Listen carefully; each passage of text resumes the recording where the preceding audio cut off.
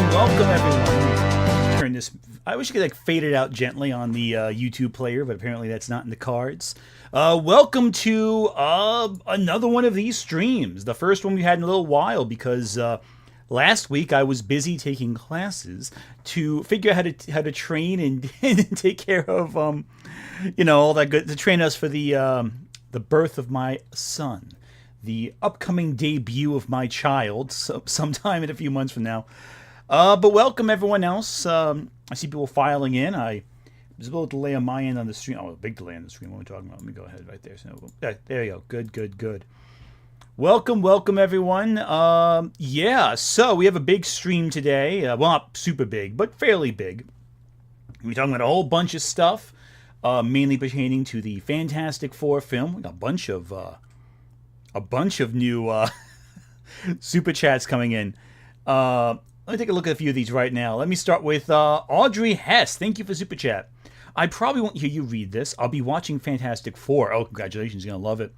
But it's my birthday, so I'm going to pay you money. Oh, I should be paying you money for your birthday. Happy birthday. Happy birthday. Thank you. Everyone congratulate Audrey on her birthday for surviving another year on this planet Earth. Jack Sheehy. Thank you for super chat. FF4FS. Oh, Fantastic Four First Steps was so good. Felt like a Phase 1 movie. I definitely think that's the vibe. Let me adjust that real quick. I definitely think that's the vibe I got, too, with Phase 1. I'll explain my full thoughts in a bit, but I'm kind of with you on that one, in terms of everything. The Guy, 493, Hogan versus Benoit, right? Did I say his name? Hell in a Cell in Hell. Let's go. Oh, is it Chris Benoit? Was that the one who killed his entire family? Yeah, that was. Yeah, that's certainly a match. I mean, you won't be meeting Andre the Giant over there. I'll tell you that much. And the Iron Sheik, unfortunately, is going to miss out on a rematch. But I digress.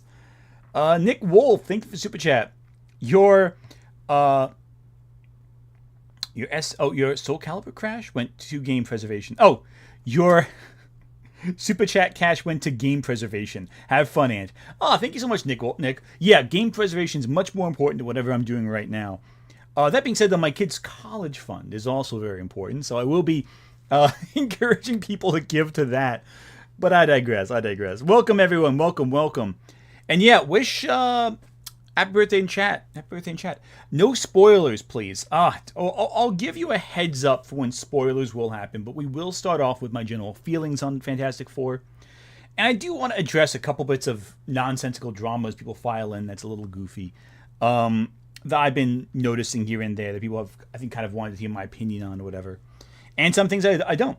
Yeah, no, Jazzy was not a fan of Fantastic Four, and I don't totally see eye to eye with her in this one. But, hey, listen, everyone's opinion is valid. Even if we criticize someone's opinion on these streams, I want to always emphasize that their opinion is always valid, whoever they may be. I don't agree with Jazzy's review at all, but that's the joy of cinema. We can all watch the same thing and take away something different from it. Nothing Jazzy said was wrong, just a different opinion. But yeah, no, I don't agree with Jazzy at all in this film. I thought it was great. I really loved the Fantastic Four. I thought it was really incredible. One might say, fantastic. I haven't seen the film. I'm fine with spoilers. Not going to remember it. Yeah, that's fair. I'm going to avoid being specific with spoilers, but I can't guarantee that the videos we watch today will not include spoilers, so keep that in mind when we get to them. You know, I'm sure if we end up watching, say, Jester Bell, she's going to spoil the whole movie, because of course she will. That's some chai right here. Not too bad. I slurped it, unfortunately. Drama. Yeah, no, there's been a couple bits of drama I found out about over the last week since last streaming. One big thing, I'm not going to play the video, nor am I going to discuss it beyond just acknowledging it exists, but there was a video that came out from a user named Blackish regarding size scribbles. It involved collaborations from Pink King and a few other people as well, all different people. Listen, all the people involved I know, so I don't want to speak on anything because I feel like I'm walking on eggshells even mentioning it. I left a comment on the video to get like a vibe check of what the chat was like leading up to the video. It was pretty intense. So I don't want to discuss that drama mainly because I don't care about Has Been Hotel. I really don't. You'd have to pay me to care about Has Been Hotel. Maybe I'll do it if people pay me enough. Maybe I should set that as like my the goal for this stream. If I get like a few $100, I'll watch Has Been Hotel. I'm not a fan of Has Been. But yeah, no. Another fun bit of information I found out thanks to Goddammit Malcolm. Apparently Lio Convoy mentioned me in like a rambling stream. I don't care enough to respond to it, but it's a thing that happened. I just find it funny. Apparently I inspire rage in people that lasts for months and months on end. It's very funny. Anyway. Wait, what? Why is Reed Richards so hot? Oh, riddle me that. Well, I can't answer that for everyone. Yeah, no, I really dug Fantastic Four quite a bit. Oh, by the way, I found out that this is a totally other stupid drama nonsense. It doesn't really matter. So apparently, my number one stalker in the world, apparently admitted to just by the nature of let me get the image up for this. This is really funny because he. So in case you don't know, where are we? Right. Post engagement, here we go. So, for those who don't know, there is a user named The Backseater who consistently makes reply videos to me. He's kind of like my reply guy, my biggest reply guy. And he learned about, through the social media, my new video that I posted yesterday. The bonus video I did on itch.io, itch.io, how do you say it, removing a lot of NSFW work.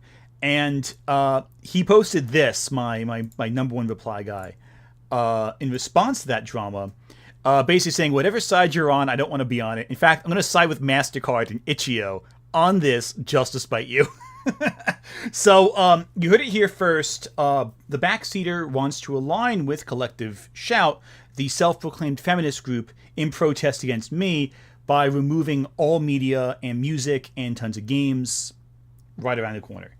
I could report him for harassment, but like, am I being harassed? I mean, he's obsessively stalking me, but I don't particularly feel bothered by him at all. He's more just a little worm on the underside of my foot.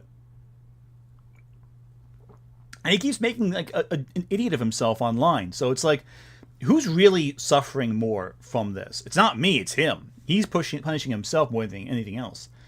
Yeah, no, but I do love knowing that I control the belief of the actions and thoughts of everything he does.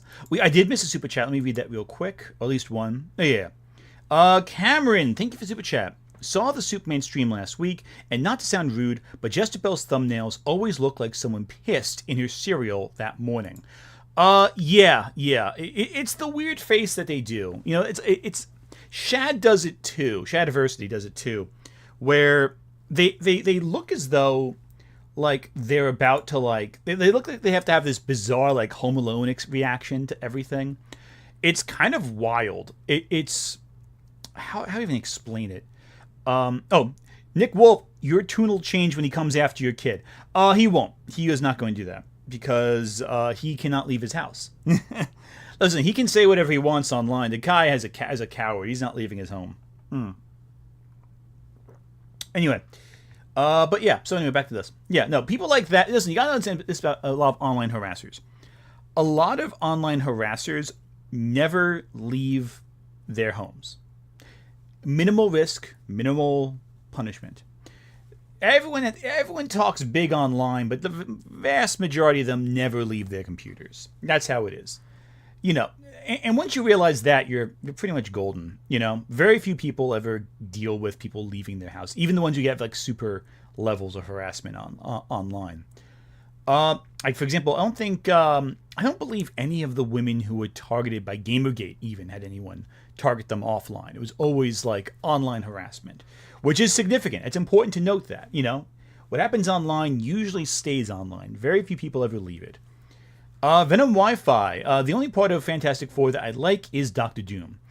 That's certainly a take. I'll give you that. Oh wow, Andrew Wood, thank you for the memberships.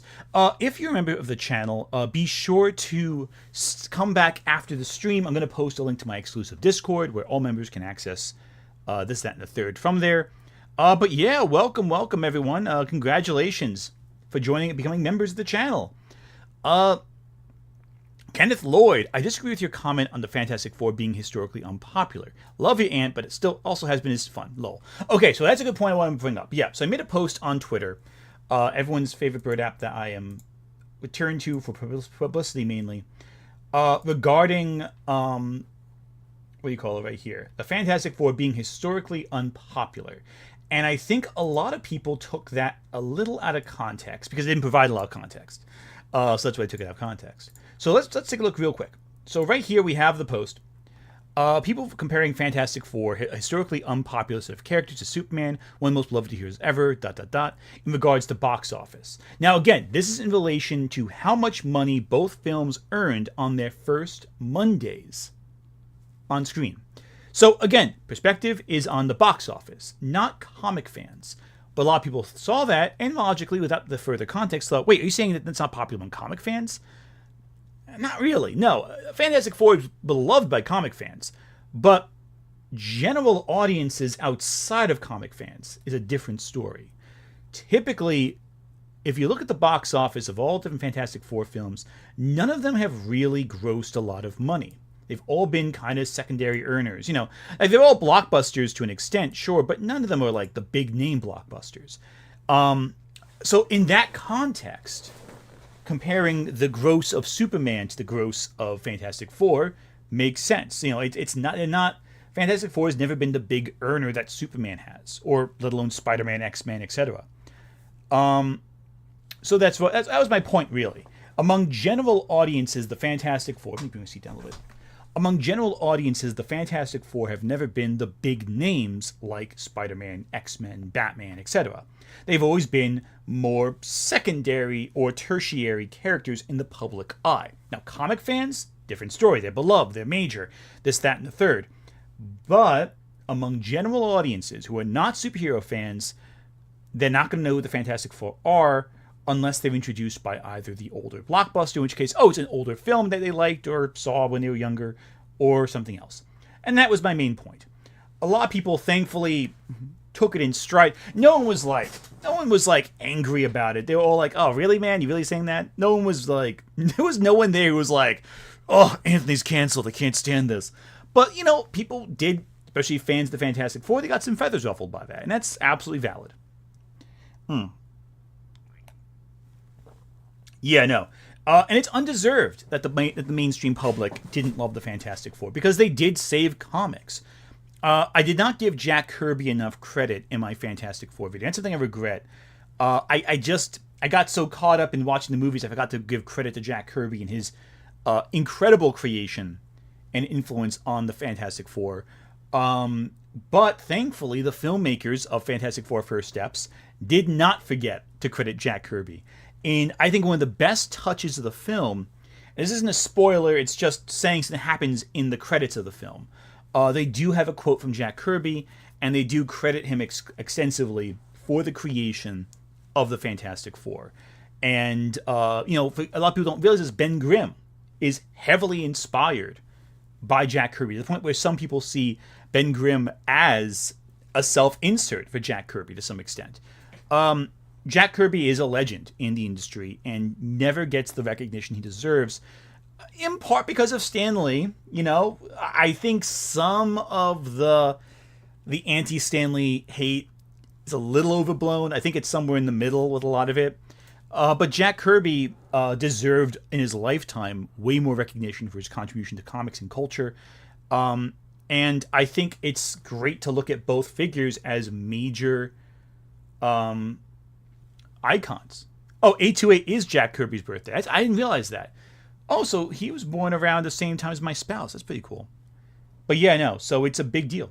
Big Barda was inspired by his wife. I think so. Yeah, the New Gods were Jack Kirby's baby as well. So Jack Kirby's also responsible for like the Dark Side and all that too, becoming what they were.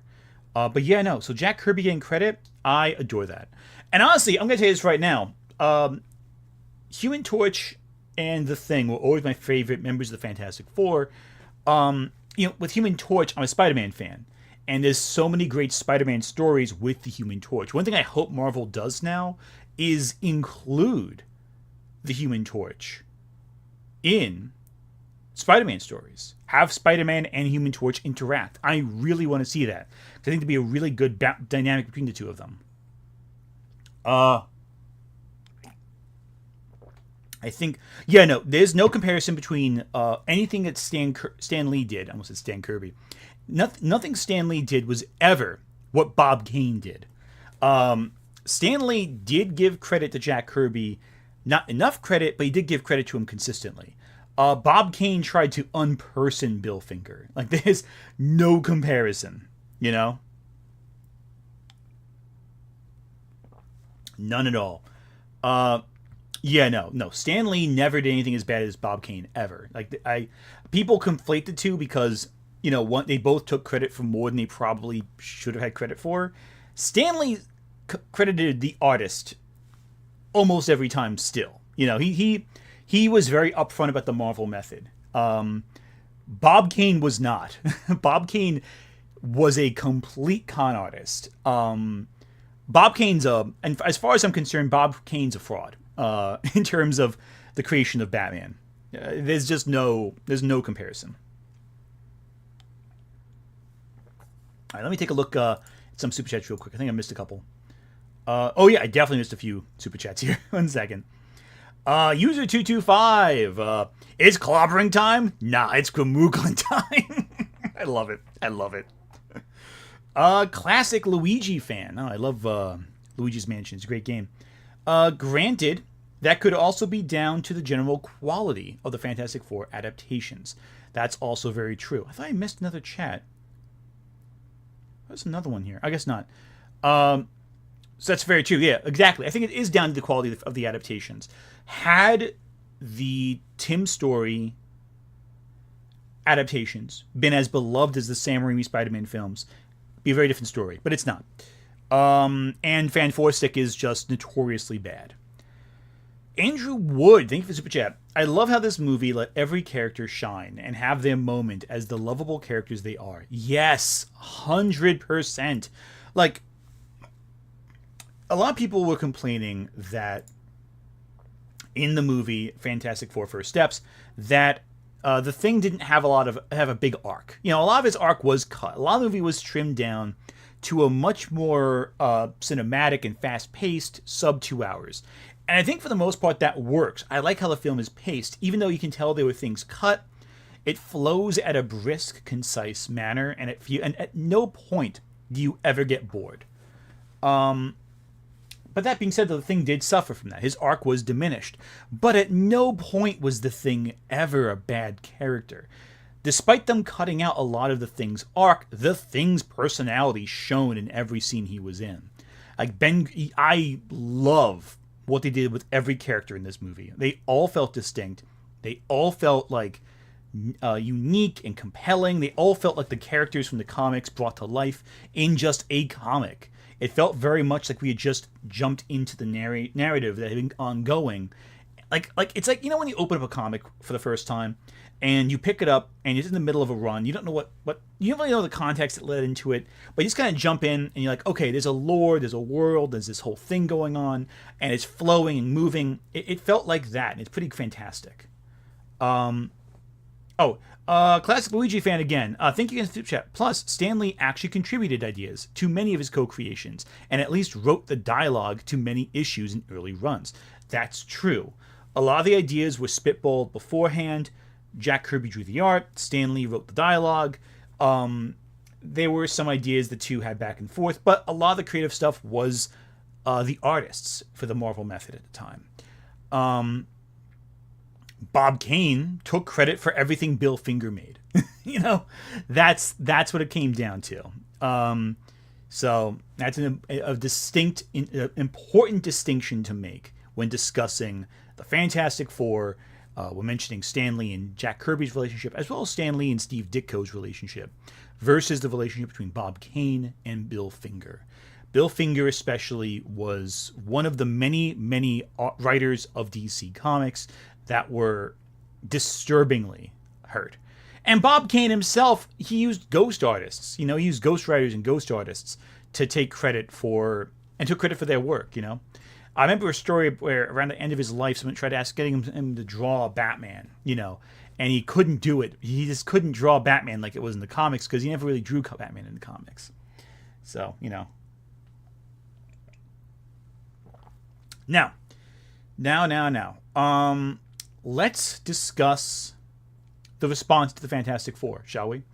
Now, box office wise, doing pretty well.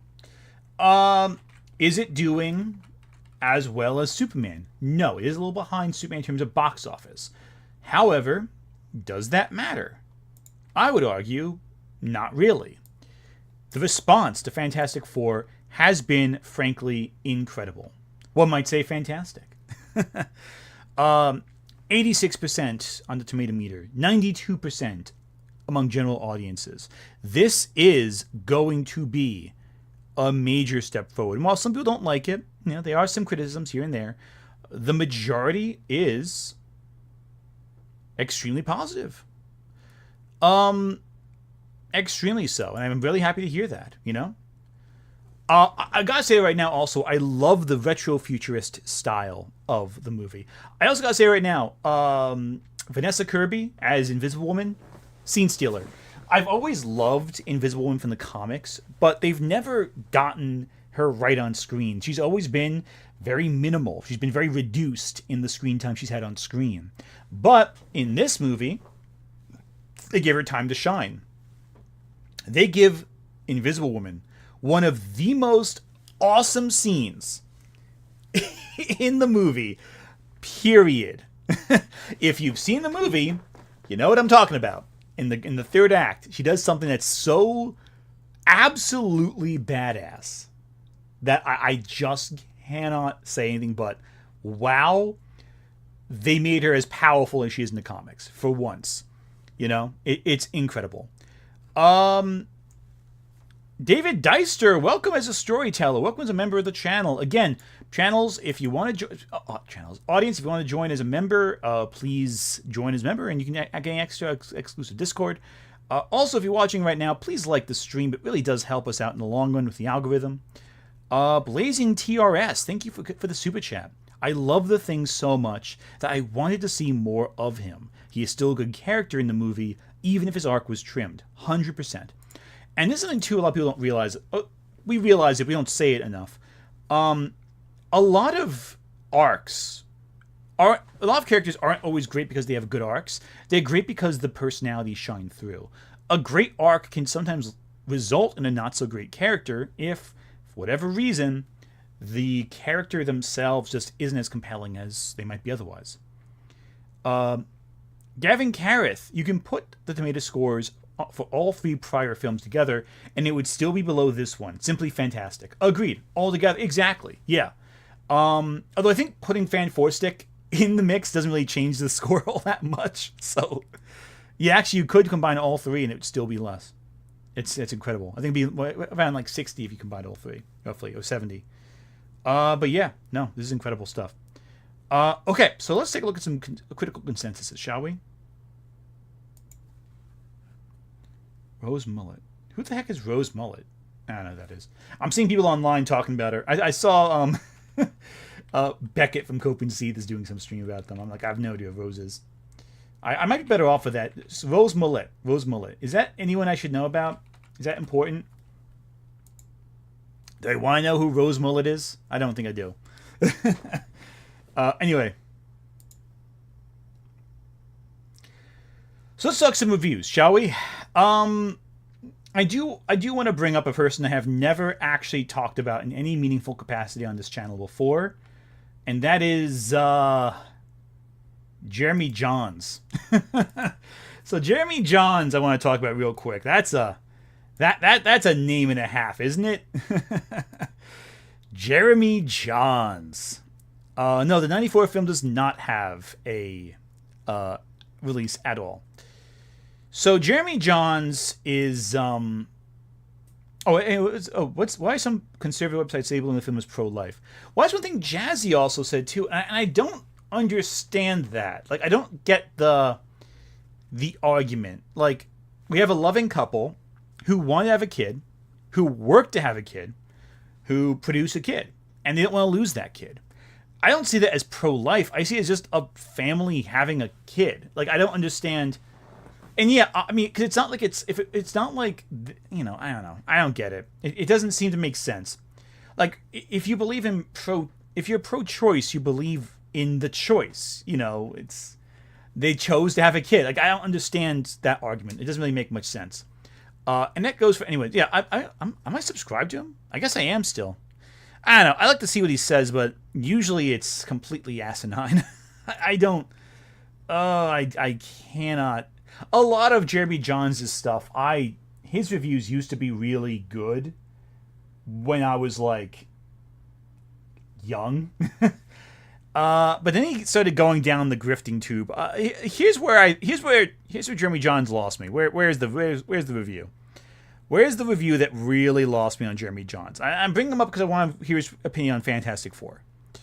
The review that really lost me entirely, that gave me like, okay, this guy's done, in my opinion, was, and everyone who knows, right here, Am I Racist?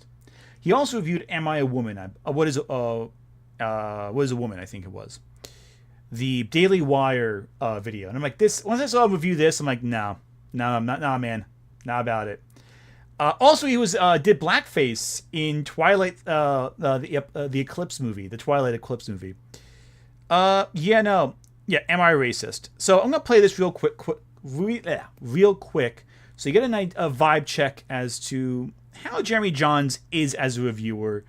Before we take a look at his Fantastic Four review, because I think it's an interesting dynamic here. Because I think it's important to get a vibe check for this on how right-leaning but more average reviewers are. Now, he's not average. He's a very, very big name, but he's not a grifter. I think he genuinely believes what he says. I don't think he's playing a grift. He's just a reviewer who I disagree with. But here's his opinion on Am I Racist, real quick.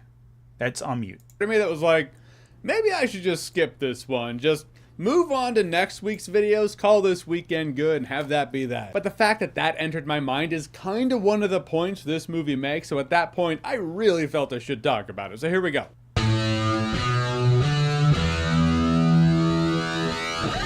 So Am I Racist is a movie starring Matt Walsh of the Daily Wire. This movie is executed like a documentary, but he does play a Matt Walsh character. Matt Walsh plays Matt Walsh, who's on a DEI quest to decenter his whiteness. DEI being diversity, equity, and inclusion? Diversity, equity, and inclusion. Yeah, I googled it, sue me. Now, unlike What is a Woman, which was on, I believe it was Daily Wire Plus, I believe that's their streaming service, I was like, I'm not signing up for another streaming service, no, I got enough. This is actually theatrically released, so I was like, alright, bought a ticket and watched it. And I had already heard the comparisons from the trailer alone. It's kind of like conservative Borat. He's interviewing, he's trolling, all the while the movie does ask questions. I do appreciate that. First off, Matt Walsh is surprisingly funny. I don't know, I just kind of didn't know that about him. I kind of got a glimpse of that when I saw that he crashed the Democratic National Convention in the name of promoting this movie. Come on. That is funny. But there are scenarios and situations in this movie where he's talking to someone or a group. He has to think on his feet, and I thought he did a really good job. You get the idea. I think that's enough. I think you get the point I'm trying to establish. He talks he doesn't really know what he's talking about a lot of the time. A lot of what we know about Am I Racist, the film, especially now that people have discussed it and analyzed it, is that a lot of it's bullshit. A lot of it was complete bullshit.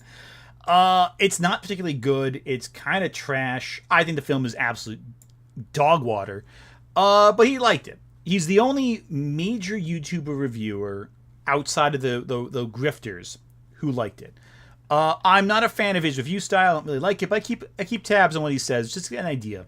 Usually I know if he hates something, I'm probably going to like it. Is a good way of putting it.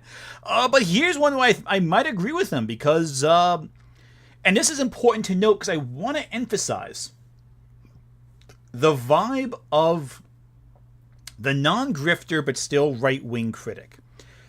And the reason why I'm saying that is because we're going to compare this to the actual grifters. This is the vibe check of the average conservative-leaning reviewer. It's important to note that. And here's why I'm bringing it up. But to be honest with you, I've been looking forward to Fantastic Four First Steps. Then early access media saw it, started glazing it on social media, talking about how amazing it was. That's when I was like, oh man, you mean this movie might actually suck? Yeah, he knows who he's appealing to right now. Let's take a look. So Fantastic Four First Step. Okay, so I see people mentioning the word grifter. So how to define a grifter versus a person who I just disagree with online? Well, it's a very important distinction. A grifter is trying to sell you something you don't need for a problem you don't have. Jeremy Jahns is not selling you anything. He's just giving you his opinion. I disagree with that opinion fundamentally, but he's not selling you on it. I fully disagree with what he's saying. I think everything he's saying has bought the grift and knows that the audience who now watches him is probably more responsive to that kind of content. But he's not grifting. That's a key difference. He's conservative-leaning, if not fully conservative, but he's not a right-wing grifter. That's very distinct. Because he's not selling you anything. He's not selling you snake oil. Now, someone like Critical Drinker is selling you snake oil. The ideas he presents are a solution to a problem, but it's a solution that doesn't work to a problem you don't really have. But he's convincing you do have the problem, that being DEI and all that, woke stuff, that doesn't really exist, but he acts like it does. Jeremy Jahns, I think, is someone who bought the grift, is what I think it is. Because as time got on, he clearly was probably already leaning that way to begin with, but I think it's clear as he went on, he just kind of bought into the bullshit, I think that's very important to distinguish. Yeah. So the big difference is I think he's bought into the grift. He's not selling it, though. He's just regurgitating what he already believes. And that's a very important distinction. You should also go after left-wing grifters, too. I do go after left-wing grifters. I ran after Lily Orchard, didn't I? Is the new Fantastic Four movie. They've tried this before. Some movies become memes, and some memes just don't die. Others die because we collectively wish it to be so. Such was the case with Fan4Stick. But now we have a new Fantastic Four movie by director Matt Shakman, who was the series director of WandaVision. This takes place in another universe. Reed Richards, Sue Storm, Johnny Storm, and Ben Grimm. They've already been the Fantastic Four for 4 years now. Now Galactus is coming for Earth. They gotta figure a way out of this mess, save the Earth, save their family. Out the gate, I gotta say, this movie does do a good job at these heroes have been heroes for a little while thing, but does do a sizzle reel via a talk show to catch the audience up on them. Also, the visual aesthetic of the world, I'm not saying anything I didn't say from my trailer video I did when the trailer dropped, but that mid-century futuristic aesthetic, I just find it appealing. It's like some alternate art if someone drew what will the world look like in 2025 back in the 50s or 60s, it's this. Which works. Yeah, it's Tomorrowland. That's one thing I do love about the film. I want to point out, the set design's incredible. The fact that the set designer of Loki did the set design for Fantastic Four First Steps, it's clear. They both have that same retro-futuristic aesthetic, and I'm really happy they're coming back for Doomsday and Secret Wars. Because they have their sets are incredible, and it blows away the sets in a lot of the other MCU stuff. Let me back this. Works in the superhero world where you just feel like you've seen it all before. There's no technology, it's really gonna blow your hair back. But as a coat of paint, it felt fresh, new, exciting, it was cool, it worked. Also, the cast I thought was great. Pedro Pascal's fame will be studied one day. He is his own subgenre, complete with fatigue. Pedro Pascal fatigue, they call it. Superhero movie fatigue has that. Pedro has that He's one guy. It's kind of funny we're in this age of an actor's brand is able to keep on screen whether or not it looks like the character. Pedro Pascal's mustache is kind of his brand. Would he look more like Reed Richards if he shaved his mustache? Yes. Would he look more like Joel from The Last of Us if he could grow a beard? Yes. Was he a solid Reed Richards in this movie? Yes. The guy can act his ass off and he brings it. I don't know if he's a one-trick pony and it just works. Kinda like my wardrobe. A smart guy with the weight of the world on his shoulders where he feels like it's his responsibility to solve this problem because he's the only one who can. He sells it and you buy it. Also his chemistry with Vanessa Kirby. I thought they were great as a couple. They worked well. Yeah, no. The chemistry between Vanessa Kirby and Pedro Pascal is absolutely incredible. They are on fire the entire time. Now, I do want to say this right now. It's interesting. Bringing up superhero fatigue, Pedro Pascal fatigue, and all that. Oh, all the fatigue. It's all this, that, and third. And then he just says he likes them. It's like the thing with Jeremy Jahns' aesthetic and style is he knows what his audience wants to hear. He has to sprinkle in this, that, and the third. And he sells to his audience, but he's also not fully selling the grift around Pedro Pascal. And that's one reason why I don't think Jeremy Jahns is a grifter. I think it's very important to leave him out of that discussion of grifters. But maybe study his fall from grace because, hey, listen, he has an audience, he's very popular, but I don't buy into it. I think it's interesting. The chemistry of the entire family is fantastic, I think, personally.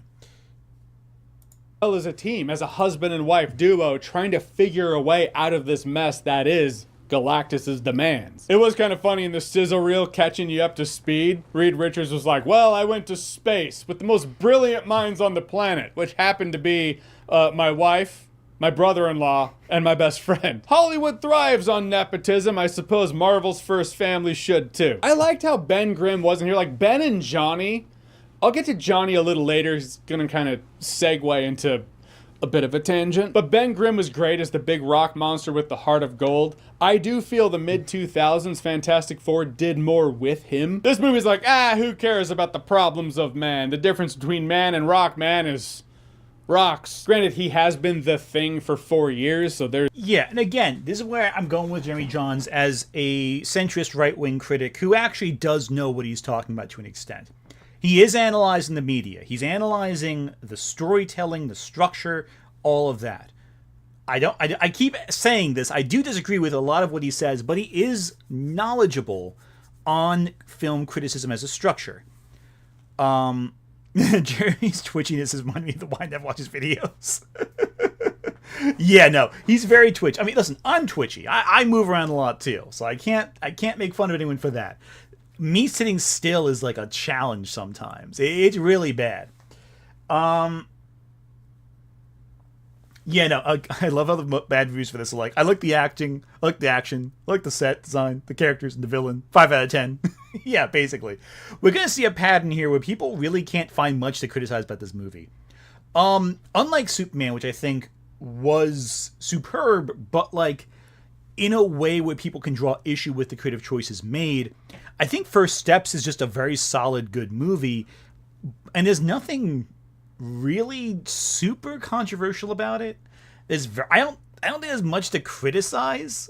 You know what I mean? Like, there's not like the scene where it doesn't take the big swings that Superman did, but it's consistently hits the notes right. You know what I mean? Like it doesn't swing for the fences like Superman does and go a little too far in some cases for some audience members or what have you, but it stays in its lane so perfectly you kind of love every bit of it. I think that's my opinion anyway.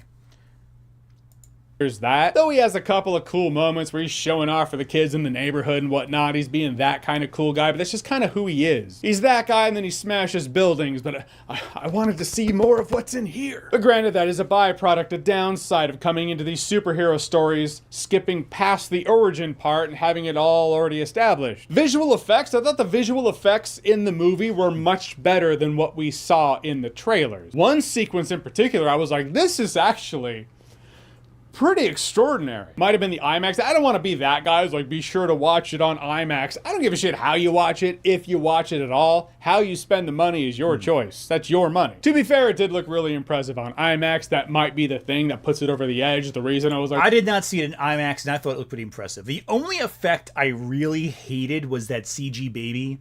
But also, like, given the context of when the baby shows up initially... Anyway, yeah, so I think they should have used a doll and just strategically shot it, early on. And then when it's like an actual baby, like, that's fine. But, like, you know, I don't know. I think the initial birth sequence, it's like, okay, just... They used to do it where they used to just avoid showing the baby. You know, they used to be like, oh, here's the baby from the head, and it's not going to show the face, but you're going to see the little hand come up or whatever. And it's like, okay, the hand is there, what have you. And you have to worry about, like, the facial expressions. Like, we had fake babies before computers existed, you know? We had babies pre-Jurassic Park. I mean, as long as it's not junior babies, I'm fine, but still. I don't know. Are we talking Twilight levels of uncanny baby? No, it's not super uncanny. It's not an effect that looks terrible. It just doesn't look great. It's the one effect where I'm like, this is the weakest effect in the whole movie. It's not Twilight baby, and it's not the Flash babies, but it isn't a good baby. Like, wow, this looks pretty spectacular. So there's that. But even the Silver Surfer in the trailer, I saw the memes where people were like, how do we go backwards with CGI? I feel like the other Silver Surfer looked better than the new Silver Surfer, just in terms of silver. And there was an argument to be made, but seeing it on screen, I was like, this does look really good. Better than the trailer, though. CGI has been tweaked, because in the trailer, you know, when Johnny Storm is carrying Ben Grimm, and he's like, what time is it, Ben? He's actually all in flames in the movie, whereas the trailer, he's not. Galactus is actually pretty frightening. Yeah. Galactus is difficult to do. Even in the trailer, man, you commenters, comment sections crack. Galactus was incredible. Let's just be honest with it. Galactus in this movie was absolutely fantastic. Okay, so I want to talk a little bit about, and I know I'm taking a sidestep here because I know we're talking about this review and how we're getting a baseline before we talk about the griftiverse and all that. Galactus was straight out of a cosmic horror story. Galactus felt Lovecraftian in a way that Galactus previously hadn't. He felt grander and older than life. There's a scene, there's a bit of a spoiler, where Reed Richards, he's trying to analyze what he knows about Galactus, and he kind of has that moment where, like, in a Lovecraft story, someone goes mad from the revelation. Because it's like he's struggling to comprehend how something that can exist before the dawn of time physically exists in this world, and how he can leverage that to save everything. And it's so fantastic, I think. I don't think they ruined Galactus in the third act. I think the third act of this movie is pretty solid, personally. Because Galactus is never overpowered. They never punch the problem hard enough to stop it. Quote unquote. Oh, hey, what's going on? I see you in chat. No, but it's like, you get a strong sense that Galactus is this larger-than-life entity that exists at the precipice of reality itself. That he is beyond. He is able to... And we first introduced to him... spoiler for when you first get introduced to Galactus. But you first see him devouring a planet. You see the planet get devoured. And it's terrifying. And it's truly haunting. It gives me a lot of... some of the early shots of Galactus reminded me a lot of 2001: A Space Odyssey, with they're alluding to the Black Monolith, right? The Black Monolith in 2001, in case you haven't seen 2001, it's this monolithic, almost sterile structure that keeps appearing throughout the film whenever humanity is about to take another leap forward into their evolution. And it's this austere, very plain structure, but there's a haunting aura about it. It's so odd whenever it appears. It should not be there.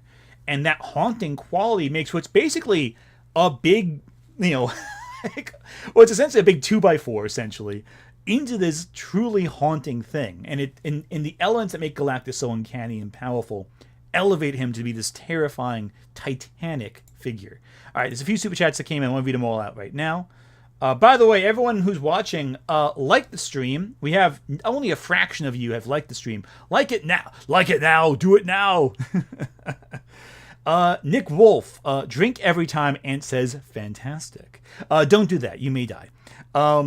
Blazing TRS. When Reed showed the planet getting systematically destroyed by Galactus, freaked me out. Very Lovecraftian. Yeah, no, it masters what you don't see is bigger than what you do, you know? By not showing Galactus throughout the majority of the film, it actually makes him scarier. It builds him up to be this larger, more colossal thing. And I think that's really effective. Anyway, back to Jeremy Johns. So again, getting a baseline on the right-wing reaction to Fantastic Four. Again, the group that was most poised to dislike it, essentially. Back me up. Yeah, Superman included. But you know, I'm just saying. People talking about Galactus jaywalking in New York. I don't know, man.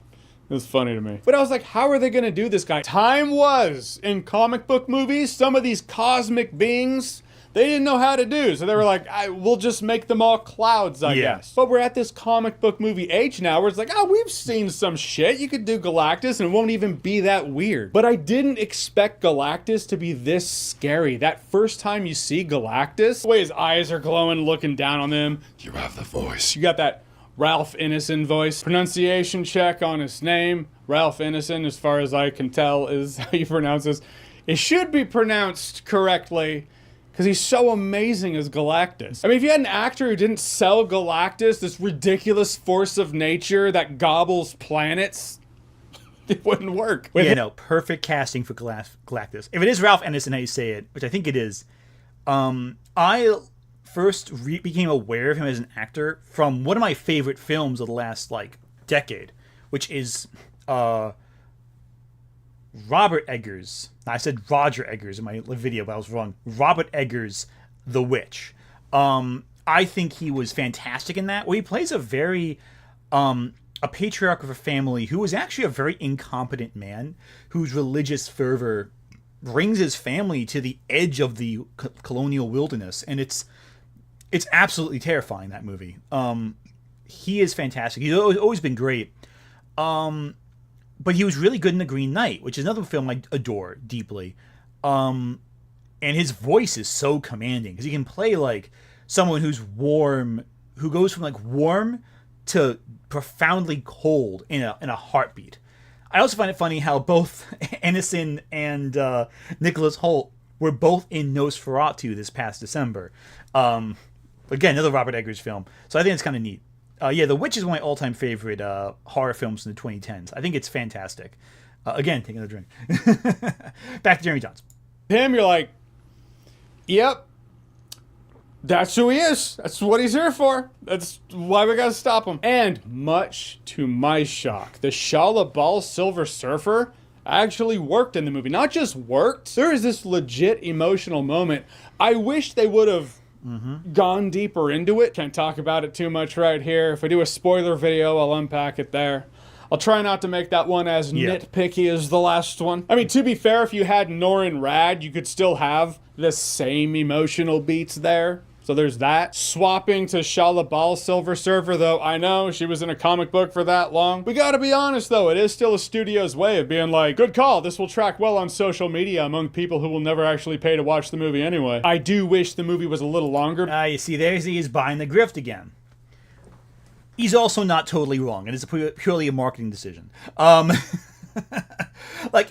is ultimately marketing, is what it is. I think it's because there's so few women in the movie, but also they want to have that dynamic between the Surfer and Johnny, which wouldn't work if, because again, with the Tim Story Fantastic Four movies, the Silver Surfer has this weird dynamic with Sue Storm, and that's Sue Storm's one role, having a bit of a weird dynamic with the Silver Surfer to help motivate her to do the right thing.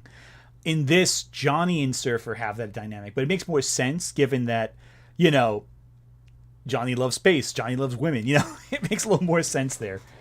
And it's an alternate continuity, so again, there can always be another Surfer in another world. I do hope we see more of this Surfer in the MCU. I know that with Secret War, they might just bring back the Surfer for like Secret Wars, which would be kind of cool. I would love to see that. I'd love to see like Norman. I'd love to see like the Fox Silver Surfer confronting the the 828 Silver Surfer. That'd be kind of neat, but I digress. Because it looks like, it's like unpacking a thing and then you're like, I'm kind of done with this. Oh, okay, I guess we're done with that. Just feels kind of half unpacked. But all in all, I really do feel this movie is the MCU movie the MCU needs. And that's an MCU movie that stands on its own. Truly stands on its own. I've heard these MCU movies out there that... Hey, Comic Explained, how's it going? I bet they're in the void. Yeah, right? They're probably there. Yeah, no, but so far, again, Jeremy Jahns, good baseline right now, what we're looking for. Very positive, clearly comes from a different perspective than I do, but still explains his opinion very well. We're going to look to see the negative real that quick. Stand on their own, but they don't really, not fully. They might stand 90%, but if you had someone who had never seen an MCU movie watch the movie and another one who's all down with the MCU movies and shows, that person who's never seen any MCU movies or shows will be a little more lost than the other person. Whereas this movie, you can have both those people watch this movie and they will get the same amount out of it. It truly is a movie that stands on its own, exists in a bubble. I think the MCU needs that because, let's face it, watching some of these recent MCU movies and shows, it's become a chore. It's become homework. No one wants to do it. I would make a killing if I made videos on all the MCU stuff out there. But I don't. Why? Because it'd be a drag. I'd rather enjoy myself. I would rather just enjoy life. It's all about the little things, really. Like enjoying life, enjoying your free time. And I really like... That came out of nowhere. that came out of nowhere. What the hell? Like, it's a weird little... He's going on a weird tangent right now. I mean, that's fine. That's fine. Listen. He's having a moment, but like, wow, he kind of went in that really randomly. Like, dude, okay. And again, listen. His opinion, it's fine, cool. It is a little weird, right? That felt forced. That felt a little forced. Like, I don't get what the heck that was for. Oh my goodness, that was weird. I'm glad everyone else in chat's confused too, because I'm like, what the fuck is that? Listen, like, it's not. I don't agree that the MCU is totally like homework, but I also keep up with most stuff. So for me, it's like, okay, come on. Also, it is really hot in this room, and my hair is showing it. I gotta get that thing cut. But still, point is that what was I getting with all this? Yeah, no, so baseline established. Okay. Like Johnny Storm too. Johnny Storm felt more like Johnny Storm than you've been told he's supposed to, which I find weird. It was a family movie with heart in which the family... Cool. On Blu-ray. All right, so Okay, so you had a positive review of it. Okay. He has more... There's like 3 minutes of the video left. I don't care to hear the rest of it. It's not as important, I don't think. But let's get... So my point is, that's the baseline of what we're looking at. Someone who's not a grifter, whose opinion I disagree with... saying something. Should we do beyond the trailer? No, I'm not gonna force you to look at that. Tyrone Magnus. Tyrone Magnus is someone I haven't really discussed at all. I'm looking at a list of people who've reviewed the movie. It's a little wild. There's a lot of people who watched it, but I think I gotta go for my usual suspects on this channel. Here's one. So here's someone... Okay, actually, no, that's not true. Here's a video by a channel called The Price of Reason. And it's simply titled Fantastic Four Review. It sucks. Let me bring this up over here so you see what I'm talking about. So right here, I'm going to adjust my screen a little bit so you have more center. Ignore that. I was watching some John Wolfe before. So right here, we got a video from a guy from a channel called The Price of Reason. I don't know what this channel is.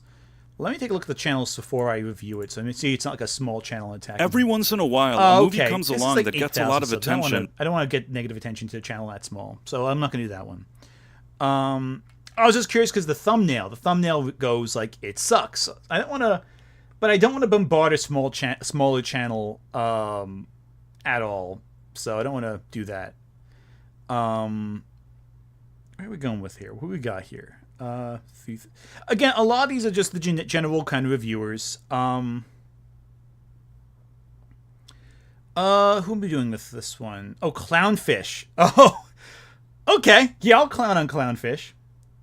Let's do it. Clownfish TV, another channel I haven't discussed at all here. Clownfish is a channel I have a lot of bias against personally. Several years ago when I was still writing for CBR, Clownfish TV targeted a bunch of my articles I was writing to draw like negative attention at me as a writer. Now I have a YouTube channel.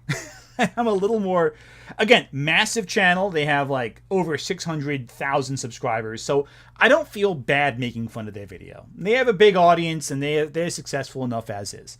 So I watch Fantastic Four First Steps, so you don't have to. Ripping off the Nostalgia Critics catchphrase, always a good strategy. Can't wait to see what happens here. Let's take a look. Hey guys, welcome back to Clownfish TV. This is Neon. I am here with Geeky Sparkles. Hello. And we just got back from watching Fantastic Four First Steps. We're going to give you an honest review of it. The drill here, guys. You know the drill. There are going to be some spoilers later on in the video. We'll do the spoiler-free review first. Yes. Yeah, I'm actually kind of excited. Yeah, so, okay, backstory. Neon was so worried this movie was going to suck. Like, you don't understand. He was looking forward to this one the most. Okay, so, already positive review here, it sounds like, right? Tyrone. I might take a look at Tyrone Magnus next, because his stuff is usually pretty interesting. But again, interesting, right? Positivity. Jeremy Johns, positive. So far, we're seeing some positivity here as well. But I'm sure they're going to, attack the other movies around it, kind of to say, no, this is good, guys. Unlike that other stuff that's woke and terrible. No, this is the good stuff, and kind of go, hey, this is... They have to justify... They can't justify being angry, about this film. It was what he wanted to see the most, and he was hearing it might not be great, and he was getting very, very worried. And I wanted it to be really good just for his sake. So this one, as far as my comic collecting trajectory, I had 3 main Marvel series or titles, universes that, not universes, but families of comics that I followed. And it was X-Men, Spider-Man, Fantastic Four. Interesting. I always followed those comics. If I could only buy a handful of comics every month, it was X-Men, Spider-Man, and Fantastic. Okay, this is a good topic in question. Question in comments asked, what do you think about Pedro Pascal touching Vanessa Kirby drama? I think it's nonsense. We know what it's about. Pedro Pascal gets anxiety. He and Vanessa Kirby have an understanding that helps with his anxiety. That's it. I don't see anything wrong with physical affection between people who trust each other. That to me is not a... There's nothing at all that I find particularly like... If 2 adults understand a situation and are there to comfort each other physically, I don't care. It doesn't matter to me. It's not my business. They're doing just fine. It's okay. So I never got the big controversy over it. It wasn't like it was unwanted affection or unwanted contact. It's just stirred up nonsense over nothing. It was consensual. There's nothing about it that's at all a problem, as far as I'm concerned. People are just dumb and they want to stir up controversy.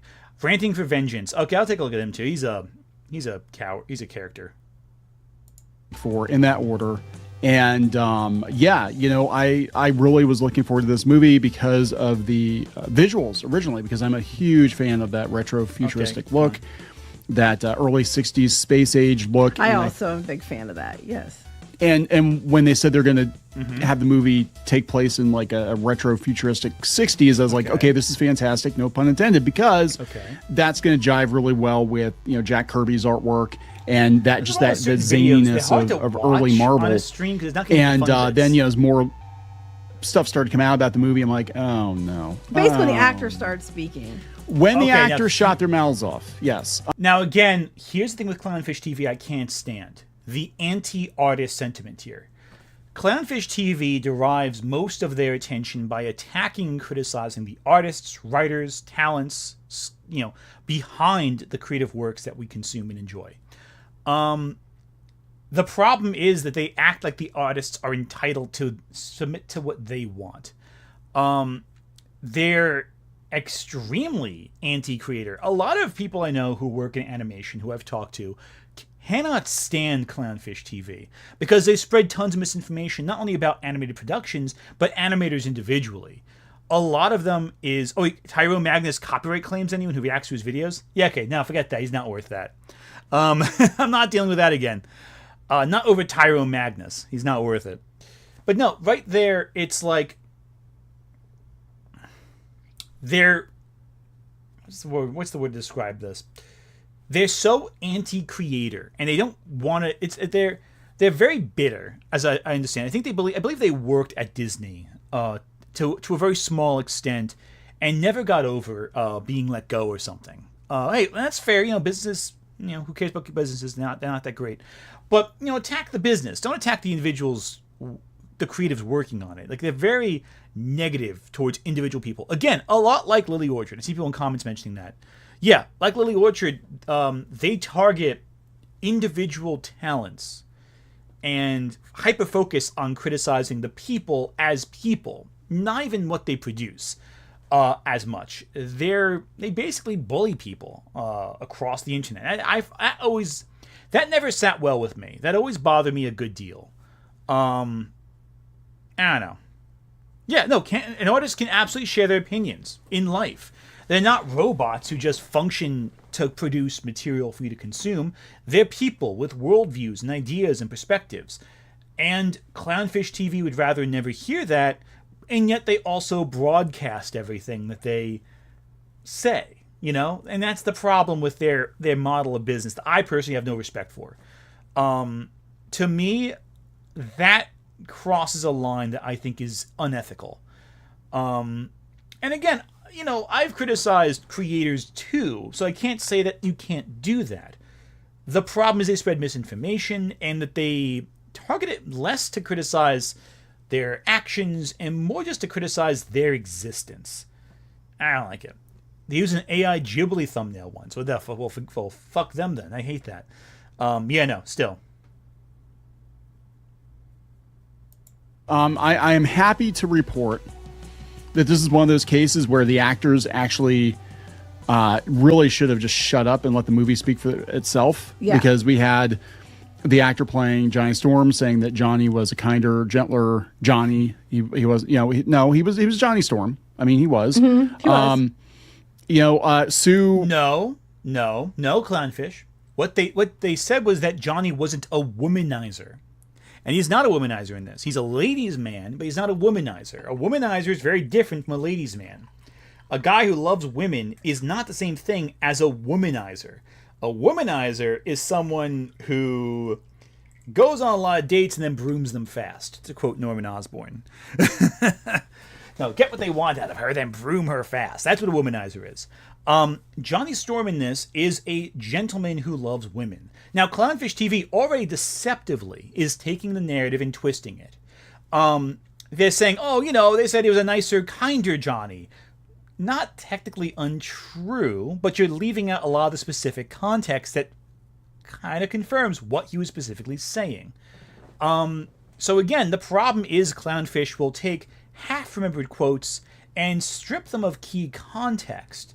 So what they're saying is still based on something that kind of happened, but because they left out the key components that really change the specifics, your half-remembered memory of a controversy may go, I kind of remember that. That's kind of what he said, right?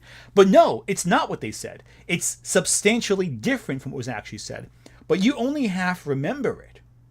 Clownfish TV and channels like this depend on you half remembering details, so you can kind of sort of see what they're saying.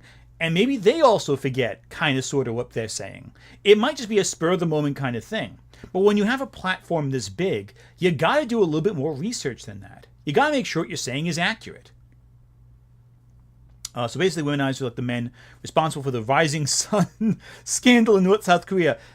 Yeah, basically. Or, like Tony Stark in the early in the early Marvel comics. No, like someone, or like Johnny Bravo. Johnny Bravo, a good example of PG womanizer is Johnny Bravo. Someone who like chases women as like objects to be won, and then when they have their way, leave them. You know, basically jerks. So again, that's not who Johnny in this movie is, but he's still Johnny. He still loves women, but he's not a womanizer. It's a big difference. Words have meaning, is what I'm getting at. Yeah, I think that it's deliberate misinformation too. So what do you say about Sue? Here's another next question about Sue. While she was very important to the plot and she was a huge decision maker, she was not the leader of the team. I mean, I would say the team, they were co-leads, but definitely. Yeah, it seemed like they all worked together. Like they were actually like a unit. It wasn't supposed just like. Well, again, they never really said that she's the leader. That was more another misquote. Again, they're peddling these sorts of half-remembered stories, stripped of key context, stripped of key ideas, where quotes were taken more out of context than they really need to be in the first place. And then Clownfish is taking them further out of context to further distort what actually was said in order to frame the talent who made the movie as incompetent in some way, or a hindrance. You know, it's we're not wrong covering all these stories. The actors were just bad, you know, and that's the problem. And that's why I don't like what they do. I have no respect for that.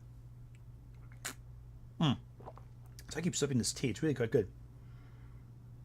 Like, yes, it was. I think it was the best adaptation as far as it goes, as far as getting the whole family dynamic, team dynamic correct. Getting that right, and that was the problem I had with the other Fantastic Four movies. Is one, they were woefully miscast. I think a lot of them. I thought Johnny Storm was good, and I thought Thing was good, and I thought Silver Surfer was good. Everybody else, nah, not so much.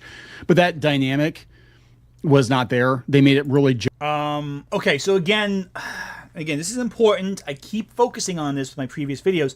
Jessica Alba in the Tim Story films was absolutely screwed. And it's important to note this. Jessica Alba was directed by Tim Story to not express any emotion because it might make her face less pretty. You know, they basically said, don't scrunch your face up, don't cry, don't do this, don't do that. And it was completely, you know, bad. These weren't good directions. And that affected her performance. It almost made her quit acting. You know, it was such a bad experience, it almost made her quit. I think the casting for the Fantastic Four films were fine. The problem was the writing sucked, you know, of the old ones anyway. That's the big issue. Jokey and sitcom-like, and that's not the Fantastic Four. No, and even though there was jokes in it, but they felt more like you're ripping with your family, yeah, and stuff. And they like made jokes about the obvious, like Johnny Storm's making jokes about the hot naked lady and stuff. Yeah, they're self-aware. I mean, we'll get there. We'll get to some of the nitpicks, but like the core of the Fantastic Four, the characters they got right. Now, I could nitpick Reed Richards because I look at him, I still see Pedro Pascal. Actually, Pedro Pascal, I think, did a really good job at acting in this one. And that's saying something, because for Pedro Pascal, he did a good job acting in this one. He actually did good. Yeah, I mean, I still was like, okay, it's Pedro Pascal in the Fantastic Four suit, but like, I don't know, it seemed like there was more range in this movie than he usually shows, right? Again, they have to find the way to just go, hey, you know, again, with this structure, they have to always get their bottom line in. You know, the movie's good. You know, Pedro Pascal, you know, he's good in the movie. You know, they have to kind of get the dig for their audience. And that's always what these people have to do. Now, while I did defend Jeremy Jahns from grifter accusations, because I don't believe he's a grifter. I think he just bought the grift. Clownfish TV are grifters. They are absolutely selling you snake oil. They spread misinformation deliberately in order to present themselves as the true authorities on the entertainment industry, when in actuality, every single person I've ever met who's ever listened to Clownfish TV, who works in entertainment, can tell you that they're full of crap. But I digress. is it comic book accurate Reed Richards? Well, they got the nerdiness right, and they've leaned more into the nerdiness in more recent years. But really, Reed Richards was a very brainy kind of leading man, and yeah. So I mean, whatever. I've got some nitpicks, but overall, my expectations were on the floor for this one, and this is the one I was the most excited about, and I walked out happy. Like that. Yeah, which is do you know what I how cared rare about. it is for me to walk out happy from a movie these days? Especially I walked going out into happy. it expecting not to like it. Like, Right. I mean, honestly, went into it. Like, I always say, I don't go into something like trying to destroy it. But I also, 'cause I never want a movie to fail except for like Snow White. That one deserved to fail. But you go in there. Again, you gotta get that ding at Disney there. Deserve to fail. No films deserve to fail. Every film is a large effort from a lot of different people. And then executives might come and screw it up and make decisions that hurt the film collectively. But again, they have to have that grift in there somewhere. The problem is that they go into every movie expecting the worst, and they look for the worst. And then they sell you on the worst. Now this reflects how that is reflective of the greater failures of Hollywood and the industry as a collective whole. Now, I'm not someone who worships the industry. I think the industry is full of awful stuff that happens. I constantly criticize the industry as a system. The problem is Clownfish targets individuals in that system without always acknowledging how the system has a problem or systemic issues. These are people who spread so much misinformation during the actor strikes and the animation strikes and the writing strikes in favor of the studios. Their words favored the studio efforts. They did not favor the talents who were on strike. So that always bothered me too about these guys. And a lot of negative opinions are needlessly negative. You don't need to be so negative all the time. My hair's all over the place. Wow, it's crazy. Yeah, no, I hate when my hair gets too sweaty because it looks almost like slicked to the side, like it's disgusting. I gotta get it cut. That's what I gotta do. But yeah, no. So it's a bit of a problem. Back to the video. And I've come out surprised lots of times or disappointed other times. And this is one that came out that I was like, this is good. Like, there was 5 of us again, and we all thought it was good. And now our friends said the same thing like last time. While the bar for this one was very low. So, there's that. But I think it far exceeded what people were hoping for, and it did a good job. You can get mad about it. Here's the thing: they have to emphasize the bar is so low. We had no expectations, but we all loved it. They can't just say they liked the movie. They have to justify it, going like, "Listen, guys, no, really, we had no expectations. We liked it anyway." It's like, come on, guys, just say you liked the movie. Like, they have to have such a roundabout way to say, actually, we enjoyed it. Just say you liked it. Just admit you enjoy something. You don't need to have all these clarifications and restrictions and specificities with whether or not you enjoyed a product. Just like it, Just admit you enjoy something. I really hate this whole roundabout way these grifters go, where it's like, oh, we kind of sort of like... Oh, you know how old these people are? I think they're older than I am.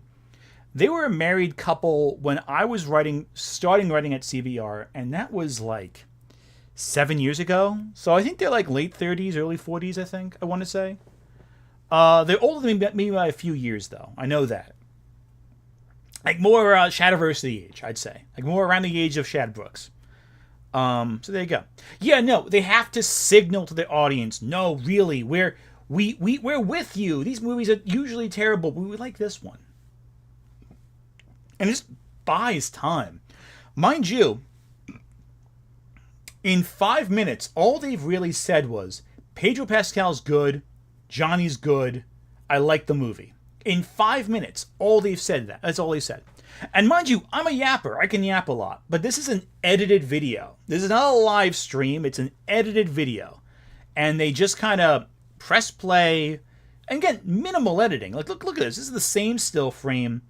A big still picture, couple PNGs that are bobbing up and down in like a sequence when they talk. Basic stuff. There's more production put into the average live stream than there is in this video in terms of production values. And they're just yapping so they can build up like a bit of content to fuel the algorithm. Because they realize that a 5-minute review, 10-minute review isn't enough. But they also lack the actual harsh criticism that they know their audience wants. So they're buying time, building up time. They have a podcast. This is also a podcast, basically. So that's interesting, I think. No matter what we say, people are going to get mad one way or the other. Yeah, But it did a good job. I think it did. Because it's a Disney product, because it's a Marvel thing, there are going to be people that are just going to be like, hey, I wallet closed. And I completely understand. I completely understand that. I'm sick of Marvel too. I haven't watched most of the last Disney Plus shows. I haven't watched them. The last movie I think I saw in the theater was Doctor Strange 2. And I haven't really kept up with it because I haven't cared. The fantastic. Oh, you're so special. I'm sorry. Again, they have to make a Fantastic Four review into an anti-Disney, anti-Marvel rant. And listen, this is the review. It's not a video essay about Disney or Marvel. It's just a review. Did you like the movie or did you not like the movie? What didn't you like about it? All this rambling. Just get to the point, man. I mean, I make 2-hour-long videos. I can't say too much of that, but I try to edit my ideas down. They also missed Guardians of the Galaxy 3. They missed Deadpool and Wolverine. They missed Wakanda Forever. They missed Agatha All Along, also. Really good series. I want to emphasize that. I really dug that. Yeah, I know. And again, he has to make so much justification to it. And again, that's something interesting, too. Clownfish TV has to justify to their audience why they watched and enjoyed the movie. You know, if I like something that my audience generally doesn't like, I don't justify it. I don't say, oh, hey, I'm sorry if this is what you think, but I thought this. I just usually just say I think what I think. And it's got me into hot water in the past. I haven't forgotten certain controversial videos I put out where I didn't do due diligence on certain topics, but had opinions people disagreed with. And that's fair. Hey, listen, criticism's fine. But I think the problem is they're so afraid of pissing off their audience. They're very hesitant to say the wrong thing to their audience because they know the audience comes for anger. They come for rage. They're not there for honest opinions. This is the reason why I don't think Jeremy Jahns is a grifter. He didn't feel the need to justify at the start of the review why he liked the movie. He just talked about it. And then at the end, he started going on his anti-Marvel rant. That's fine. I mean, I think it's weird how he did it, but that's something. This is like 5 minutes in. We don't know what their opinion of the movie is yet. They're afraid of their own monster, I think. I genuinely think they're afraid of the monster that they've cultivated around them. As all grifters should be. Because what people don't realize is the grifter is always at risk of losing their audience. The grifter is always at risk for having their audience turn against them. That's why it's always dangerous to court an audience based on anger, Because anger is fleeting. Once I don't feel bad for any of the people who cultivate audiences like this. It's always deserved when they fall, because you can only cultivate anger for so long before it either dissipates or burns out of control. You don't play with fire because you won't get burned. And I have angry videos, but they're not the only thing I put out. I try to mediate it. I try deliberately to include positive and critical, more positive, more negative, and it goes back and forth because I never want to cultivate an audience based purely on anger. It's very dangerous. And Jeremy Jahns is also playing with that fire too. Again, reviewing What is a Woman and reviewing Am I a Racist? I mean, I was watching The Sound of Freedom and making a review about it. You're playing with a dangerous topic there and giving them positive reviews. And you're cultivating an audience that may very well reject you as well. I think Jahns walks the tightrope well enough to avoid this kind of an audience. But it's the same game, just a different level of it. And they all become Hulks. Yeah, basically. And also Jeremy Johns has cultivated, I think, his biggest audience hating on Star Wars. So there you go. David Deister, thank you for the super chat. You should hear what Professor Geek or Nerdrotic have to say about the Fantastic Four movie. I agree. Let's do that. That sounds good. Yeah, because Clownfish TV is getting boring right now. Oh yeah, so here's one of the reviews I put on the... oh God. I cannot stand watching those Friday Night Tights. It's just too exhausting. Nick Rustyson. I'm glad both Superman and Fantastic Four are good, so we don't get that old school comic tribalism nerd fighting. We're going to get that tribalism no matter what. But I am glad that we're getting good content. We're getting good material to talk about. I love that. I think there's nothing wrong with good films, good entertainment, consistently throughout, period. It's good stuff. The more we have, the better it is. It's better off for a healthy film environment if Marvel and DC are at the top of their games, competing in a healthy way with each other. It's great. One might even say, fantastic. All right, let's watch a little bit of Nerdrotic. The internet can't decide whether it wants you to be boyfriend, daddy, dad. What the f is this piece of sh**? But do you think it's safe to say that Reed is the first capital D daddy in the MCU? No. I would say he's in a group of a capital D daddies. I mean, it's your ass, not mine. Listen, these are gorgeous. I think that's my favorite image so far. Just our hands. Yeah. I did not come down here just to get jerked off. I've got one big spoiler that I'll share. Sure. Go on. What? Like what? I have relationships with women and sex with men. What movie you want to see? You want to see a Pedro Pascal movie? You want to see a Pedro Pascal movie? Or do you want to see a Pedro Pascal movie? Again, Nerdrotic has to fill the first minute of his video with rage baiting in order to draw the audience in. This is part of the grift. Keep in mind, this whole first minute does not tell you anything about Nerdrotic's opinion. It's purely playing into the anti-Pedro Pascal grift that they've latched onto. They're trying to make Pedro Pascal their new Rachel Zegler.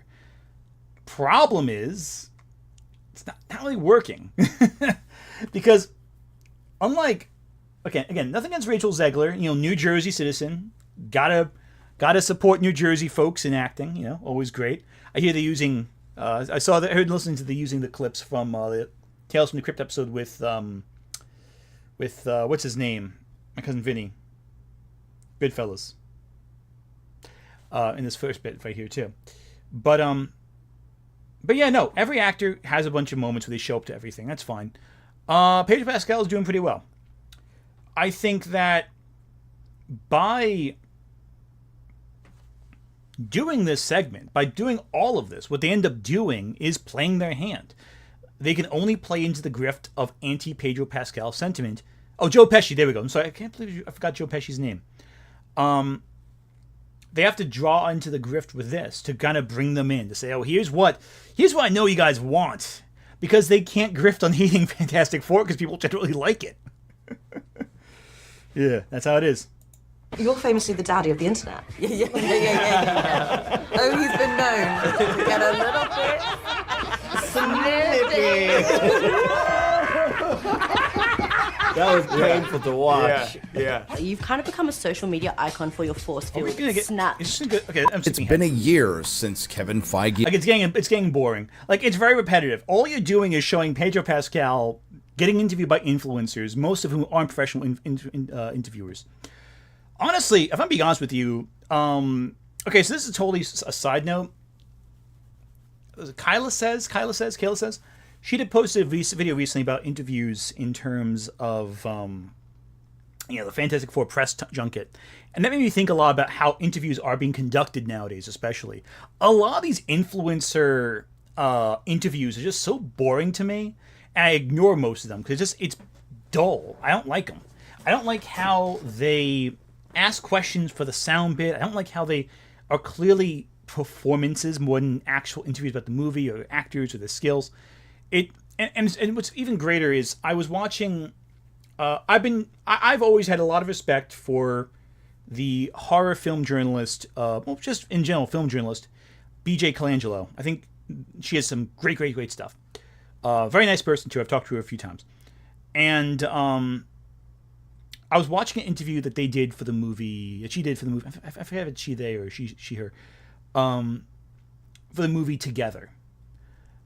And it was so insightful just hearing a film fan talking film with film actors and discussing film and the mechanics of storytelling in a way that is qualified and substantial and meaningful, and comparing it to all the dumb press junket stuff of Fantastic Four is frustrating, because it's like, you can tell it's influencers who are just like putting their name out there for the clout or for the content, versus someone who actually cares about storytelling and is approaching the actors not so much as like, oh, here's the good sound bit for the interview, but how do you discuss the art of acting? How do you approach this role? How did you approach the characters? What media did you draw from with your performance? What have you? Yeah, so again, okay, I think I missed a super chat real quick. Let me take a look real quick there. Nick Rustyson, thank you again for super chat. Keith David is a lot of stuff, and I never see anyone complain about him. Hell, he's in the new King of the Hill season. Yeah, exactly. Keith David's everywhere, but I think the difference is that people don't see Keith David's face a lot. I think it's a big factor. And plus, Keith David has the nostalgia factor.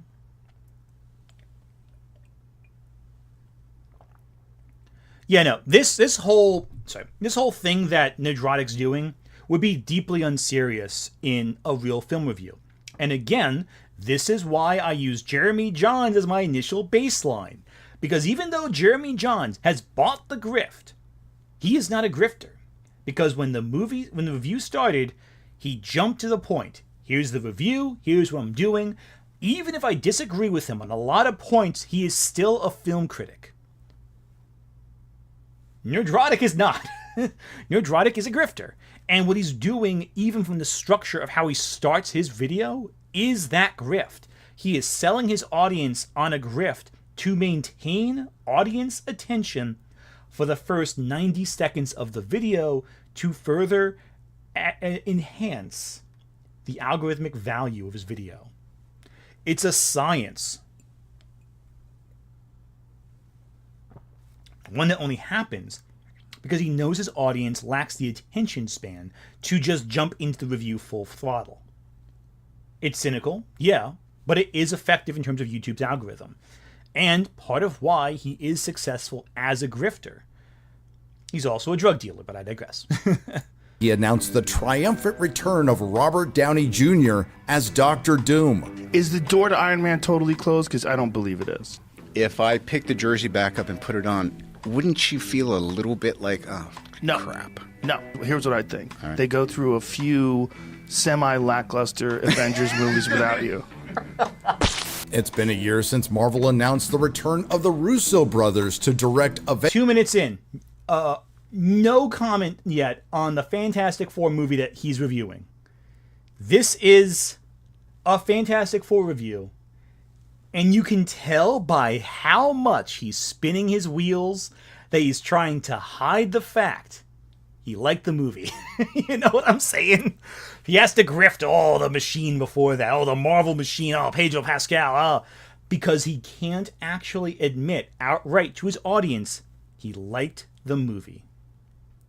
Oh yeah, Robert Downey Jr. was on everyone. Like everyone. But here's the thing: Joe Rogan may be known for, what he's known for, but guy gets a lot of interviews of legitimate talent. It's kind of wild. Avengers Doomsday and Avengers Secret Wars. It's also been a year since the massive success of Deadpool and Wolverine. Additionally, it's been a year since they introduced the cast of the Fantastic Four at San Diego Comic-Con. Oh, finally. And despite it's a Fantastic Four video. Pedro Pascal's weirdness, there was still some cautious optimism. And it's been 1 year since it was reported that Marvel had purged all of their woke staff and the staff who wasn't really interested in comics to improve. Marvel Studios beyond Blockbuster smashes his purged woke staff to try to find what the frick are you talking about? Experts claim they've purged the staff. What are you talking about there, buddy? They didn't purge any staff. They just changed function. There was one person who was let go, but that was more than a year ago. That was a while back. The Daily Mail is not known for being a reputable source, by the way. Okay, so here's the thing. Citing the Daily Mail is like citing the National Enquirer as your source. Nerdrotic citing the Daily Mail proves he has very little material to work with. Oh my goodness. Nick Rustyson, thank you for the super chat. Wow. Imagine being a drug dealer and still being a YouTuber. Like, wow, nerd, you couldn't afford a trans am, like a cool drug dealer. Yeah, basically. Yeah, no, using Daily Mail as a source is bad.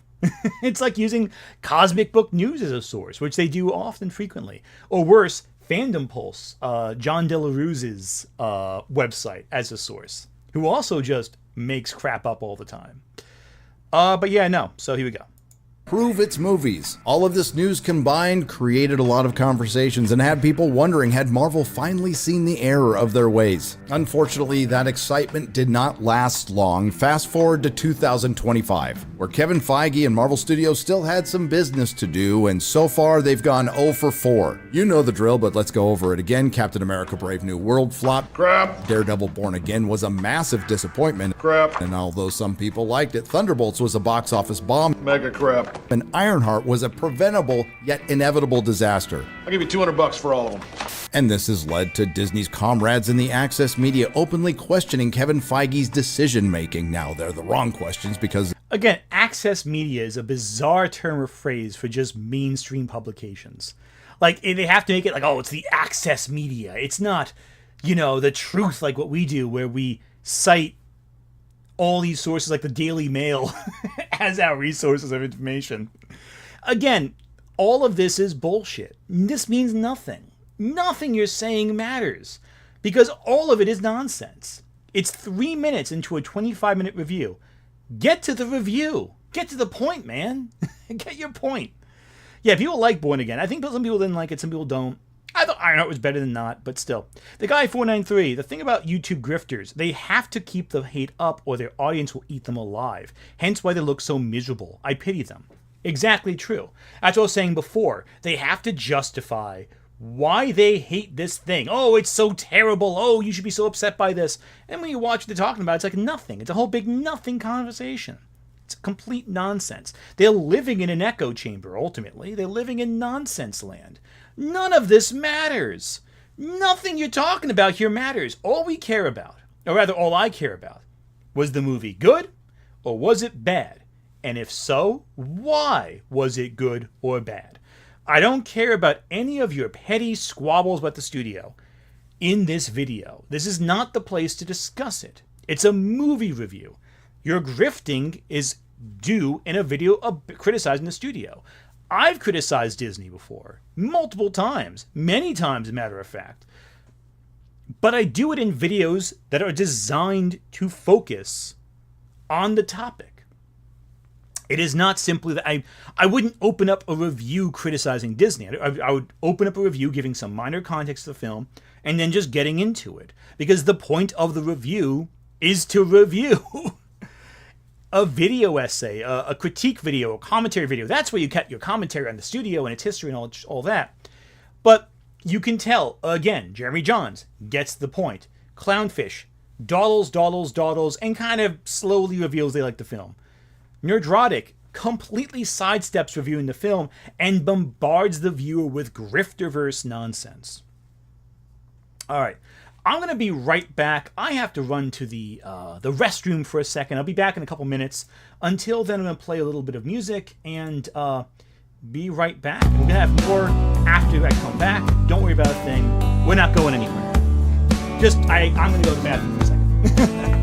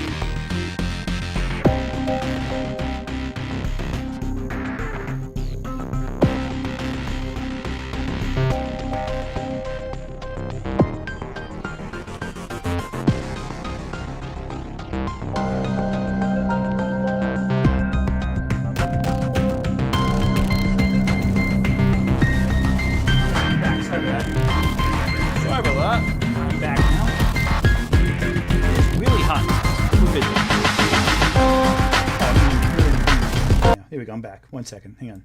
Camera's not on, though. There we go. I'm back now. Sorry about that.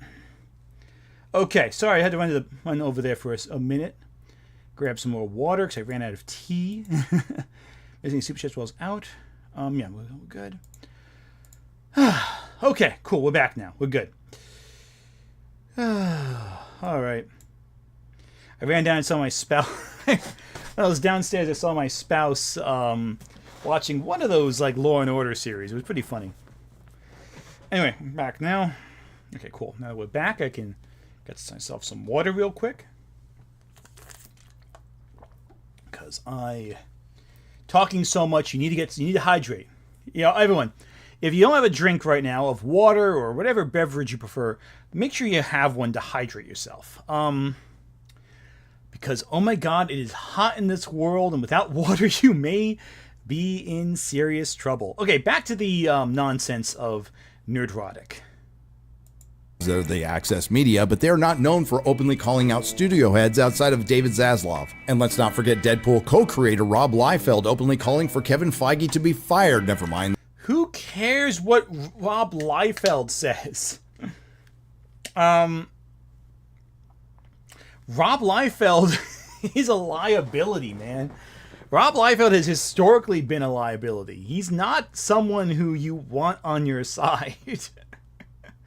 In terms of the creative genius, he's not even the guy who made Deadpool what Deadpool is. Like, why is gin water? No, gin is not water. I'm sorry I didn't tell you that, but gin is not water. You know, Rob Liefeld is not... Listen, using Rob Liefeld as your go-to, he's not someone you want to cite. He's kind of known for his not so great behavior. Anyway. The fact that he has an axe to grind due to not being invited to a party, but I'm here for it. So you can understand why the Marvel Studios boss is feeling the heat, and some may argue that he should have felt it a long time ago. And that's what probably led to Kevin Feige giving an enlightening, yet ill-advised interview to select press of the Access Media ahead of Fantastic Four First Steps, where Kevin Feige addressed a lot of criticisms, including why it's taken 6 years to make a Blade movie. Where he said, and I quote, "We didn't want to simply put a leather outfit on Mahershala Ali and have him start killing vampires." Mahershala Ali. Not, how'd you phrase that? Criticisms, including why it's taken 6 years to make a Blade movie. Where he said, and I quote, "We didn't want to simply put a leather outfit on Mahershala Ali." Mahershala? Mahershala? Jesus Christ. Mahershala. Mahershala. You have the script in front of you, dude. Those Access Media people dare say Mahershala Ali's name correctly. That's how you know they're inauthentic. Yeah, no, Chris Gore... Another example right there. I'm seeing in comment. I'm seeing, another media. Yeah, no, Chris Gore went to early screening. Nerdrotic went to an early screening. Are they Access Media? I don't know. I've gotten screeners before. My Access Media too. Jesus Christ. Yeah, again, 4 minutes. We're 4 minutes into the 25-minute review. Basically a fifth of the way through. We still do not have the beginning of the Fantastic Four review. Okay. And have him start killing vampires. Sir, that's all I want. Never mind the fact that's exactly what people wanted, but I'm guessing they just got hung up on how many diverse girl bosses they needed in the movie. He addressed the firing of Jonathan Majors, who he wouldn't mention by name. He was only referred to as the actor or the Kang actor, and Kevin was planning on kicking him to the curb before Ant-Man Commumania. Another criticism is not having a finished script, but Kevin claims that they've never started a movie without a finished script. They just completely rewrite them, but they don't call it rewriting. They call it plussing. And then there's this banger from The Wrap. Kevin Feige stands by Marvel's diversity. Marvel is the world outside your window. I said this before. Yeah, that's a quote from Stan Lee. Stan Lee also said the world, Marvel Comics is based on the world outside your window. Everyone who knows anything about Marvel Comics knows Marvel is the world outside your window. That was one of the mission statements from the foundations of Marvel. To act like that's controversial is ridiculous.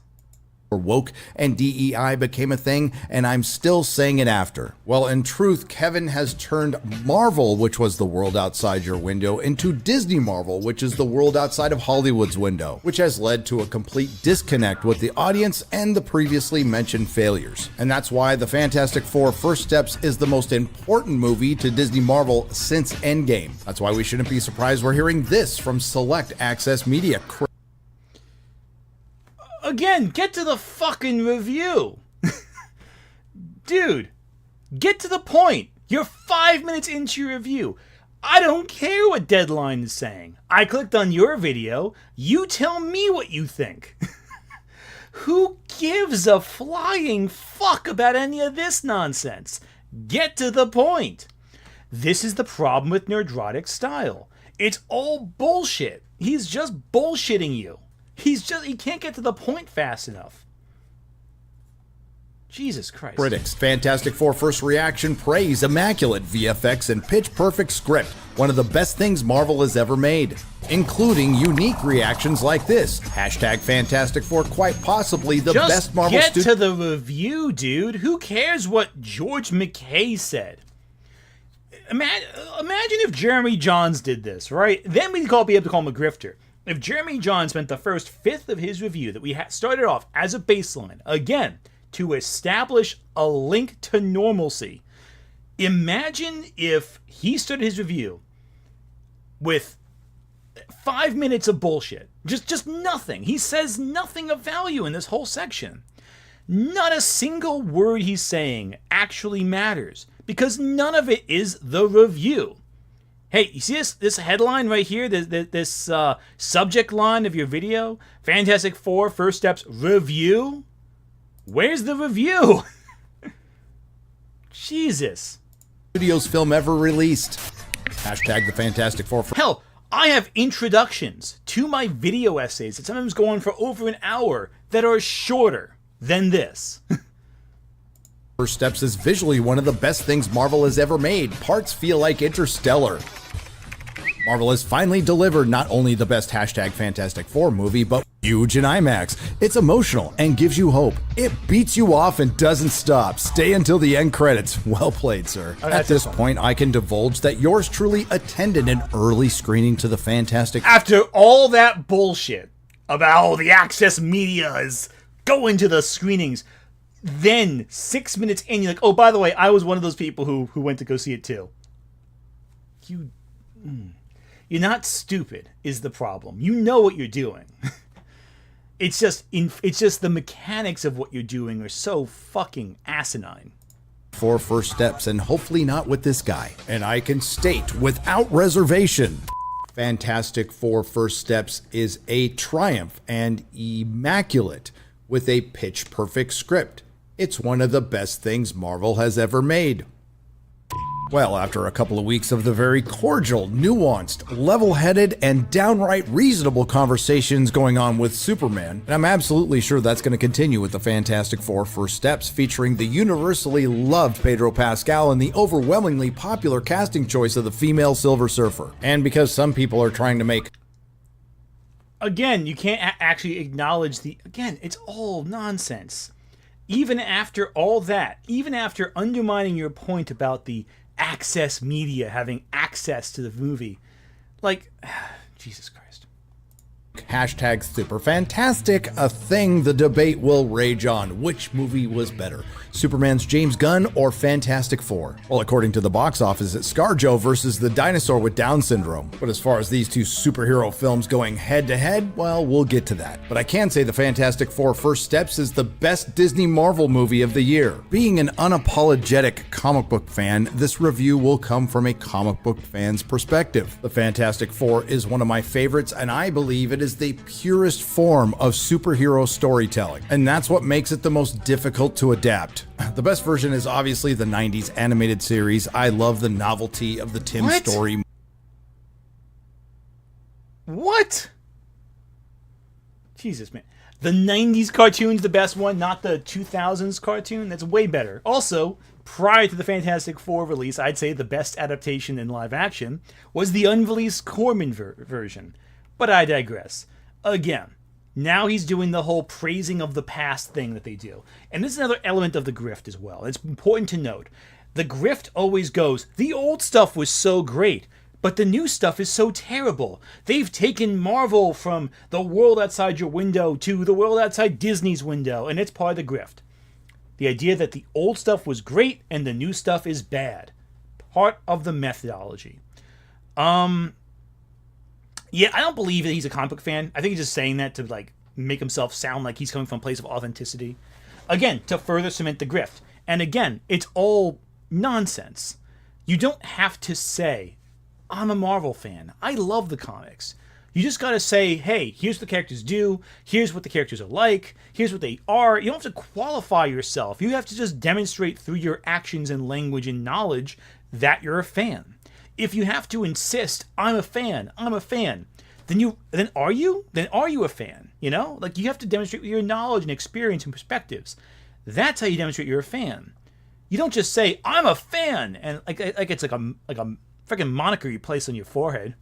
No, just talk. Just talk about the topic. Movies, and I adore the schlocky Corman version, which as of right now still has the best on-screen representation of Doctor Doom, with all due respect to Julian McMahon, rest in peace. And coincidentally enough, Mr. Fantastic in the Corman version uses his powers just about as much as Pedro Pascal does in First Steps. But after Disney paid $72 billion to Fox to get the rights back to things like the Fantastic Four, the X-Men, and others, and hey, maybe in the next 150 years you might break even, they're finally taking a crack at Marvel's first family, and they're swinging for the fences by adapting one of the greatest comic book stories of all time, The Coming of Galactus. Admittedly, my expectations were pretty low considering the previously mentioned casting of Pedro Pascal as Reed Richards, one of the smartest men in the Marvel Universe, and the incredibly stupid decision of gender... Just talk about the movie, dude. It's been 8 minutes. You're almost halfway through your review, and you haven't reviewed the movie. Get to the point, man. Like, okay. How does anyone like, really, authentically, how does anyone actually respect what he has to say? Because he's just babbling. This is all bullshit. It doesn't mean anything. Just, Jesus Christ. He's just padding out the review to make it longer to increase the revenue for it. That's what he's doing. It's the mechanics are obvious is the problem. Jesus. Steph the Scientist, thank you for the super chat. I feel YouTubers in general, and grifters in particular, have low standards of craftsmanship for their arguments. Get to the point and cut out the fluff. Yes, I, the YouTuber, agree with this. No, I do agree with this. The problem is a lot of these people are not journalists, or never have been journalists.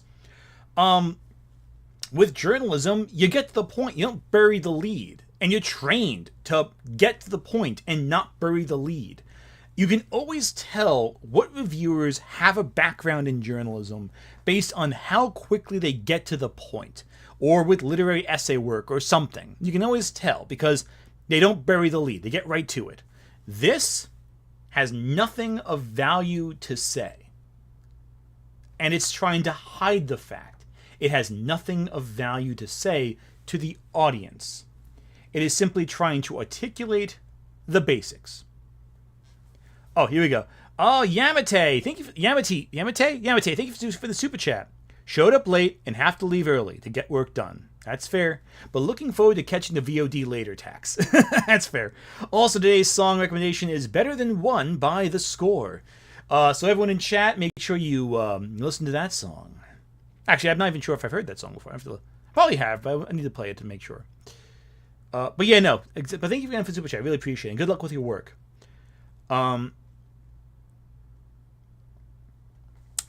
cast is half the reason his ilk disliked the movie. So of course he's going to talk about it.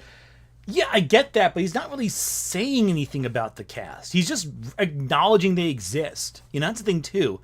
Even as a grift, it's pointless. You know, even with an anti-Pedro Pascal nonsense and about anti-Silver Surfer nonsense, you know, it's not really useful. Like, none of this is informative. None of it is insightful. None of it is has a real perspective. He's just reading off headlines. The best gag he did was the gag about the first reactions of Fantastic Four. It's just dumb. And it's a fake climax to the build-up of what you think is the introduction. Because he has an introduction, and you think it's going to build up to him saying his opinion. And the fake build-up of him reading off a cue card about the opinion, it's not really giving a perspective on the film. It's not really reviewing it. It's more a fake climax to a build-up, and then continuing to grift. He's saying nothing.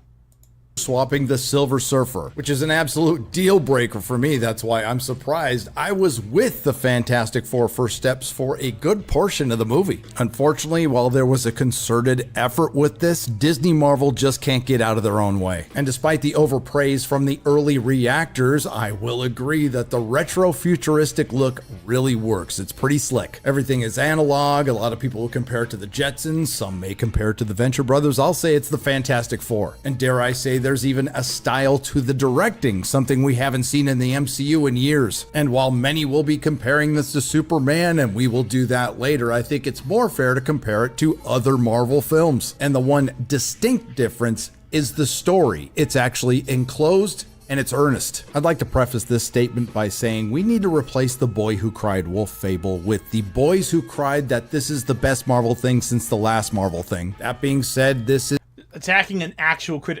film critic. Again, I've criticized John Campea a few times before. I'm not a big John Campea fan either, and disagree with him a lot. But like Jeremy Jahns, John Campea is a film critic. And I used John Campea as a baseline too before, because I don't agree with John Campea a lot. But he's a film critic. He talks about film. He talks about the ideas of the story. And again, the fact that Nerdrotic is pointing to John Campea and going like, these guys are garbage, well, I'm the best, whatever. It just illustrates how immature his critical style is. Because he has to compare himself to someone else to justify his opinion to you. And that's disappointing. Is probably the most serious Marvel has taken itself, with a couple of very large exceptions since Endgame, and now I'm going to slap myself for saying that. Because the Fantastic Four First Steps, and I'm not going to say that stupid title anymore. Say it! I don't wanna! Is not without its problems, but let's start with the good. First of which is the story. Okay, there we go. Again, this is going to be the joke before, like, I like the acting, I like the story, I like the effects. 5 out of 10. That's what it's going to be. But at least we're now at the review. And he's given his perspective. He's given his thesis for the review. We're finally here. And again, you can see why he buried the lead so deeply. Because he liked the film. Even if he doesn't want to admit it. He is so positive here that it's extremely clear he has very few actual negative things to say about the movie. And he's burying it under all this bullshit. And then having the end be buffered with, oh, well, is it better than Superman? As a way to keep the audience interested past the point where he runs out of things to say. Oh, yeah, I'm so sorry. Oh, I'm sorry about that. You got that? Why is this not going down? Simple and it's focused. The wildly popular Fantastic Four face their most daunting challenge yet. The guy, 493. Everyone knows these guys have daddy issues. Yeah, they do. It's unfortunate. As they defend the Earth from Galactus and the female Silver Surfer. As Disney Marvel faces their most daunting challenge yet, making a good movie. And just like with Superman, they are an established team of superheroes, in this case, 4 years into their run. And through a montage where they clearly cut stuff out, including John Malkovich's Red Ghost, who I wish they would have left in, they show you that the public has reverence for them. And they show you acts of heroism without the Fantastic Four getting their asses kicked all the time. And the Fantastic Four isn't filled with a bunch of side characters. It is focused on the Fantastic Four, Galactus, and unfortunately the female Silver Surfer. And yes... Okay, wait a second here. So at first you're like, I wish they kept in John Malkovich's character. I'm so glad the movie doesn't have all these side characters. Like, what do you want? Pick a lane. Like, within like a couple seconds you contradict yourself. You have two very contradictory statements back and forth like that. It's very weird. It's about family. Family. You heard me right. Disney, the company once known as a family brand that absolutely betrayed that by getting involved in some state politics, has suddenly rediscovered the nuclear family. As far as characters go, I'd have to say my favorite is Ebon Moss-Bachrach's Ben Grimm. This is the best the characters ever looked on film, and they finally added the eyebrow. It's very Kirby and John Byrne. He didn't have the gravelly voice, but it didn't bother me, and there wasn't a bad scene he was in. I just wish there was more. Because arguably, well, it's not arguable, the Thing is the most popular character in the Fantastic Four, and he's relegated to 4th in this. Another standout is Joseph Quinn, who was great as Eddie in Stranger Things Season 4, playing the Human Torch. You know, there was a narrative being pushed out there by the likes of Variety, who we'll get to, that we were going to get some form of modern, kinder, gentler, soy Johnny Storm. Well, I'm here to tell you he's a smartass, he's straight, and he likes the ladies. And along with... Was there any doubt he wasn't straight? What the fuck are you talking about, dude? Listen, all these people overreact to this womanizer thing. Johnny Storm isn't womanizing, but he likes women. Like, where's the issue there? You know, like, listen, I think these people don't understand what the word womanizer means. It does not mean that you don't like... Yeah, never mind. I've said it already. I've already got to the point. With Ben Grimm, they get the look right, the powers right. So far, so good. Now, you can't blame fans for those narratives that were being pushed, and you can't blame them for being surprised Johnny Storm isn't gay. Because Kevin Feige, Marvel Studios, Disney, Lucasfilm, and hell, Hollywood have earned their reputation and do not deserve the benefit of the doubt. So you also can't blame the fans for thinking that Sue Storm, the first... Why? Who was actually... Okay, genuinely, who actually thought they'd make Johnny Storm gay? Like, did anyone actually think that? Was that actually a narrative that was being spread around the grifterverse? Because I don't... Like, dude, no one thought that. I wonder sometimes, these people know what the words they're saying means before they say them? Like, did anyone actually believe that they'd have Johnny Storm in a mainstream Disney production be gay?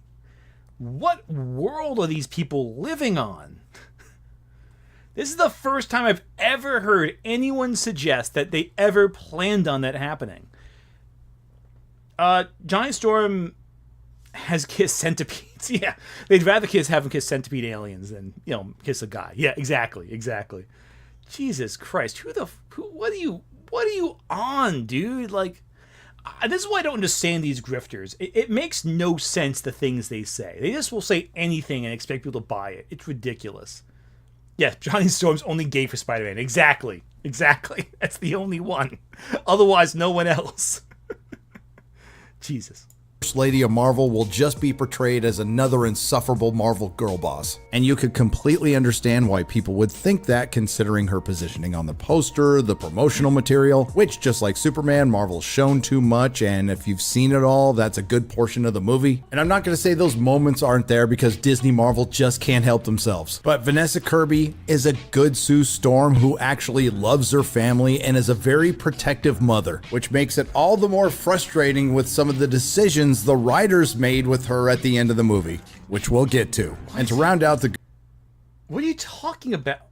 Okay, I don't understand the whole girl boss thing. Like, that, I mean, by the way, Friday's movie is going to be about girl bosses, kind of, sort of. But still, like, I don't understand the concept of the girl boss, as you put it. Because what establishes that?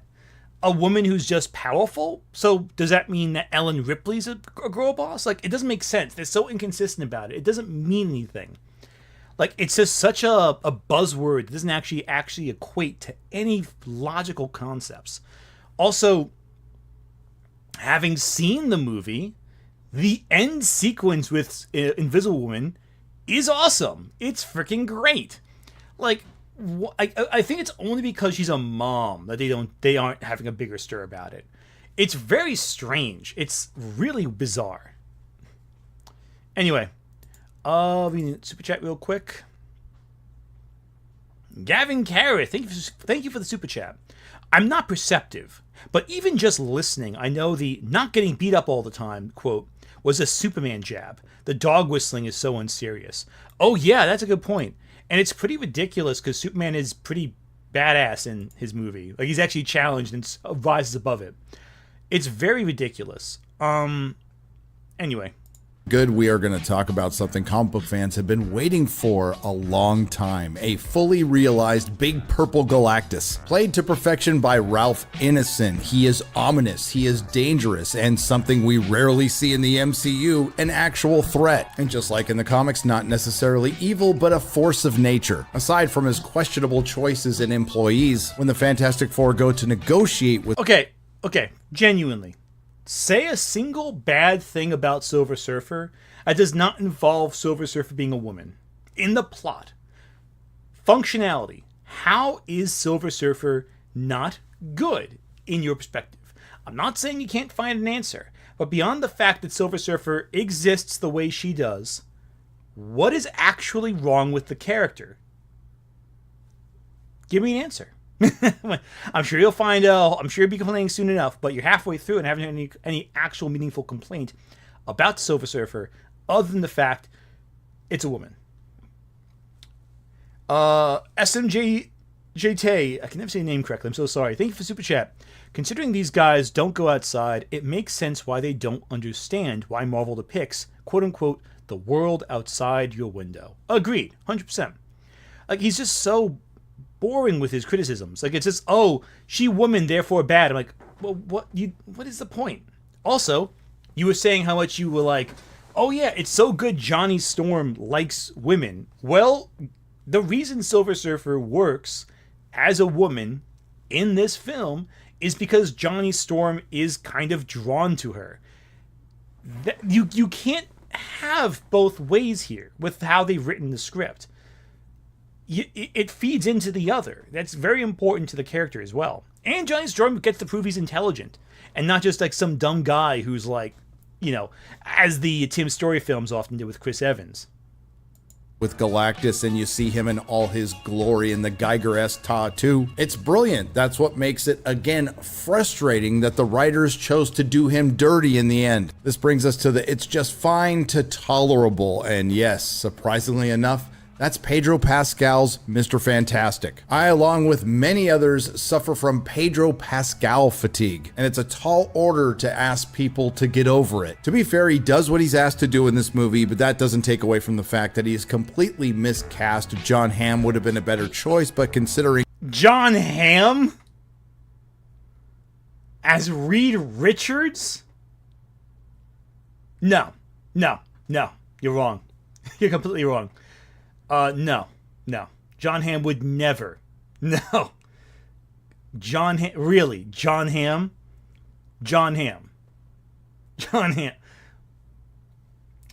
Thank God you're not a casting director, because oh my God, that'd been terrible. Why John Hamm? There's many characters John Hamm could play. John Hamm could be a decent Booster Gold. John Hamm could be a decent another guy you can do. Thunderstrike. You know, you do Thunderstrike. You know, John Hamm could be John Hamm could honestly do Abomination pretty well too, I'm not gonna lie. John Hamm could be a lot of characters. He has the superhero jaw well. He could be a good thing, honestly, John Hamm could be. But Reed? The nerdy scientist who is an absent-minded professor? No way. Wonder Man, yeah, good point with Wonder Man too. He could have been that. No, what? John Hamm? Why? Why would you think John Hamm? That's a strange choice. Jesus, what? Like, John Hamm's a really good actor, but like, he's not Reed Richards. He can play a bunch of superheroes because he has the superhero jaw. He has the appearance. Honestly, Sentinel Prime, pretty good actor. Not gonna lie, that's a good question. But I'm actually flabbergasted. That's bizarre. Why would you ever say that? Like, why would you ever suggest that for Reed Richards? Like, anyway.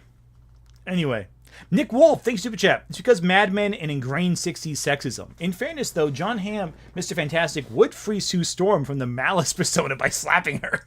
Yeah, no, he would slap Sue Storm. That he would play a character who does that, absolutely. David Deister, Matt Bomer as Mr. Fantastic. Oh, that could work. That could work. Again, John Hamm's a great actor. He's really good, but no. John Hamm is the Shadow. That would be good. I would like that. That'd be great. But no, I don't believe John Hamm could do Mr. Fantastic. I'm actually kind of speechless from how bad of an idea that is. John Hamm has Mystique. Yeah, exactly. Pascal wasn't Marvel's first, second, or third choice. Maybe he was asked and turned down the role. He is unquestionably the leader of the Fantastic Four. He just looks miserable doing it and spends most of the movie looking like he's on the verge of tears. He is playing a desperate Reed Richards, but sometimes it just comes off as a sad sack Reed Richards, because you can still have those things with a commanding presence with the proper actor, which Pedro was not in this case. Surprise. Aren't you like a Fantastic Four fan? Reed Richards as a commanding presence? Reed Richards is a scientist, first and foremost. He's an absent-minded professor. He's Jerry Lewis from The Nutty Professor. You know, it's like he's not... Okay, not Jerry Lewis. That's a stretch too far. But he's a father, and he's a scientist. He's not an action hero. He's not... necessarily someone who goes in guns blazing or with a strong big fist. He can have a big fist if he wants. But he's more inquisitive. He's more looking for scientific solutions. He's more lost in the clouds. Reed Richards is someone who designed incredible technology, who focused on diplomacy and focused on scientific ingenuity and the theme of adventure. He's not a commanding presence. He's very flexible in many ways. He's a stretch too far. Yeah, that's fair. Yeah, Eddie Murphy from the Professor. Yeah, exactly. Yeah, he's not Mr. Incredible at all. I just find what he's saying really bizarre. It doesn't make sense what he's saying. It feels like Nerdrotic does not understand the character of Reed Richards based on this review. Surprisingly enough, he did have chemistry with Vanessa Kirby, maybe not as much as on the red carpet or the promotional tours, but it was there. And don't get me started on Marvel betting its future on Pedro Pascal as the... Okay, so this quote right here is a misquote. It was actually taken very out of context. And everyone clarified it was taken out of context. Reed Richards is not going to lead the Avengers. Reed Richards is going to be a main character in Doomsday, but he's not going to lead the Avengers. That's Sam Wilson. That's already been established. This is one of those things where he didn't quite say it correctly, and everyone had to cover it up because it wasn't really the case. The leader of the Avengers, especially when they don't show him really using his powers. And if you think I was joking about the Corman Fantastic Four using Reed's powers just about as much as they do in First Steps, I wasn't. And according to some who work in or around Marvel, they didn't use his powers because it looked goofy. Never mind the fact that stretchy powers looked good in One Piece and brilliant in The Incredibles. Now, if you want... The Incredibles is a cartoon. It's not a... I gotta tell you this. The Incredibles is animation. Now, a lot of people have pointed out that stretchy powers do look really weird in movies. That's true. But that being said, the Tim Story movies did stretchy powers well enough, I think. I think people get a little worked up over how that works. They want it to be perfect looking, and it's messy. I don't know. Stretchy powers don't look that great. Even in the One Piece show, I think it looked really good, the One Piece live action, but like the stretchy powers there were not fantastic. I will say that right now. Want to argue Pedro Pascal looks goofy, I'm with you. But as mediocre as he was, the thing that ultimately brings it down for me as a comic book fan, and I'm not going to apologize for it, is the female Silver Surfer. Got nothing against the actress Julia Garner, who had a very good response to the controversial casting, which was basically, I have a job to do and I'm going to do it to the best of my ability. Respect. No, I blame the decision makers at Marvel, because I walked into the Fantastic Four thinking the female Silver Surfer is a dumb idea, idea, and I walked out of the Fantastic Four thinking the female Silver Surfer is a dumb idea. While Kevin Feige is out there bloviating that fans were demanding that people wanted to see characters like Miss Marvel, all while bringing us characters like America Chavez, female Thor, and Ironheart, when there was a character that fans were actually clamoring to see, along with a real Galactus, and that's Norrin Radd as the Silver Surfer. And after watching the film, I could definitively say that she was completely pointless at best, and I wouldn't agree with this. You could say she was ancillary. But wait a minute, I was told that they actually justified this decision by having Johnny Storm hit on her. Well, thanks to too many promotional clips, you've already seen most of the scenes they have. No, you haven't. You did. Okay, time to spoil a little bit of the movie right now. If you haven't seen Fantastic Four, here's a spoiler warning. None of the previews show Johnny Storm figuring out the Silver Surfer's language and using it to motivate her to change sides. The fact that he's ignoring that is ridiculous. Also, what about the Silver Surfer being a woman is bad? What about that was bad? Okay, you have to explain it. Because here's the thing. It's still the same character. It's still the same perspective. It's still the same everything. It's just now a woman. Same character arc, same focus, same motivation. But boobs. And that's it. There's nothing else but the character that's really shifted all that much. Except for the fact she has a pseudo relationship with Johnny. So, where's the complaint? What's wrong with it? Actually articulate, if you can, what is bad about it being a woman. Like, actually explain it. How does that make it worse? Let's see how it works. Because the gender of Silver Surfer is actually not relevant to the character. Like, with some characters, identity is. So, for example, Black Panther, being a black man from Wakanda, which is a country in Africa.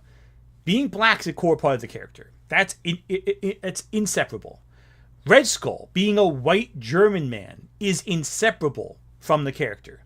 These are characters that if you change their ethnicities, it defeats the purpose of the character because their core identity is a part of who they are as a character. Silver Surfer's core trait is that he's on a surfboard and he's an alien and he's the herald of Galactus. Him being a man is not relevant to that. It's not important to that. You can have the same character if it's a woman, if it's a man. It doesn't really change the core focus of who Silver Surfer is. It's fetishistic to promote the name of the character as if that's a substitute for the characterization itself. David Deister, Matt Boomer, I said before as Mr. Fantastic, that's pretty good. Astro Zombies. Jeremy Johns also complains briefly about Silver Surfer being a woman in his spoiler review. I'm just done watching him at this point. Oh, does he? Yeah, it doesn't surprise me. Again, he's bought the grift full center. But at least he makes reviews. But even then, I still disagree with almost everything he said. Gavin Carruth, August 1968. Oh, there you go. SMJ Ate, I can never say your name correctly, I'm so sorry. I'm thoroughly convinced these guys hate gender-flipping characters because they actually can't comprehend the idea of a woman being as human as a man. That's absolutely possible, honestly. The problem is they get so offended whenever a woman shows up in these movies or does something of value. And the case in point is the whole girl boss nonsense. They're so obsessed with that. Gavin Carruth, 57 years. Shala Ball is a 57-year-old character. Oh, yeah, no, 100%, from the 60s. Like, she's a character, she's a very well-established character. So it's ridiculous that they care this much about the character showing up. And if an argument will work, since I'm not mad at all, the fact that she isn't Norrin Radd, so even if you can argue it's Shala Ball, may be given the same characterization. Yeah, but, like, here's the thing. The Silver Surfer is a Silver Surfer. The fact if it's Norrin Radd or if it's Shala Ball, it's still the Silver Surfer. It's still the same arc. It's still the same focus. It's still the Silver Surfer. There you go. That's how it is. had together, and that was essentially to set up her Rose Tico moment in the end. Again, we're gonna get to that. And those reshoots again, buzzwords. Oh, remember Star Wars? Remember Rose from Star Wars? They have to grift. They can't actually say anything meaningful. With Julia Garner to provide more context to the character actually make things worse. They spent millions of dollars on a flashback that lasts just a few seconds showing Shalabal on Zenla as a single mother. That's right, no Norrin Rad or dad to be found. And she's barely in the film. The Silver Surfer in 2007's Rise of the Silver Surfer was more developed, and ultimately it didn't add to the film. It took away from it because it wasn't a decision based on creativity, it was one based on identity. It's as bad as casting Black Snape, and it's a classic example of Disney Marvel snatching defeat out of the jaws of victory. But the Okay. Having seen Rise of the Silver Surfer fairly recently, saying that this Silver Surfer was less developed than that Silver Surfer is actually batshit insane. That is delusional. Completely delusional. Jesus. This Silver Surfer does so much more in this film than that Silver Surfer did. Do you know what that Silver Surfer did? Johnny and him chased each other in a scene. And then in his first scene after that, really, he either shows up briefly to just fly past the characters, then he flies past the characters briefly, stares at Sue for a bit, and then gets easily captured in seconds, and then is imprisoned, and then fights Galactus. In short, and again, this is important to note, the way Silver Surfer fights Galactus in the Rise of the Silver Surfer movie is that he sacrifices himself and then both him and Galactus immediately die. And it makes the whole threat of Galactus seem insubstantial. In this film, even with the Silver Surfer's help, Galactus doesn't get scratched. There is not a single lasting injury that Galactus experiences in the entire movie. Galactus is completely indestructible, and nothing Silver Surfer does ever makes you kind of question, well, why didn't Silver Surfer just turn against Galactus a while ago? It's actually is sacrifice and a risk for the Silver Surfer to act in anything. To say that Silver Surfer does nothing is absolutely ridiculous. To say that her character in this is underdeveloped is absolutely ridiculous. We see more of an emotional range from this Silver Surfer in 5 seconds than we do from Silver Surfer in the other film in the entire movie. It's that simple. Female Silver Surfer was not the only dumb thing in Fantastic Four. Because it's the kind of movie, and my good friend Mahler loves to hear this, that you need to turn your brain off to. Marvel's First Family is a science fiction superhero story, but this one didn't want to get bogged down in all that science. It's also incredibly important. What are you talking about? It's full of weird sciencey shit from the comics. That's what the comics do. They have the ultimate nullifier as a way to stop Galactus in the comics. Would it be more logical to make the ultimate nullifier? No, they have an idea, they have strategies, they have approaches, and those strategies fall apart and then have to be readjusted to fit the new scenario. Like, what are you talking about? The science. It's the same science from the comics. It's adventurous, goofy, cheesy science.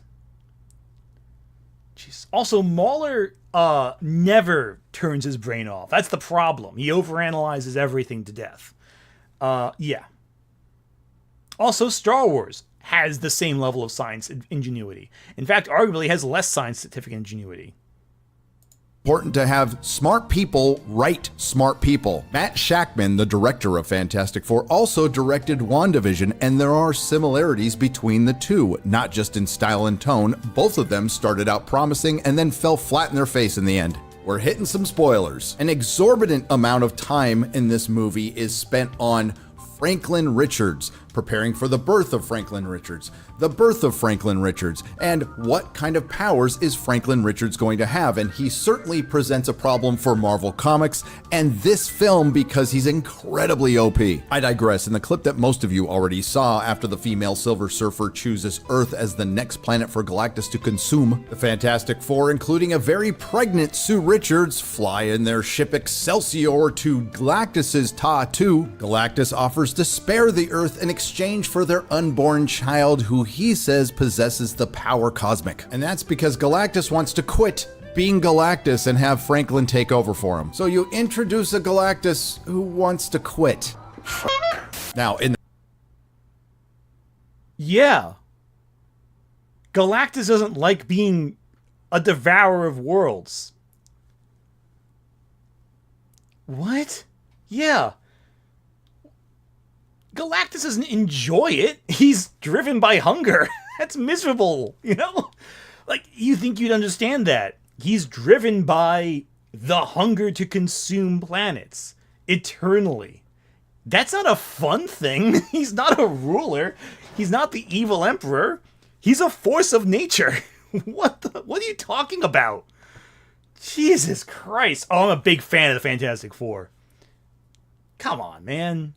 Let's see. In the comics anyway, Galactus has the power to create life, so I'm guessing he can probably induce labor since Sue is about to pop. Now, is there a power cosmic daycare on Ta-2? And maybe this justifies the gender swap of the female Silver Surfer because Franklin Richards will need a nanny. Who knows? Fantastic Four obviously don't accept those terms and escape, and then Sue gives birth in space while they flee Galactus and the female Silver Surfer. Admittedly, it's a cool scene until you think about things like, what the hell is she even doing there? These are supposed to be smart people, and yes, Franklin Richards is the MacGuffin of this film, and the whole point was to save him. And what do you mean, what is she even doing there? She's part of the team. She's a powerful member of the team. She can create invisible force fields and become invisible and turn other things invisible. She's instrumental in them surviving when the Silver Surfer pursues them. Like, what are you even talking about? Nothing you're saying matters. I guess this is why you hit all your nonsense behind 8 minutes of filler. Because when you actually talk about the film, you reveal you really don't have any good criticisms.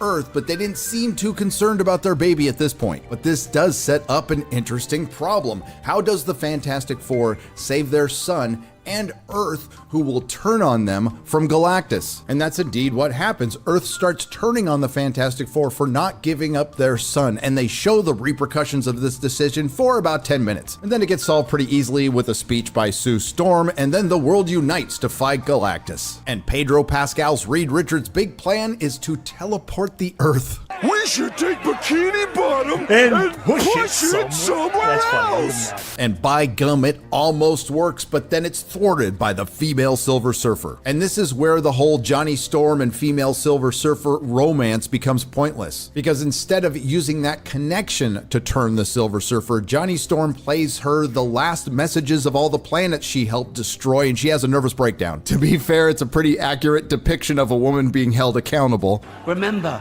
they're just jokes. We're all gonna... Again, has to have the dig. It's just nonsense. But yeah, no, it's really a ridiculous thing you're talking about. Why would... Okay. First off, the appeal is purely one-sided on Johnny's part. Silver Surfer has no interest in Johnny Storm romantically. It's purely just Johnny projecting.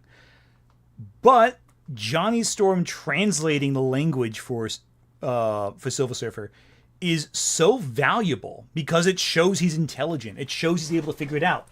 You're talking about science and all that. Well, he develops an algorithm to figure out her language. That's science, the science of language. But there was never any romance between Johnny and Silver Surfer. Infatuation, yeah, but that's not the same as romance. So I kind of have to question whether or not you understood the basic film made for families. Did you cover the Pedro Vanessa stuff yet? He's been rambling the whole time. This is all just garbage. None of this means anything. Again. die soon, and there's no sequel. So now the plan is to teleport Galactus instead of the planet Earth. Now, you would think the smartest man in the Marvel Cinematic Universe would have led with that. Now, they did have to use Franklin Richards as bait, so it was seen as a Well, no, the reason why he wouldn't do that is because doing this would require making the baby bait. Also, it would be easier for them to teleport the planet because they'd have to let Galactus get to Earth first. They wanted to teleport Earth away so Galactus would never be able to find them again, presumably. That's why. But also, teleporting Galactus away from his ship means they can just send him someplace else and be lost in space temporarily, which is good for them. last resort, but considering a little bit earlier in the film you were willing to risk his life and the life of his mother by taking him to Galactus, I don't see the problem here. And this is where they do Galactus, Sue Storm, and the rest of the Fantastic Four. Wait, hang on a second. That's fair, I guess. I'm nitpicking his own review. I'm not going to pick apart the reasoning he has there, even though, I digress. Because Sue Storm by herself holds off Galactus while reminding Reed Richards to save his own son. And just like with Superman, they're pushing a bad guy through a portal. What would have been better? The entire Fantastic Four holding him off instead of just Sue. Now, the other three guys did fight him, but it was inconsequential. So yes, it's Sue. No, they all help. Galactus is trying to hold on to a building to pull himself back. The thing knocks the columns out to knock the building down. Johnny is there to help support Sue. Reed is there to get the baby out of Galactus's hands. They all play a part. Sue is just using the main crux of her powers to push Galactus. Also, you said you were a fan of the comics, right? Well, then you'd know that Sue Storm is the most powerful member by far of the Fantastic Four. In the comics, in the Malice storyline, she is able to hold back the entire Fantastic Four, which at that time had She-Hulk on the team. Sue Storm is able to 1v1 She-Hulk and easily win. She is in the comics able to fight the entirety of the Avengers on her own because she is that absurdly powerful with her abilities. You claim to be a fan of the comics.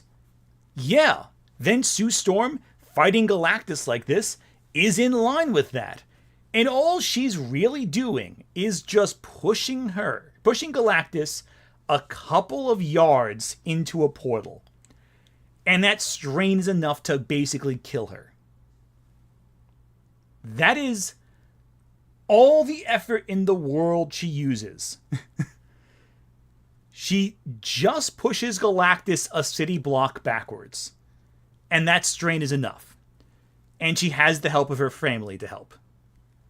This is ridiculous. Have you never read the... I wouldn't be as pushy about this if he didn't present himself as the ultimate fan, as a voice for the fans. And yet he misses some of the most important Sue Storm narratives that have existed in the last 40 years. Seems a little hypocritical to me, I think, but I digress. Nick Wolf, Bow the Whale is my mood right now, for real, for real. Yeah, right, I love that. Yeah, this right here, this little Bow the Whale thumbnail right there. Yeah, listen, Bow the Whale. It's Wes, thank you for Super Chat. Nerd calls himself a comic fan, but doesn't know Galactus high-key hates his job. Also, he still hasn't said why Surfer being a woman is bad. Yeah, that's the thing. Despite all of his jokes and all of his rambling, he still hasn't explained why Silver Surfer being a woman is a bad thing. He said he dislikes it a lot of times in different ways and said, oh, how bad is this? I'm like, but why is it bad? Explain that logic. And they can't do that. They can simply say, oh, it's a change from the comics. Well, okay, that's a change from the comics. That's fair. Why in the film does it not work? That's the problem. They can never answer that question because they have no real answer for that question. Storm and the other three guys. And this is obviously a depowered Galactus who needs one more push to get through that portal and is the... A depowered Galactus? You praised the 2007 film with the Fantastic Four, where Galactus is beaten in 5 seconds. Literally 5 seconds. With the first attack, he's beaten. Meanwhile, A Galactus who fights the entire Fantastic Four and never gets a single scratch on his exterior is depowered?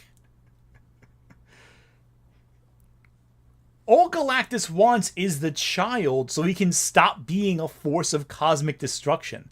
That's all he wants. He doesn't needlessly destroy things. He doesn't, like, knock down buildings. He doesn't care about the buildings. He doesn't care about any of that. He just wants one child to end his eternal hunger. If he can avoid it, he's not going to really destroy anything because he doesn't care about anything. It's just space to him. He doesn't notice cars being knocked around by his own feet. It's irrelevant to him. It's like dust specks to him.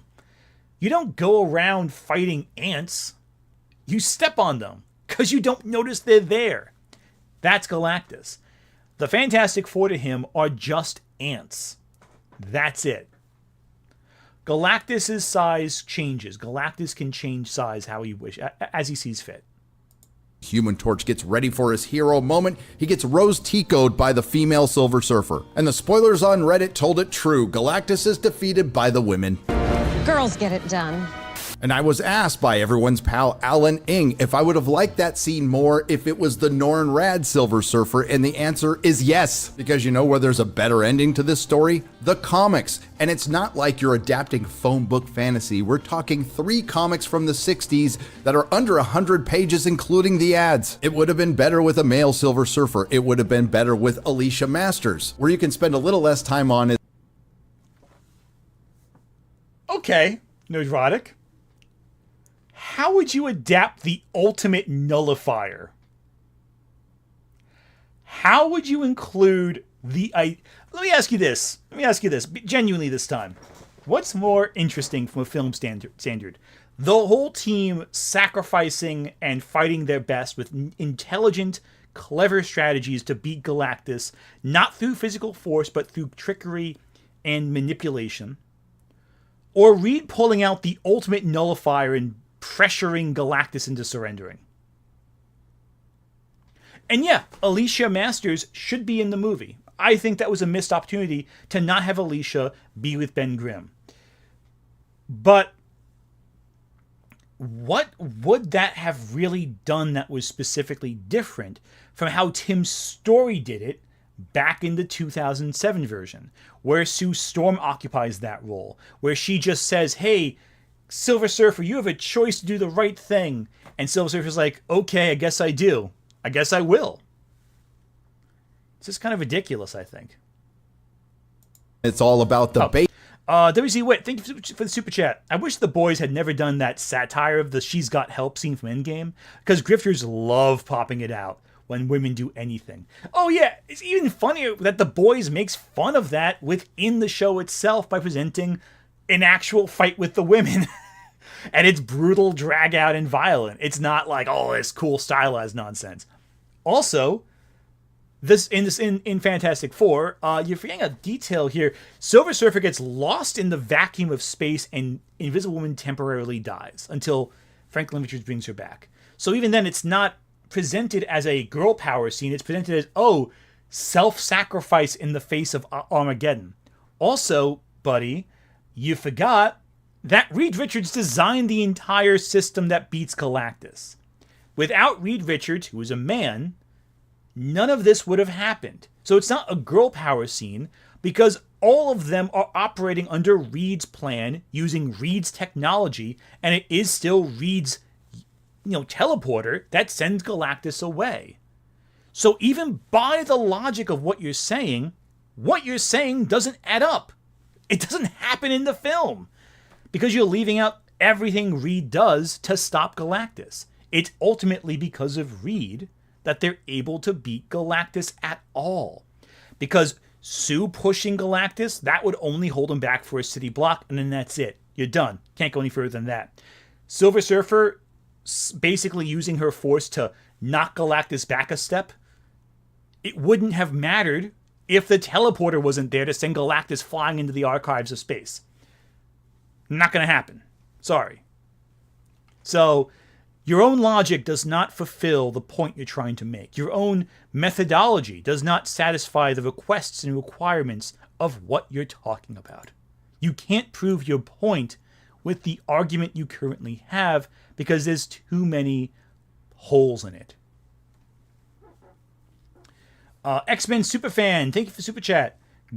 Godness, this week I had to deal with Snyder babies adjusting for inflation. As Jinx Monison once said, delusion, convince yourself. Oh yeah, no, the Snyder fan base has been very obsessed with inflation numbers recently. They're experts on inflation. That's just why Superman is inflated way past Superman of Steel's box office now before accounting for inflation, but we'll see. It may actually surpass it with inflation too if all goes well, but I digress. Yeah, no, again, it's just clear that he's just grappling on to points that prove his point, but when you actually think about it, using his own logic, if you turn your brain off, it makes sense. But the moment you turn your brain on, Nerdrotic's argument doesn't make a whole lot of sense. AB and a little more time on Ben Grimm's self-loathing. You could have introduced the Watcher, and yes, it would have been better with the ultimate nullifier, which leads to Galactus leaving the Earth alone. Now, Sue Storm sacrificers. Why would it have been better with the ultimate nullifier? Do you know how boring that would be? Grabbing the ultimate nullifier as some, Deus Ex Machina, some MacGuffin. No, it's more interesting Reed come up with a solution using his own wits and cleverness to win. That's more compelling. The ultimate nullifier, I'm going to be honest with you, as a fan of the comics, I always thought it was a bit of a cop-out. It was the device that they used to go, okay, how can we beat Galactus even though we can't logically win? And later writers used the ultimate nullifier, I think, a little better than that initial storyline, but it does feel underwhelming that the ultimate nullifier is the solution. It really undermines how intelligent Reed and the crew can be in facing Galactus. It really does make it so that, there's this device that you just use, it can stop anything. It's the ultimate nullifier. It's kind of underwhelming, I think. Anyway. Her life defeating Galactus with the help of the female Silver Surfer, but she's immediately resurrected by Franklin Richards. Barely an inconvenience. Who presents the same problem in the MCU as he presents in the comic books. Now you have somebody who can just resurrect somebody whenever they want. But you want the ultimate nullifier? The device that can stop anyone? Use consistency, man. You want the ultimate nullifier, but Franklin Richards is too much? Come on, man. Be consistent at least. Infant God is a concept that works as long as you keep him young. But going back to the sad Galactus who wants to quit getting defeated pretty easily, it echoes back to Echo with Kingpin. You've diminished one of your biggest bads, and if he comes back, you could just call the MCU's Captain Marvel and Gaia, and they would make easy work of him, which is preposterous. No. Galactus does not get injured in the entire fight. He only wins because they put a vast amount of distance between themselves and Galactus. That's not defeating him so much as making him go somewhere else. At no point do they even push Galactus to his limits. They manage to barely get Galactus to fight a little bit against them. They win against an enemy who barely fights back because he's just that unstoppable.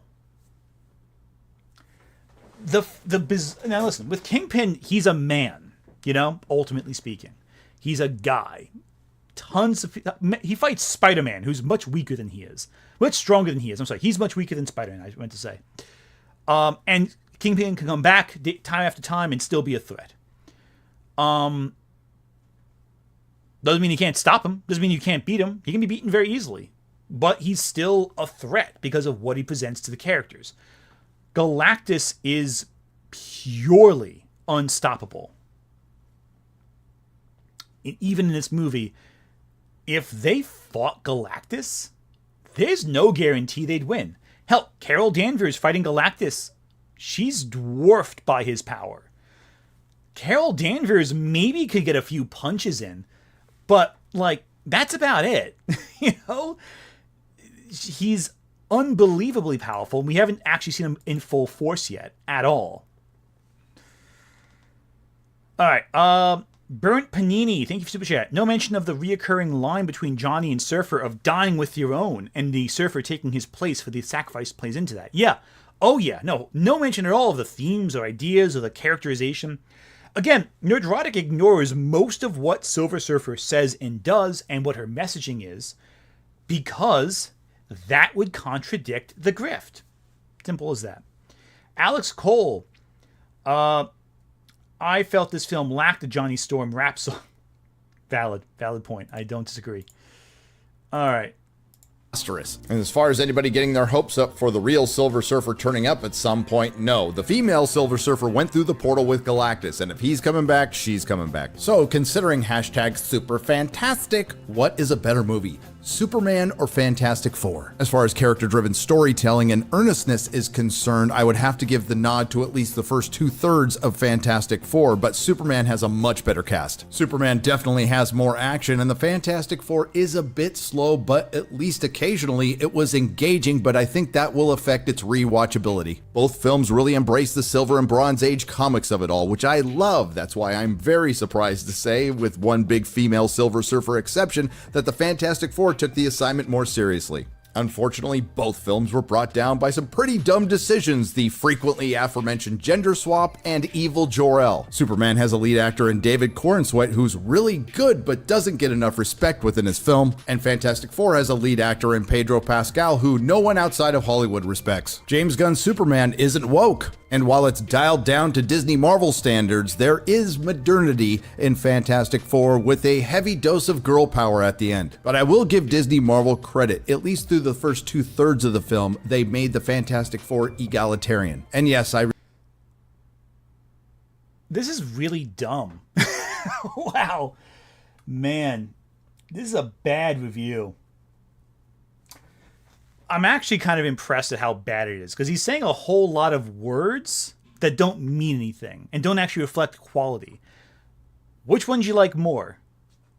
You said, oh, embrace, it's like, who cares? Like, these are such nonsense topics that no one outside their sphere cares about. Like, look, characterization. Was it good? Yeah.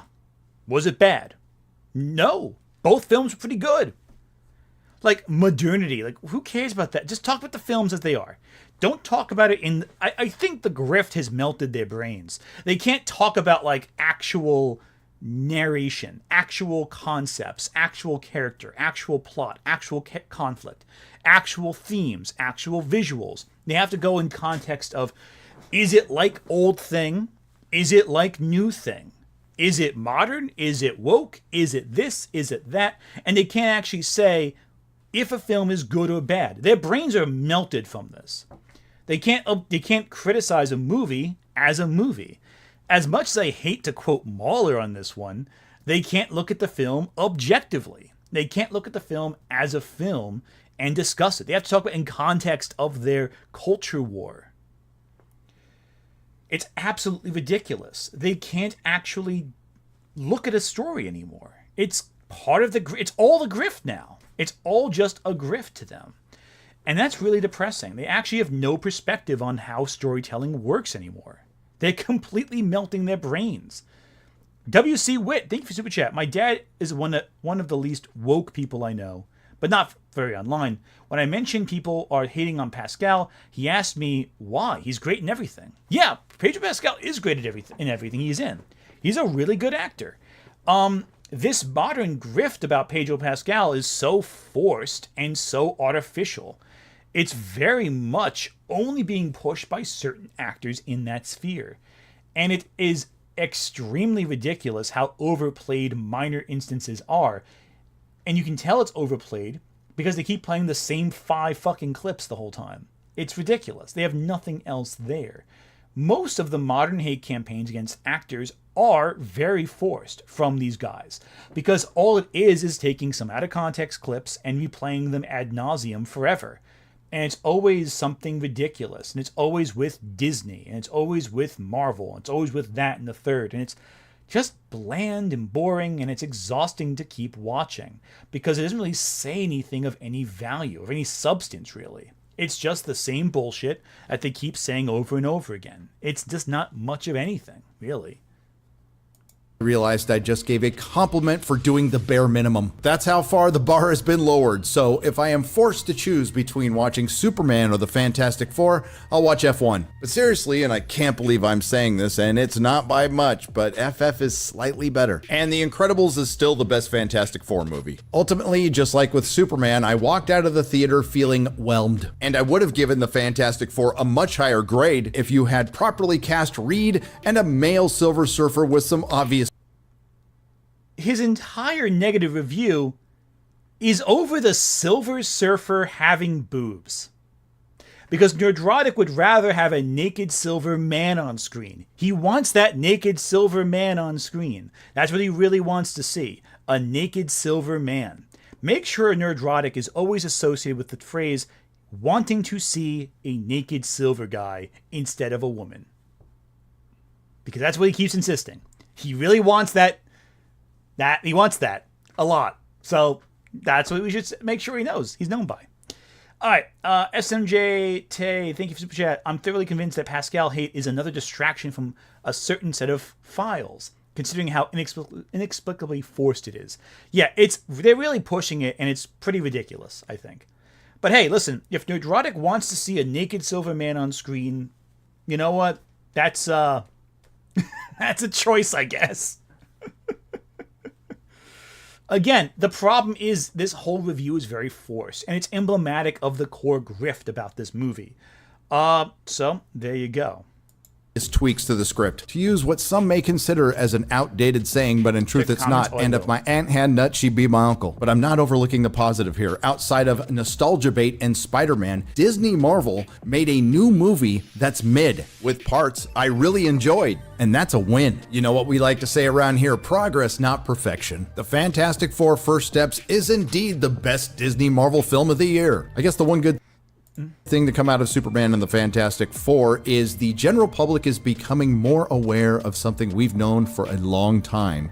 Variety and their ilk in the access media, the legacy media with all of their constant gaslighting, is and always has been the enemy of the people. And they have done as much, if not more, damage to fandom than corporate Hollywood. Because no, it wasn't you. And as far as the superhero film is concerned, it's been said that its fate will be decided in July of 2025. And the verdict is, its future lies in mediocrity. Okay, so here's the question. So it ends with a whole grudge against access media. Again, the problem is they want to control the narrative. They want to control what people hear. They want to say, don't listen to other people, listen to us. We're the only people worth listening to. Isolate your audience, keep them from other influences, keep them locked in so they never can contradict you in their beliefs. It's like a cult. Cults make sure they isolate you so you can't actually listen to people outside of the cult. If you only listen to one or two voices, then nothing else matters because they have you under control. If they isolate you and refuse to let you listen to other voices, they can control and manipulate you. He just hates the fact that people disagree with him. That's what it is. X-Men Superfan, thank you for the super chat. As a gay man, I think he needs to come out of the closet. He wants manly men. So do I, honey. Any lol.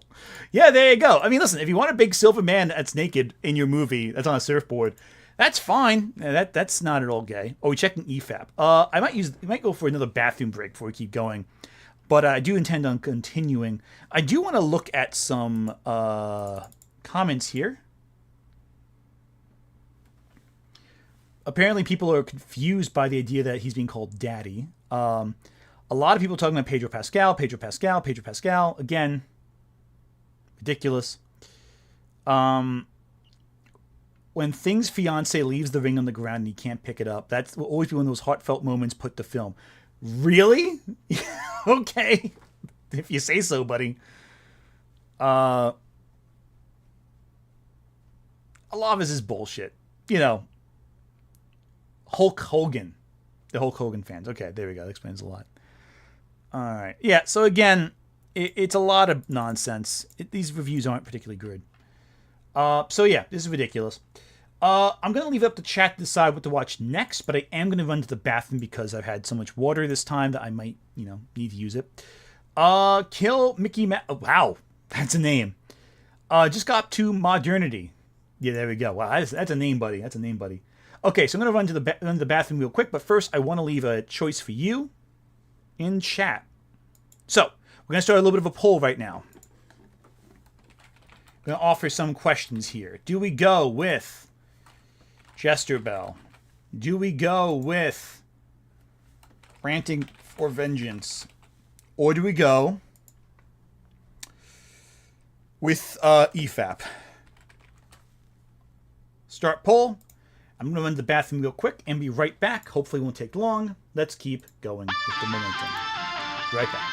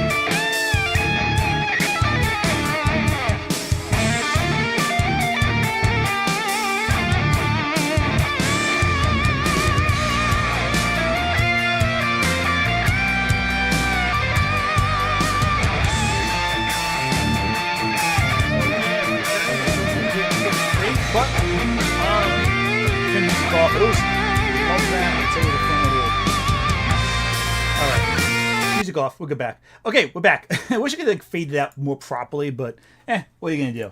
All right, cool. What do we have on the chat? Okay, Jestabel is winning. Oh God, why?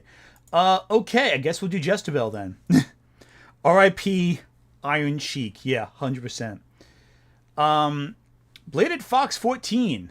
Funny how they scream about the gays, but are obsessed with how men look, almost like they're trying to hide something. You know, it's funny that you say that. You might be onto something there with that one, I think. Okay, Jestabel won by a bit. EFAP will get to someday, I think. But let's ruin my algorithm further by watching Jestabel. Iron Cheek, yes. So Jestabel has a video that's a half-hour long.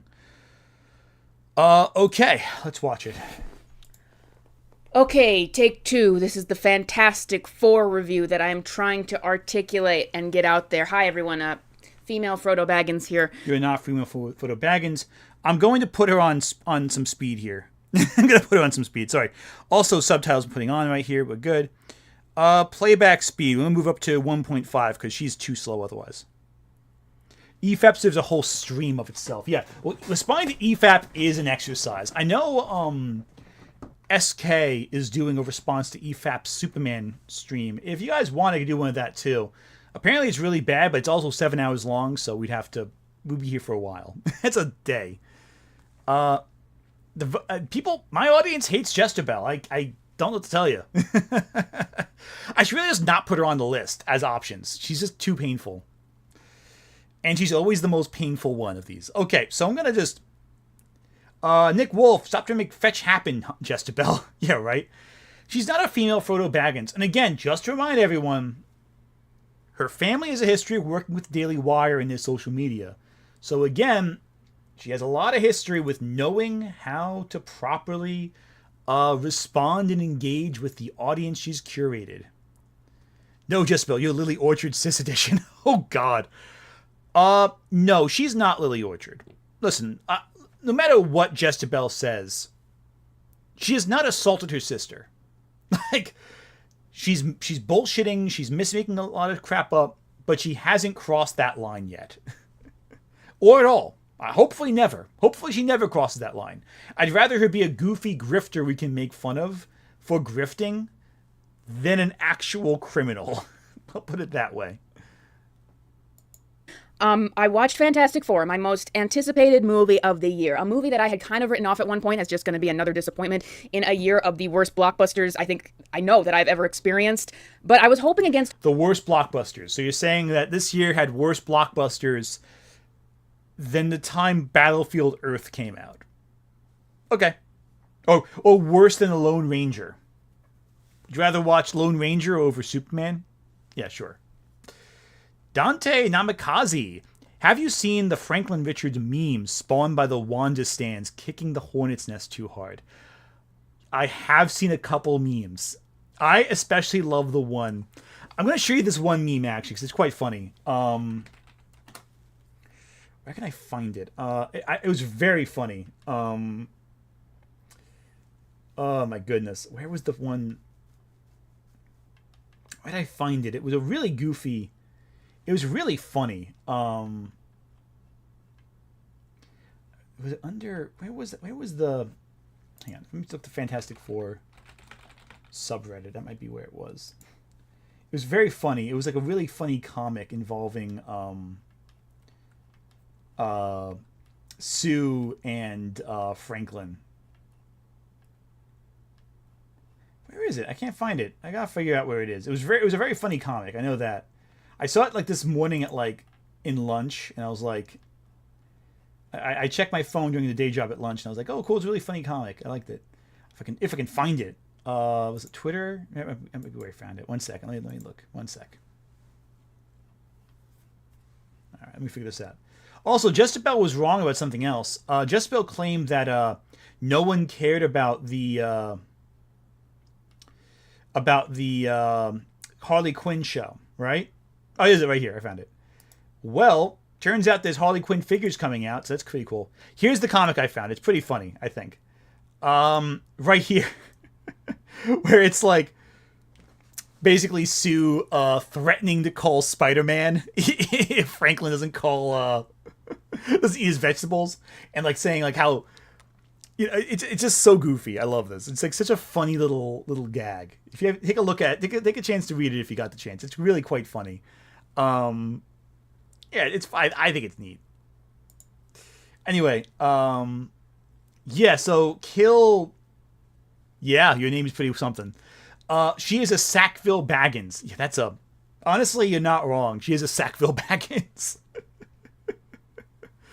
Oh my goodness. Anyway, let's we're gonna wrap it up after this video. So let me speed up slightly, a little more, I think. So 175.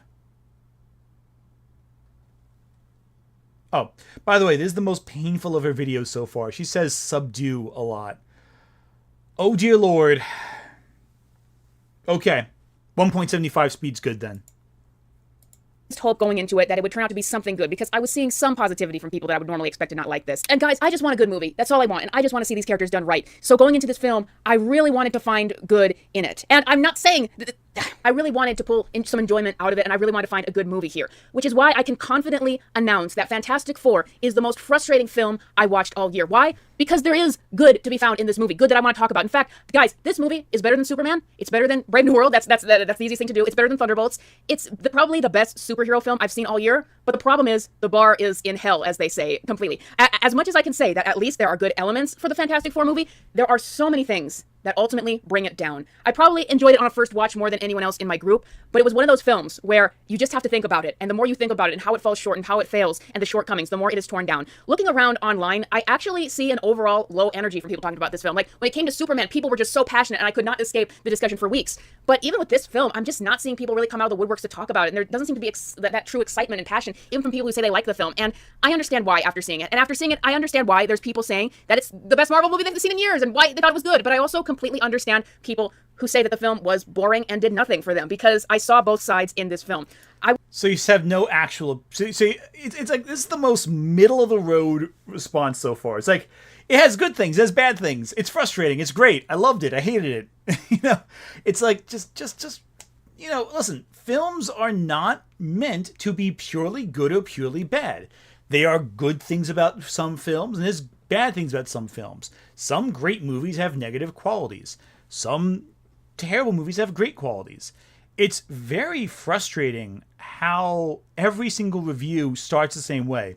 This is the worst thing ever. No one cares about this. The fans can't stand this. There's no passion here. She did the same thing with Superman, by the way. The same film. She's saying, oh, there's all this energy behind Superman. She's like, no one likes this movie. No one cares about this movie. It's terrible. It's garbage. Yeah. And then a few weeks later, she's like, actually, people care about this movie, actually. She said the same thing about the Harley Quinn cartoon, where she's like, no one likes this Harley Quinn cartoon. No one cares about it. It's terrible. It's awful. It's this, that, and the third. Meanwhile, at San Diego Comic-Con this year, they just announced new Harley Quinn figures, collectibles. You don't make collectible figures for a fandom that doesn't exist. Just saying. Oh my goodness. I'm expecting this to be grade A schlock of a review. Majin Lifestyle, she uses one-dimensional characters so much in this that I don't think she knows what that term means. Yeah, so one-dimensional character, that's a term that gets thrown out a lot. People don't really know. One-dimensional just means you have the same trait, you're the same in every scene you're in. So, and one-dimensional is not inherently a bad thing either. Some characters can be one-dimensional and still compelling. A great example of that would be some of the characters in the various James Bond movies, right? Oddjob, for example, extremely one-dimensional character. He has one thing he does, and it's the only thing he does throughout the whole film. Yet, despite that, he's a very popular character. He's beloved. The actor's not beloved, but the character is. Hell, James Bond in some movies is very one-dimensional. He's one note, but he's still an iconic character because that one dimension he has is very compelling.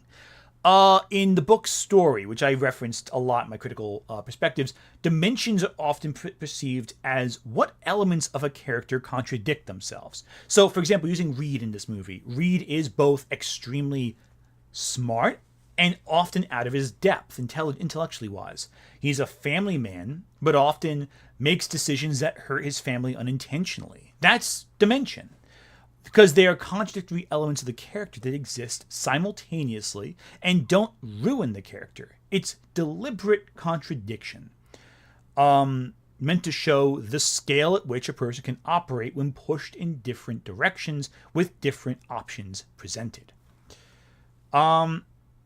Nick Wolf, thank you for Super Chat. She's like the filthy neutrals from Futurama. Yeah, basically, right? Any Profit. She's going to spend 34 minutes stacking qualifiers. Oh, yes, she is. She is nothing if not predictable. Yeah, Top Gun Maverick, not a perfect movie. Yeah. Also, by the way, the Harley Quinn show is not canceled as of yet. It's still going on. It wrapped up its most recent season, but there's no announcement for cancellation, nor is there an announcement for a new season as of yet, as far as I know. But I digress. Unless it's happened at San Diego Comic-Con, I just didn't hear about it. I would say that the movie ultimately falls short, but the reason why that is so frustrating is because it seemed like there were some points in the film where I thought, if this just wasn't there, then this would have been a great Fantastic Four movie. And I'm going to explain what those elements are and delve into it. This movie is kind of like watching someone run a marathon and you see them get up to speed and you go, wow, they're really doing amazing. They might win this race. And then they trip themselves and then they get up and start to run again and then they trip themselves. That is this movie. And I think it is another in a long line of films that you can tell Disney made at a certain time with a certain sensibility. And then they realized people might not like that. And so they definitely reworked it to try to change it and salvage it. This is like the fourth film this year that I have watched or third or fourth that has been. Again, the grift. She's playing the grift numbers. Just talk about the movie as a movie. Don't talk about like Disney's mentality and approach. Just talk about the movie as a movie. It does not have the... Now, the biggest issue I had with Disney for a while was the assembly line production. A lot of Marvel was forced to pump out content at a rapid rate. And quite frankly, it was exhausting to see the stuff that could have been better, but was rushed to get out at a certain time, that was pushed through at a certain rate, that was made to fit a certain formula because they didn't have time to fine-tune and finally craft the story. It's exhausting that was a process. That was the big issue with Disney. Not if it was woke. Who gives a crap about that? Woke doesn't matter. What matters is if a story is compelling or if it's boring. Is the story meaningful or is it dull? Is it formulaic or does it break convention? Those are the only questions I care about when discussing this topic with Disney as a company. Whether or not it has diversity or not does not matter to me in the slightest. What matters to me is if the story is well told, if the conflict is well established, and if the characters are compelling and meaningful enough to me as an audience member. That's what matters. All the buzzwords, all the allusions are just vaguely saying, I don't like how the women Silver Surfer exists. Okay, how is her arc? How is she written? Is it compelling in the scenes? If you had no idea who the Silver Surfer was, and this was your first time meeting the Fantastic Four, hearing about it, would this character be logical? Would it make sense? Would it be good? Yes, no, maybe so. Well, why is that? Approach it as though there is no source material, as though the film itself exists in a vacuum, and then compare it to the source material. Analyze the film on its own terms, then compare it to the source material. Clearly reworked because of how they thought people would react to things. And you can tell the desperation. Apparently this was the most re-edited film ever done from Marvel. You can tell the desperation for them wanting to this to be good.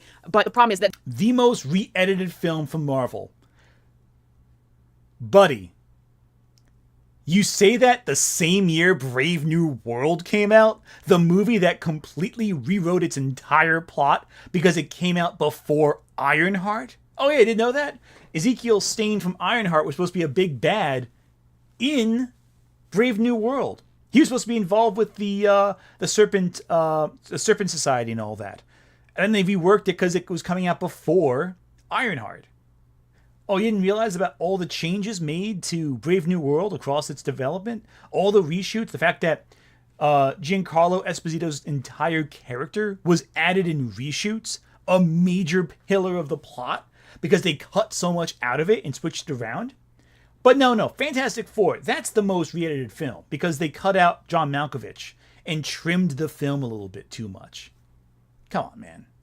I guess they tried to re-edit and make this film the best that it could, but those shortcomings that were always there, they couldn't get rid of them. But anyway, let's get into the actual review now and talk about all of the elements.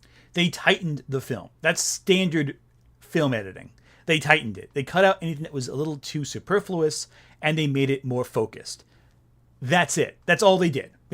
Wasn't the most re-edited film of all time. They trimmed it. That's it. And they did, and thankfully, they trimmed the parts they didn't do effects for yet, so it lowered the budget down accordingly.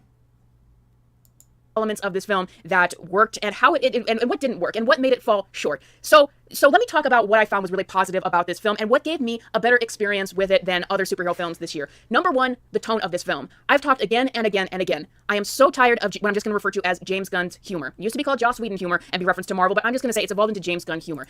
James Gunn's humor and Joss Whedon's humor are dramatically different things. Also, you said you found the scene where Lex Luthor shot a man in the head to be a funny scene. I don't think you're the best judge of what's funny or not. Every film had become James Gunn's humor.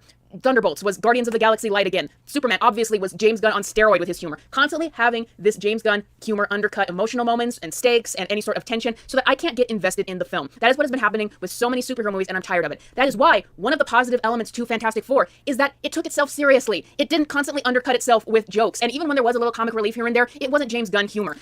She's been sped up to like twice her talking speed because I can't stand listening to her on normal speed. Okay, so first off, your entire logic is bizarre. Watch my video of responding to a Superman review because it's completely ridiculous what she said about the humor in that. She said, oh, it's a funny scene involving, they make a joke about it. I'm like, no, it's not funny.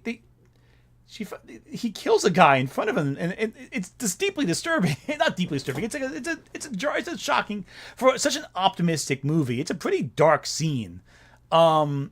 So I'm like, I don't really judge your perspective on what you count as funny if you think that's a humorous scene. I think it's because Metamorpho, brain not functioning. Metamorpho starts tearing up and crying. That was why she thought it was funny, which is ridiculous.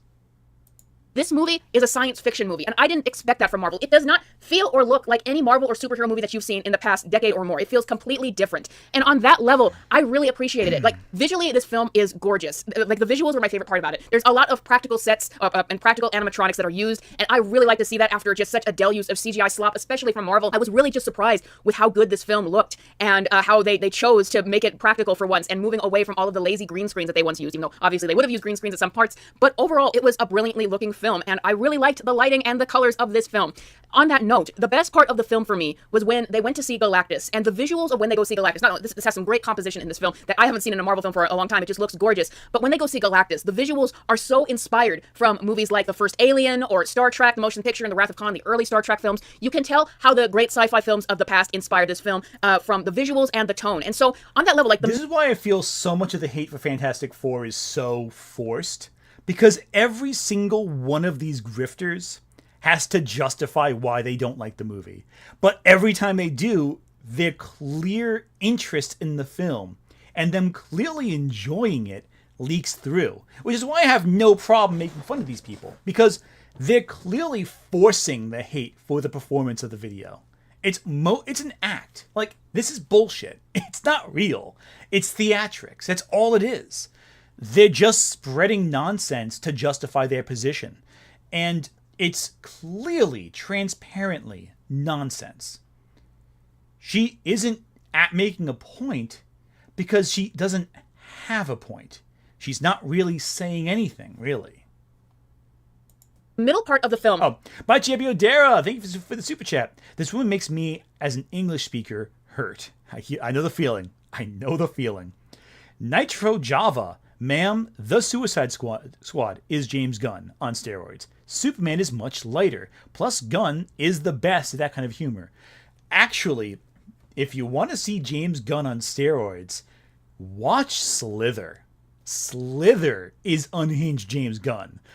The frickin' barn scene in Slither is one of the single grossest things I've seen in a while. You want to talk about inflation? I'm kidding. I'll stop. Still, it's a gross movie. That's unhinged James Gunn. Superman? No, not at all. X-Men Superfan. Isn't the point of Fantastic Four being adventure and cosmic? Doesn't she know that? Why is she upset that is not what she expected of the MCU when in other films she scolds them because it is that way? Well, because she doesn't know what she's talking about. That's why. Yeah, Super also, though I think Super is probably James Gunn's weakest film. Is that controversial to say? It's not bad. It's a good movie, but it's the weakest of, I think, his set of films, I think. Anyway. Was my favorite part because I was like, I can't believe it. I'm watching a Marvel movie that is not using the same formulaic James Gunn humor style over and over again. I'm watching a movie embrace the science fiction elements of it. I'm watching a movie that doesn't want to undercut every scene with a joke. I'm watching a Marvel movie that actually looks visually appealing and wants to allow itself to have stakes. And at that point, I thought I'm watching. Oh, watch Tromeo and Juliet, his first writing job. Yeah, that's another one too. In fact, watch Troma. Everyone should just watch Troma films. Troma is incredible. I am a huge advocate for Troma. It's funny, the video I did recently talking about video game censorship, a lot of people were acting like, "Oh, you're some woke leftist. You don't like extreme material." Like, come on, I met Larry Kaufman. Like, I love disgusting stuff. I love deeply disturbing stuff. I find Troma films absolutely hilarious. I think they're so funny. But they have things in them that are so deeply disturbing that it baffles beyond belief, you know. Anyway. Watching a Marvel movie that might actually have something on its mind, that might actually have a theme to explore and have something to say about it. Because obviously... Yeah, because Thunderbolts famously had no themes at all. Never had any topics discussed at all. Thunderbolts, nothing. Very vapid movie. Come on, man. As the plot is out there now, is about Galactus wants Franklin Richards, the child of Reed and Sue, and he wants that he will spare their Earth if he gets the child, but they will give that up. And so that is the ethical dilemma that seems like it's coming about at the center of this film. And on that note, I'm like, this is really interesting. That seems that's coming about? It is the ethical dilemma of the film. It's the core conflict, actually. That's why it's such a good film. Because despite having a cosmic entity as the main threat, the actual stakes are very small. It's the fate of the world or the fate of your child. And both are pretty severe, extreme. Yeah. acting. You have something here. Once again, would not expect this from a Marvel film. And for a while there, when the characters are kind of down and out thinking about that, for a while there, it really was selling me on this film. And I thought, guys, this would have been a great Fantastic Four movie. But why do I say would have been? Well, now we have to explore all of the shortcomings of this film. The main problem with Fantastic Four, it was the problem from the beginning. I listed it as my 5th problem and what was killing my hype for the film, and it's come to fruition in the final cut. The main problem with Fantastic Four is the casting. This casting is so lackluster. It's so low energy, and they lack so much chemistry with each other. For the beginning of the film, despite it looking great, it really kind of felt dull and meandering. And sure, you could dig into it and dig into what they do with the pacing and the editing and the writing. Okay, even Nerdrotic struggled to justify the Pedro Pascal hate. Like, every single reviewer we've talked about so far has said, at the bare minimum, even if they don't like Pedro Pascal, which is a forced thing in of itself, that the cast is pretty good. They pull their Pedro Pascal grift, but like, low energy? What about the scene where, like, Vanessa Kirby, like, yells at Johnny to kill the surfer for threatening to take their child, you know? That scene is some pretty high-energy stuff. What about the argument between Reed and Sue, where they argue about something, and, like, it's clear that Reed considers briefly crossing the line too far, and she responds reasonably, like, this is horrible. And he's like, you know, I don't mean, you know, it's a whole big... I can't articulate it clearly, but it's a great scene. And again, I don't want to say too much because you really should just watch the movie for yourself if you haven't seen it yet. But what are all the scenes with Johnny and Ben? Even if you don't think the dynamic between Pedro Pascal and Vanessa Kirby is incredible, which it is incredible in the film, The Thing and Human Torch are really well done. The whole cast, you think, has no energy, no chemistry? What world are you living in? Okay, I digress. That contributes to that. But for me, I contribute it to the actors, that they are not good as these characters. What kept coming into my mind is that none of these actors really have a good screen presence. Like, compare it to a very lackluster movie like Thor the Dark World, but everyone said that they loved Tom Hiddleston's Loki because he was so charismatic as that character, and he just gobbled up the scenery around him. But for this movie, none of the characters do that. It made me appreciate just how much star power the original Avengers had and how much chemistry the cast had with each other. Like, Matt Shackman admitted that he never did any screen tests for these actors for this movie, and he never did any chemistry reads. And my goodness, does it show. There is just, like I said, a real low energy. It feels like every character is a subdued version of what they're supposed to be. Like Johnny Storm, my videos on that have honestly aged well, because yes, he does have an element where he's kind of a ladies' man, and he kind of is incorrigible and insufferable, but it's severely downplayed. Like, I wouldn't know that he's a ladies' man except for one line that he says and the fact that he hits on female Silver Surfer. His personality is just really subdued from what it should be. And then as for someone like The Thing, guys, The Thing, I'm sorry to disappoint you, he is a non-existent character in this film. Like, they didn't seem like they wanted to do anything with him at all. He's just in the background. And then Pedro Pascal was everything that I feared Reed Richards would be, where he just came off as incredibly wimpy and sad throughout the film. Like, I get that he's going for a very burdened Reed Richards here, and there were some lines in the film that I thought could have been interesting insight into his character, and that I liked what they said about him. Like, he thinks of all the terrible things that could happen to make sure that they never happen, and that he thinks of all the dark things and he goes to the dark places because he wants to make sure that they never happen. There were parts about this film when I'm like, that would have been a good line between the characters, or that would have been a fun moment between the two characters, or that would have been a funny line. But with these actors, with their characters, they didn't have much energy to give, and they didn't really fit their characters. They did not have the loud, distinct personalities that they did from the comics, and so there was just a real lack of energy in this movie, where it's like, I can handle it if your plot, maybe it is meandering a bit in the beginning, but if the characters are really entertaining, then I don't care so much, because I'm just here to sit with these characters. That's why I read Marvel Comics and why I would want to come to these movies. But the actors were very much B and C level. There was no one who really stood out. And on that note, I think that in addition to just being the worst casting, like, this is the worst ensemble cast I've ever seen in a comic book film, where I've never seen it where, I never used to have a problem with the casting of Marvel films, but I've never seen it where the actors just do not have it in them to have a real presence as their... What the fuck are you talking about? What the fuck are you talking about? What? Okay. Let me try disentangling this bullshit. So first off, you haven't said a single thing about Invisible Woman, by the way. I guess she's invisible to you then. These are the characters in the comics. Now, is Johnny more subdued? Yeah, I'll grant you that. Johnny is more subdued. But Johnny's also not a cartoon character. The Thing is not a cartoon character. Reed Richards is not a cartoon character. These characters are not goofy and over the top.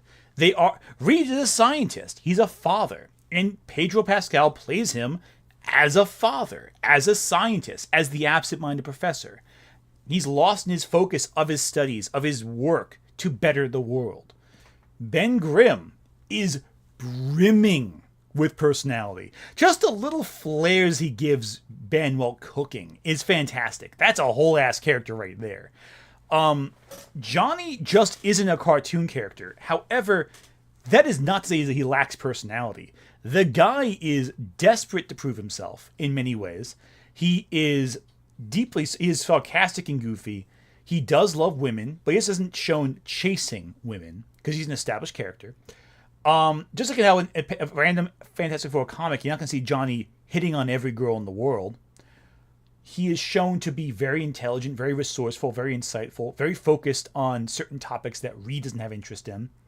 Every character has a great dynamic. Just the scene where the Thing figures out early on that Sue is pregnant, it's subtle.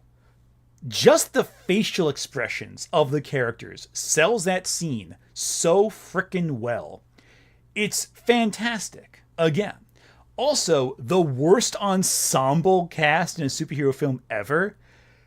Did you see the last Fantastic Four movie? Did you see Fan Four Stick? Jesus Christ. These people are ridiculous. I'm kind of happy that there's not going to be a superhero film for a while because I don't have to hear these people grift about the nonsense of these films for some time yet. Might be less popular streams, but hell. Jesus. That is ridiculous. Their characters so that I don't feel invested in anything. But some of that is not the acting themselves. It definitely, I thought during a portion of this film, there was a portion of this film that I really loved, and it was when they were trying to escape from female Silver Surfer who was after their child, and the visuals look great. Why is just the Silver Surfer? It's the Silver Surfer. Why does it have to be the female Silver Surfer? It's just the Silver Surfer. Don't keep quantifying it to your base. Just say the Silver Surfer. Can you say that? Can you start a review without saying the female Silver Surfer? Because I know what that is. It's a little message to your audience. The audience who you know is reactionary, who only judges movies based on how much they deviate from the original source material. Just say, the Silver Surfer. Can you say it? Can you do it? Let's see if they can do it in the whole review. And I liked the tone of it all, and I was like, this would have been a great Fantastic Four movie if you had a different cast, because that was my main problem with the film. But also, why haven't you mentioned Vanessa Kirby yet? I'm just saying, you mentioned all the male characters, but you ignore Invisible Woman? Interesting. But there's more than that. There's more than just the casting. There is a severe lack of character development in this film across the board. None of the Fantastic Four, none of them gets an arc in this film. Are you kidding me, right? Okay. The only character that gets an arc in this film, which we'll talk about, is the female Silver Surfer. But for everyone else, you have to understand this entire plot is entirely focused on the conflict of Galactus wants Franklin Richards and they won't give him up. That is the entire conflict of this film. And as such, it's like we're only watching the Fantastic Four as pieces. Okay, let me ask you this question. We start with Reed Richards, right? He starts off the film as this brilliant scientist who blames himself for his own failures, but is nervous about the future, has to have everything under control, and this new uncontrollable element is coming into play. He's afraid his son might be weird because of the cosmic radiation, but he manages to pacify himself because he has everything under control. Enter Galactus, a factor that forces Reed to confront how little control and knowledge he actually has. The fear builds on him. The fact he's so afraid, so out of his element because he can't control a situation anymore. That's major. That's an arc. His regaining control, his knowing how to work in a world where he doesn't know everything, but can only work with certain factors at play. Him confronting the fact that he has to think of the unthinkable to succeed as an option, and how that hurts people around him. Those are arcs. That is an arc. That is complexity. It is a man becoming a father. And a man embracing the fact that even though he knows a lot, he does not know everything. That is an arc right there. It's a major thing. That's one character's arc. Simple. I threw that together just now. Didn't take much effort to figure it out. Also, Jester Bell, why haven't you mentioned Vanessa Kirby yet? I think she has a bit of an arc.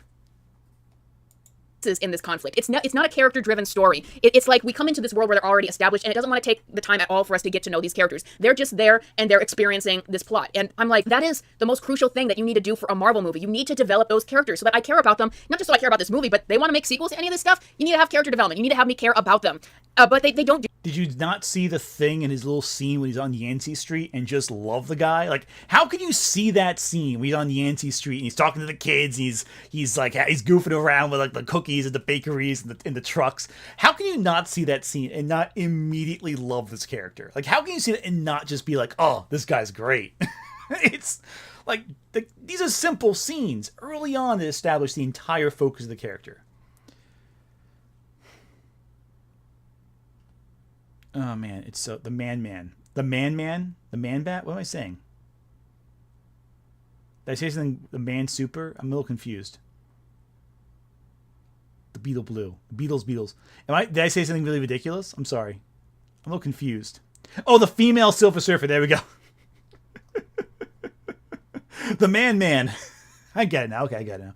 It took a second. I wasn't getting the joke. I'm like seeing the comments like, what are you guys talking about? Okay, that makes sense. Nick Wolf, thank you for the super chat again. Chuds have ruined female for me, but at the same time, it feels demeaning to say girl or lady, and awkward to say woman. Just say Shala Bal. Yeah, say Shala Bal is Silver Surfer. 1 to 2. Do anything with any of this. Like, Sue Storm gets no character development in this movie. She is just the strong woman who takes care of her family throughout the film. That's who she is in the beginning. That's who she is at the end. What? No. No. She starts off a lot of the film as a supporting role, essentially. She kind of is there to encourage Reed, nothing's going to change, everything's going to be fine. And Reed's kind of like, this changes everything. And Invisible Woman's like, nothing really, Sue's like, nothing really changes, it's all going to be fine. And then they switch places halfway through the film. That's a major bit. She becomes a figure of self-sacrifice, a figure of determination. This is pretty substantial. She does change throughout the whole film. It's just she becomes a more vocal version of herself. She's able to take command of something in this sense. And yeah, she's a diplomat early on. Oh, that's a bad thing to get a still frame on. The problem is she says, oh, there's no arc. There's none of this. Well, you also don't explain what she does. You gloss over a lot of the character in order to get to this buzzword you want to push. Ben Grimm, like I said, is non-existent in this movie. They don't want to do anything with him. It's like this is the character who's the most popular member of the Fantastic Four, but you don't want to use him at all. Johnny, he probably is the most likable character out of them all because they at least give him something in the film. Not an arc, but he is a bit more of, the annoying type in the beginning of the film who can kind of get on everyone's nerves and can be more carefree. Not on the level of Hot Rod from the comics and whatnot, but that is there. So later on in the film where he's showing some empathy and is trying to appeal to the humanity of the female Silver Surfer, and he is instrumental in trying to get her to change, like, I really felt that moment, and I liked seeing the self-sacrificing elements of Johnny Storm come out when he is so willing multiple times to give his life up for his nephew. Yeah, that's an arc. That's an arc. He's very self-serving at first and then becomes a figure of self-sacrifice. Again, you just contradicted your own argument right there. Kill, thank you for Super Chat. Same crowd that refuses to call Miles Spider-Man. Yeah, 100%. Yeah, by your own logic though, Jester Bell, you've just contradicted your own point. Like, it's ridiculous. It's truly ridiculous. Really liked seeing that. However, I still think it could have been a lot stronger. I still think that you could have just given him his original personality and not felt the need to subdue it in any way, shape, or form, which apparently that was a thing behind the scenes where they're like worried about where we are culturally. So this is what they came up with for what Johnny Storm is supposed to be. He needs to be a Again, they keep misquoting the line. He's not a womanizer. He's not sleeping with women left and right and then dropping them the next day. He's not taking advantage of women for his own self-pleasure. He's just there because he loves women. He loves being with women. He's attracted to women. But he's not a womanizer. You could be a ladies' man without being a womanizer. A womanizer is a very specific thing. And yet every single one of these right-wing grifters seem to have forgotten what the word womanizer means in relation to the spectrum of men who like women. Jesus, people don't know what they're talking about. Nick Wolf, thanks for Super Chat. People forget Johnny's the world's smartest women's bro. Yeah, basically. Dude version of himself, but I don't understand why they changed Ben Grimm's personality. He is just kind of a soft-spoken rock creature. He doesn't have the Jersey accent or the gravelly voice or any... The Jersey accent? He's from Brooklyn. That's an authentic Brooklyn accent. The actor's from New York. He's using his own voice. Jersey accent. As a guy from New Jersey, I'll tell you right now, Brooklyn is not... like Yancey Street and all that. It's a very different from Jersey. Jesus. Okay, I take offense to that now. Okay. As a Jersey guy, I'll tell you right now, I take offense to that one. Of the fun that the original character has. Once again, he's practically not even in the film. He's non-existent. And then Pedro Pascal as Reed. He has multiple scenes in the movie. He's a major player. He's in almost every shot of the movie. Well, not almost every shot. He's in a lot of the movie. Like, Jesus Christ. Jesus Christ. Jersey accent. Okay. Yeah, no. Okay. Tony Soprano has a Jersey accent. Joe Pesci has a Jersey accent. Technically, Danny DeVito has a Jersey accent.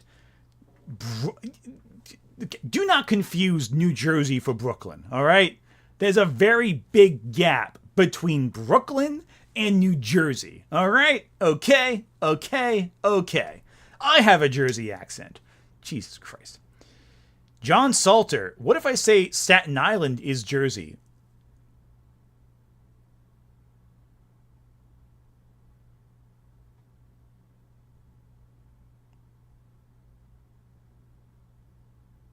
Okay, moving on. Reed Richards. There's stuff that they're trying to do there about how he burdens himself with all the analytics of the world and all that he's thinking about, and that he's bringing that over to him being a father as well. But they ultimately don't do anything with it. And Pedro Pascal is completely unconvincing as this character, where he just comes off as sad. Anne, I have a question for you. Besides Mahler and Lily, has any of the other people you covered talked about you before? Yes, actually. Shadiversity did. Went back and forth for ages with one of my videos. It was fun. There was Literature Devil has mentioned me multiple times. John Delarue has mentioned me multiple times. Before I even got a YouTube channel, actually. He was obsessed pretty much. A few of these guys have mentioned me. Not Nerdrotic or any of those guys. I think I'm way below their radar. But at least as far as I know. I do know that Mahler and his general crew have avoided talking about me since my last video because they're aware that I want the discussion to happen. And so it's like giving me what I want if they indulge me on that one. And so they've kind of agreed just to ignore me if possible because that's the best option for them.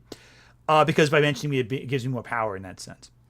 But no, yeah, there's been a few people who've responded back. I don't think that Jestabel has yet, but I'm sure that's inevitable at this point. All right. Wait, what do you know what happened to the stream? Stream's going on. So, still here. Nick Wolf, tonight at the Jersey Shore, Ben Grimm rocks in. JD is jealous that you just have a wife while he has he's left his ass cold. Yeah, that's fair too. Anyway, back to this. Constantly. He does not have any of the strength that a Reed Richards character should have. He is the leader throughout the beginning of the film. He is the leader of the team as he should be, but he doesn't have any sort of commanding presence. He's just kind of wimpy. He's like all the characters in this movie. He just feels subdued and... Commanding presence? It's Reed Richards. He's an absent-minded professor. Why does everyone want this guy to be like a Chad? Reed Richards is not a Chad. What are you talking about, dude? That's the biggest problem of the film, and why, even though there were good scenes in it and good moments... The biggest problem is that Reed Richards is not a commanding presence. He's a scientist. He's not a commander. What? In none of the movies has Reed ever had a commanding presence. Why would you expect them to change that now? What, you think Miles Teller had a more commanding presence than Pedro Pascal? Get the fuck out of here. Sawesomeness, thank you for Super Chat. 94 Fantastic 4 for life. Joel ain't my Reed. There we go. Okay, if you say so.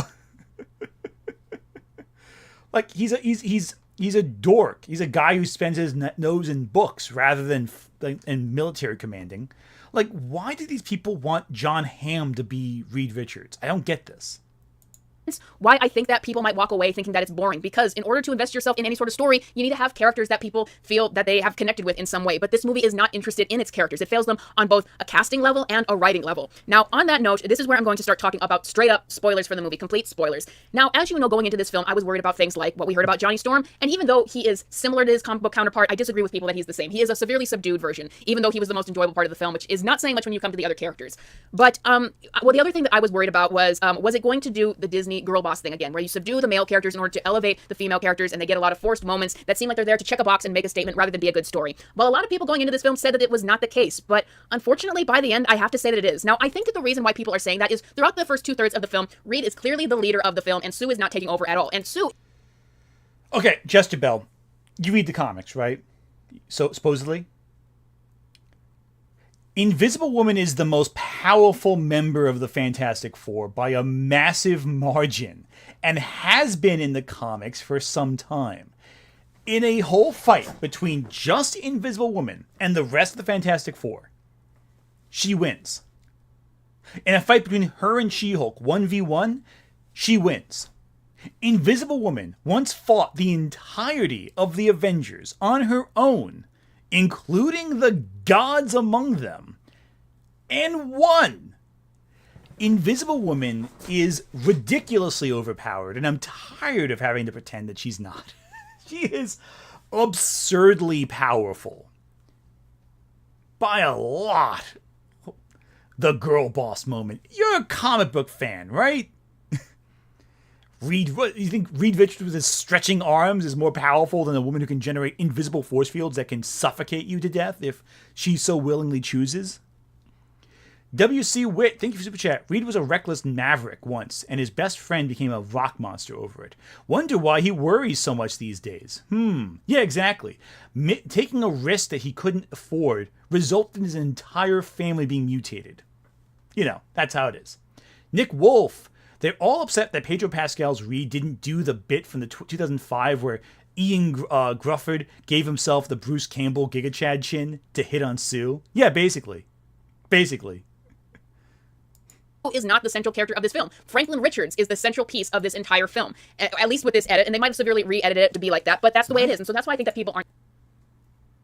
Franklin Richards is the MacGuffin of the film. He's not the central piece, he's the MacGuffin. He's the thing that everyone wants. Saying it. But the problem is, at the end of this film, there's a moment. It's how they resolve the conflict with Galactus, and let's talk about that. So here are the two moments that the film gets in its own way when it comes to the development or lack thereof with Reed Richards and Sue Storm, and where it might come into some bad force territories of checkboxing. So like I said, I was really intrigued by this storyline about Franklin Richards or the universe where they will not give up their child and the public turns against them. Now that is a very interesting thing to explore, because it's such a huge conflict. Again, and more another aspect of the arc. They become the public defenders of the earth, and in their decisions to protect their family put them in conflict with the rest of society. That right there is an arc. Also, hell, seceding control. None of these people have mentioned the Mole Man thing, have they? You know, that's a big thing too. Mole Man, Reed surrendering control of a situation to Mole Man to protect society. That's another part of his arc, to surrender control to someone else, who he monitors and watches before, who he has to rely on now to save the planet. And of course, Sue is the one who arranged that diplomacy. That's a big deal too. Moral dilemma here, and it would be such an interesting exploration of human nature. Here are these people who just adore the Fantastic Four as celebrities, and then when the chips are down, they turn against them, and that would have been so interesting. And for about 10 minutes of the film, it was. But the problem was, it was like the movie did not want to go far enough. They let the moral conflict be there for just a little bit, and apparently in the original version of this movie, there was going to be a scene where the crowd ultimately tries to break into the Baxter Building and take Franklin Richards. But here's how they have that scene happen in the movie too. It's just they don't break the doors down. It goes in the movie. They make it so there's a scene, and I thought this was a very good scene, of when Reed is just talking about all the analytics of the situation, and he understands why the public is turning against them and how they would see it with them protecting their child. And Sue is shocked and horrified at Reed that he would ever say that he would even make it sound like he would ever consider giving up Franklin, and Reed tries to make it clear that that's not what he meant, and there's a conflict there, and I thought it was a great scene. But then there's how they resolve it, and this scene was so stupid. They just make Sue grab Franklin, go out into the angry protesting mobs with her vulnerable child, And I mean, I guess she's more powerful than them, but then she just gives them a speech about family and all that kind of stuff and the importance of family and all of that. And, you know, showing them her baby. And she convinces them with their speech to all come on their side, that they will come up with a different idea to defeat Galactus. And just like that, everyone comes back on their side. And I'm like, I'm sorry, that was just too simple. You have the entire world in a panic that they're going to be killed, and that because the Fantastic Four won't give up their child. And with human nature being as ugly as it can be, you're not going to convince people with a speech. You're not going to convince an angry, terrified mob with a speech like that. And it's everyone who, where 1 second they turn on them, and then the next second after a speech, they're all on their side. So they took what was really an interesting concept in this film, and they just kind of squandered it. Why? I think because they weren't bold enough to answer all of the dark questions that poses. They wanted. No, it's so they can unify the world under one direction so they can actually try accomplishing something. Because sometimes a film doesn't have to explore the darkest corners of humanity to make a point. Rather, they can say there's actions for a consequence, but there's always a solution that everyone can align behind. Not every film has to go Hereditary on us, all right? Not every film has to be super dark. Sometimes you can have optimistic stories where people come together to form a solution to a common problem. Also, and I repeat this again, Sue is a diplomat in this continuity. She helps broker peace between humanity and the Mole Man. This is a major detail. The fact it's resolved through diplomacy is pretty significant. What do you want to see happen? What's the alternative? They break into the building and try stealing the baby? Then what? The Fantastic Four beat up frightened civilians? Is that what you want to see happen? Like, what's the solution? Or are they left on their own? Well, it doesn't resolve anything ultimately because they're left with one teleporter. But it does show how they work together and how Galactus's crew, Silver Surfer mainly, fights against that. What do you want to see happen? Violence against civilians? Is that what you want to see? That's the question. You're saying it's a bad thing. Okay, what would you prefer to see? What's your alternative? Why doesn't that work? It's still a conflict, and it lasts for about 20 minutes of the film, not 10. I clocked it. So what's the topic? What's the focus? Terminal Sanity. Thank you for Super Chat. Reed is a nearly autistic code in his lack of social skills, attentiveness, and narrow focus of scientific pursuit. He is such a nerd, not a Chad. 100%. And he's always coded like that in the comics, yet the films initially didn't do it justice. But now they have. And now that is a more accurate version of Reed to the comics, they hate that. Because it's not really about what's accurate to the comics. They care about the superficial elements. Is Silver Surfer a man or a woman? Who cares? But they want Reed Richards to be a Giga Chad? Seems contradictory to me. To take the safe way out, even if it didn't feel natural or make any sense. So that was really disappointing because they really had something there, but then they resolved it in the quickest and the silliest way that they possibly could. On that note, let's go back to talking about the girl boss elements. Now, like I said, Sue Storm just does not get much development in this film. She's strong, as she should be. This is who she is in the comics, but there's no arc that they're giving her. She starts to take charge a little bit near to the end of the film, but that's not a payoff to anything. There's not a development on that. But here's where it becomes a big problem. Now, I'm going to go back to exactly how Galactus is defeated at the end. And there was a really great scene leading up to this where I did like Johnny confronting Silver Surfer and where their initial plans to teleport the Earth away from Galactus, as silly as it was, their initial plans fail. But the third act was, after I was really going with this film for a time, the third act really fell apart. And this is how they defeat Galactus at the end. They've lost everything, and Galactus has Franklin. And Sue Storm comes out and uses her powers to the max to take Franklin and to push Galactus into the portal that Reed has created. And she winds up killing herself in the process because she exerts herself too much. And then as a Deus Ex Machina, Franklin, who I gotta say, his powers are not explored in this movie. He can just do anything they need him to do, I guess. Brings her back to life. I felt they establish he has the power cosmic, which defies logic. The fact that Reed can't comprehend the power cosmic is part of Reed's character arc. He does not comprehend the full extent of what power he's dealing with. And that is actually part of his arc, confronting the unknown and realizing he can't control everything. That it's not that nothing will change, but rather everything will change. The very first words that he and Sue exchange in the movie, well, almost the first couple words, is that everything will change. Nothing will change. Well, in this case, everything does change. That is Reed and Sue's arc, confronting the change in their life with Franklin. That is a major arc that you keep ignoring because it doesn't fit the parameters of what you're talking about. nothing during this sequence, and it was really ridiculous. Now, why doesn't it work? Well, there was no build-up or payoff to Sue being the one to do that and make the sacrifice at the end, and we all knew she wouldn't be dead, but it's like Sue is just proving to be the same person who she was throughout the entire film, that she is desperate and determined to save her child, and she will do anything to be able to do that. There's no payoff to her doing that, and I want to use an example here. What do you mean there's no payoff to her doing that? The payoff is they beat Galactus. What are you talking about? It's through her diplomacy that society is saved, that all of humanity in Manhattan can retreat underground because of the established diplomatic relationships that she has with the subterranean world. What are you going on? You don't make any sense. No payoff. They stop Galactus. That's your payoff. They save the world. That's how it pays off. What more do you want? The child doesn't die. That's the payoff. You guys, an example of a different film, The Avengers. Now, Tony Stark sacrificing himself at the end, him being the one member to seemingly sacrifice himself to save the Earth, that meant something because of the build-up beforehand, where you had Steve Rogers accuse him of being the man who would never do that. That's why it meant something where we saw Tony Stark prove that when push comes to shove, when that is the decision that you have to make, he would be the kind of man that would sacrifice himself to save the world, even though he's maybe the last person you would expect to do that. And that's why there was satisfaction in that moment, is because of the build-up to it. Now, it wouldn't have been satisfying at all if Steve Rogers was the one to sacrifice himself at the end of The Avengers, because we already proved throughout the film that he would be that guy. So that wouldn't have told us anything about his character. Now, that is the same thing of this film. No, that would still tell us a lot about his character. By the way, I'll let you finish, but we learned at the very beginning of the film that Sue and Reed have been trying for a child for 2 years previously, but they just haven't yet. They are constantly worried that their child will be unorthodox or different. Well, Sue is reassuring the child is normal, the child is safe. Reed is always uncertain. And it turns out the child is, in fact, basically a space god. This child that the two of them have tried so hard to produce, to have, is now a figure of cosmic power. It changes everything. Despite them saying nothing will change, this changes everything. And now she is confronted with that child being taken away. As a new mother, after trying so hard for a kid to be born, she fights until her last breath to save her child, moving the heavens and the earth itself to get Galactus away. It's literally a response to her very lines in that speech you mocked so quickly. That is the payoff to her arc, that she is a new mother who tried so hard to get a kid.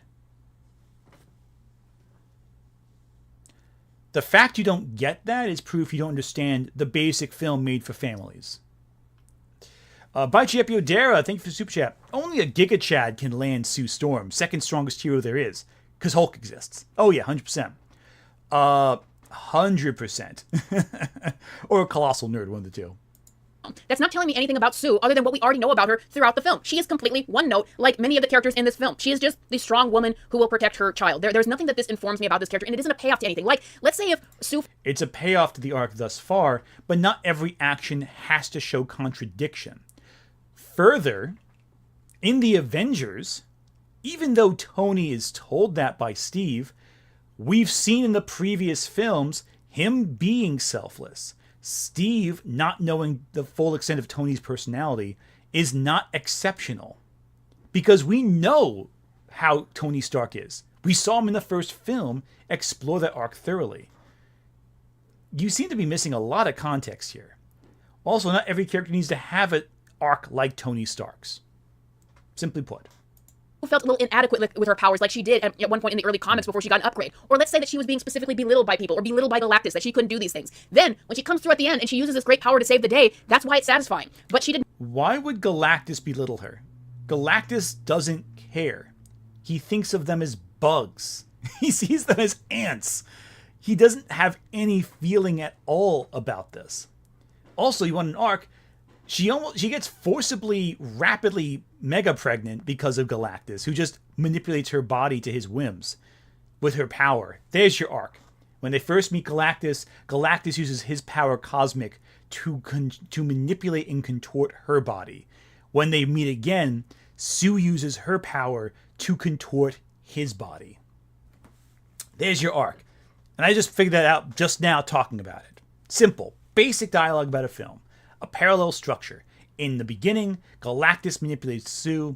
In the end, Sue manipulates Galactus, using their own powers against the other. there's your arc. Simple, basic, correct. Oh, how's it going? Oh, Sai, welcome. You're at the tail end of this, but you're joining the chat just in time to see some absurdity. So yeah, there's your arc. Sue forces her powers onto Galactus to push him back. There you go. Welcome to the raid. Welcome. It's gonna be oh wow, we've jumped up in views right now. You caused at the tail end of the worst person you know having a bad point. Oh, I hope Okami was fun. Because right now we're gonna be dealing with horror beyond all reason. Did not have a build up to that payoff, but you know who would have had a build up to that payoff? Actually, Reed Richards. Why?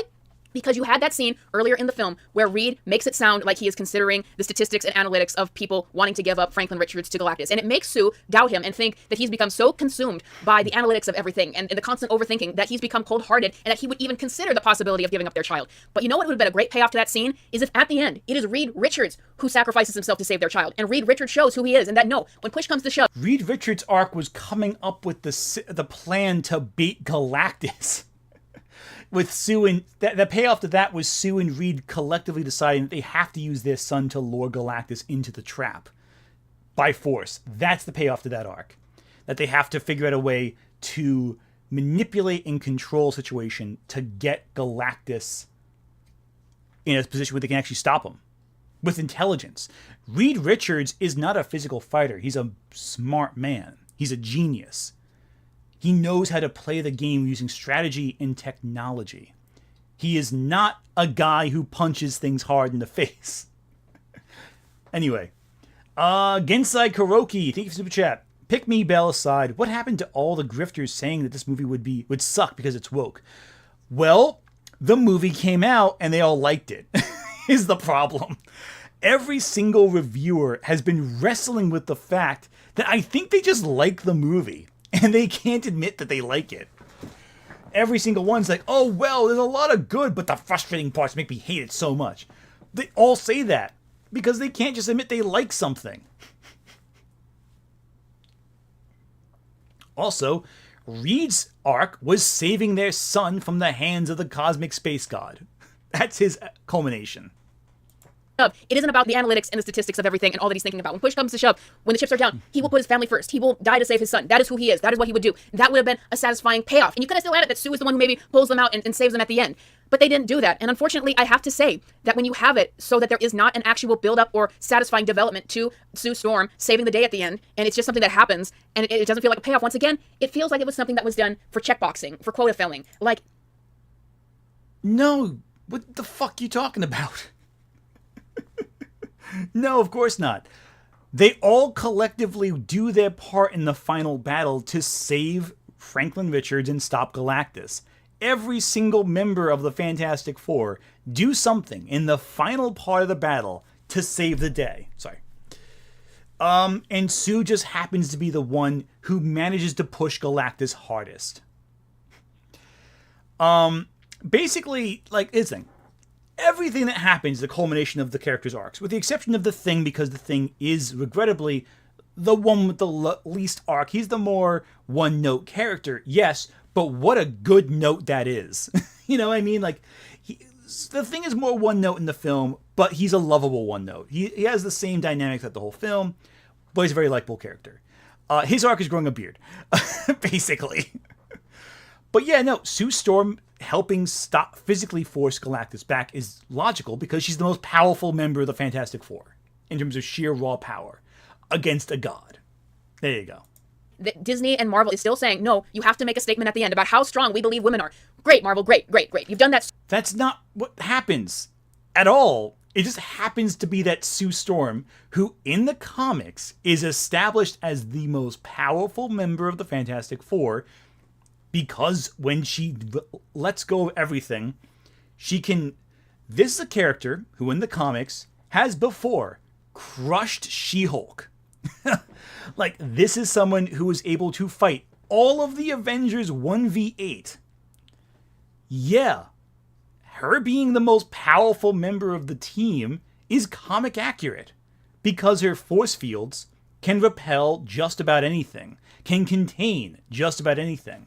If she so wanted to, she could just put an invisible barrier inside or around a person's heart and crush their hearts in seconds if she so chose to use her powers that way. And in fact, has in the comics used her powers in a similar fashion. Like, the fact that you're so upset that one particular character, known to use her powers in an incredible fashion, used her powers in an incredible fashion. The fact that melts your brain is stunning to me. You have to work yourself into a pretzel so desperately to justify why you think that Sue Storm winning the day is a bad thing. It is delusional, frankly. So many times you've left a lot of one-dimensional characters in your wake that a lot of people dislike. Unfortunately, Sue Storm is another one of those one-dimensional characters. Could you try to make a satisfying setup and payoff with your characters instead? Could you try to give your characters actual arcs? I mean, guys, here's another thing about the film. Reed Richards is totally subdued and doesn't have any sort of arc or development. Like, we touch on stuff in this film, but we never really delve into it or give him any sort of change to undergo. But you know what also isn't there in the film? His powers. There's a scene at the end where Galactus is stretching him and making him almost break, and I went, oh yeah, I forgot. Reed Richards is supposed to have stretching powers. They only show it like 3 times in the film, and it's for brief. Like, it's seconds long. Apparently, they thought that Reed's powers were too ridiculous to show, but it's like, you're doing a Jack Kirby-esque movie. You have a giant guy, Galactus, who wants to eat the Earth, and we've had comic book movies for like 20 years now. You guys are still embarrassed of some elements, even though we've already seen these work on film? No, the reason is the effects don't look good on stretching powers. And they do use the powers. Now, again, they use the powers more here than they did in the last frickin' Fantastic Four film. But again, how many scenes is Reed actually in a situation where he needs to use his powers? He doesn't really need to fight all that much because Reed Richards' main role is as a scientist, coming up with solutions to stop the bad guy. He figures out how to beat Galactus using technology. Because I'm going to tell you this right now, stretching around Galactus is not going to do a whole lot of good. Like, he uses them casually throughout the whole movie. Not as flourishy moves, but as basic things. And again, the big issue is Reed Richards' main force is his brain. He's a brilliant scientist, and he uses his intelligence to beat Galactus. It's only through cleverness that he wins. He's not about using extreme power. He's about coming up with a good plan, using technology, using the resources he has at play to win. He is a strategist and a scientist. He's not a guy who punches hard in the face. Jester Bell, Reed Richards is not Luffy. Jesus Christ, again. Same argument again and again and again. Gensai Kuroki, thank you for Super Chat. Yeah, Sue is too OP, not her baby who could hide his power as a fetus and could bring her back to life. Yeah, no. Franklin Richards is absurdly powerful. Franklin Richards breaks the logic of reality. Franklin Richards is so far the most powerful Marvel character to have been introduced, and we had Eternity introduced. So... Death polio, okay. So that's what's really frustrating of Fantastic Four. And yes, I think that delving into the film, people are going to find a lot about the mechanics of this film that don't work. But guys, here's where it falls short for me. I did appreciate that they tried to do a sci-fi movie. I appreciate that they got rid of the James Gunn humor and that they tried to have a movie with its own specific tone. But where the movie falls short, what you need to nail is your characters. That is what brings us to these movies. That is what makes us feel something for them. Even just having a simple character arc for each one of your characters. Like even the Avengers movies tried to give everyone a character arc. But... Again, she doesn't understand what character arcs are. All the characters have arcs. They all have arcs. We established this in my response. Every character has an arc. Just because you didn't recognize they had an arc, because you don't understand how films work, does not mean the arcs didn't happen. Yeah, no, they're all getting pissed about stuff in the comics. And in fact, what's funny is, I'm pretty sure all the people liked the movie. I'm pretty sure every one of these grifters enjoyed the film. Because they're working themselves into pretzels, trying to find elements that don't work. And everything they're saying it's like saying, oh, this plot point doesn't make sense. Like, well, actually it does. This is what happens. You kind of showed what happened. They're complaining about like articles released before the movie came out as justification for hating the movie. After seeing the movie and realizing the articles were taking things way out of context. It's ridiculous. Could Galactus be brought back as a second Thanos? No. So Galactus is not a Thanos. Galactus is not a planner. He's not the schemer like Thanos who can orchestrate what happens in the whole arc. Galactus is a force of nature. He is a hurricane. He isn't someone you fight because you really can't fight Galactus. He's someone you have to outmaneuver. I feel like people misinterpret how Galactus is. He is this cosmic entity of horror, but he's not evil. He's just there. He's not malicious. He's just satisfying his hunger. So it's very different. Galactus is not quite as simple as people think he is. He's not a Doom. He's not a King. He's not a Thanos. He's not a Loki. He's just a hurricane coming in. Bring back Ultron as a big bad. That's a better idea. This movie just falls short of that. Casting was just so lackluster from people who aren't stars, and they... Adrian Parchman, thank you for the super chat. Wow, still going. Also, just came back from watching Fantastic Four First Step, and it was fantastic and epic in scale. 100% agree.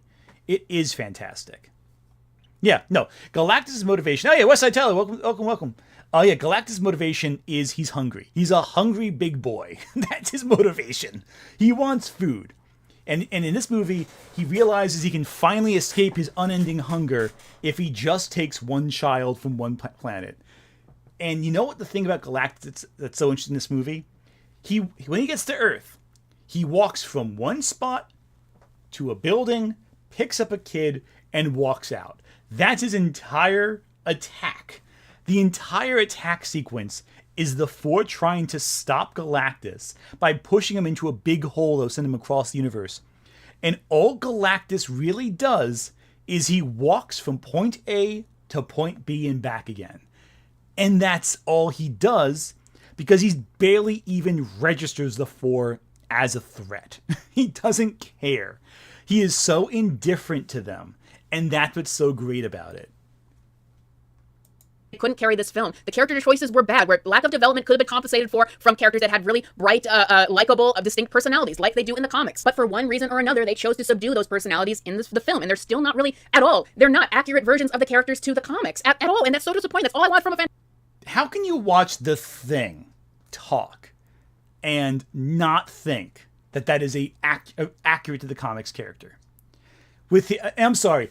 I'm still pissed off by Justabel saying that The Thing has a Jersey accent. It's Brooklyn. It's a Brooklyn accent. There's a huge difference between a Jersey accent and Brooklyn. Do you think Jersey and Brooklyn are the same place?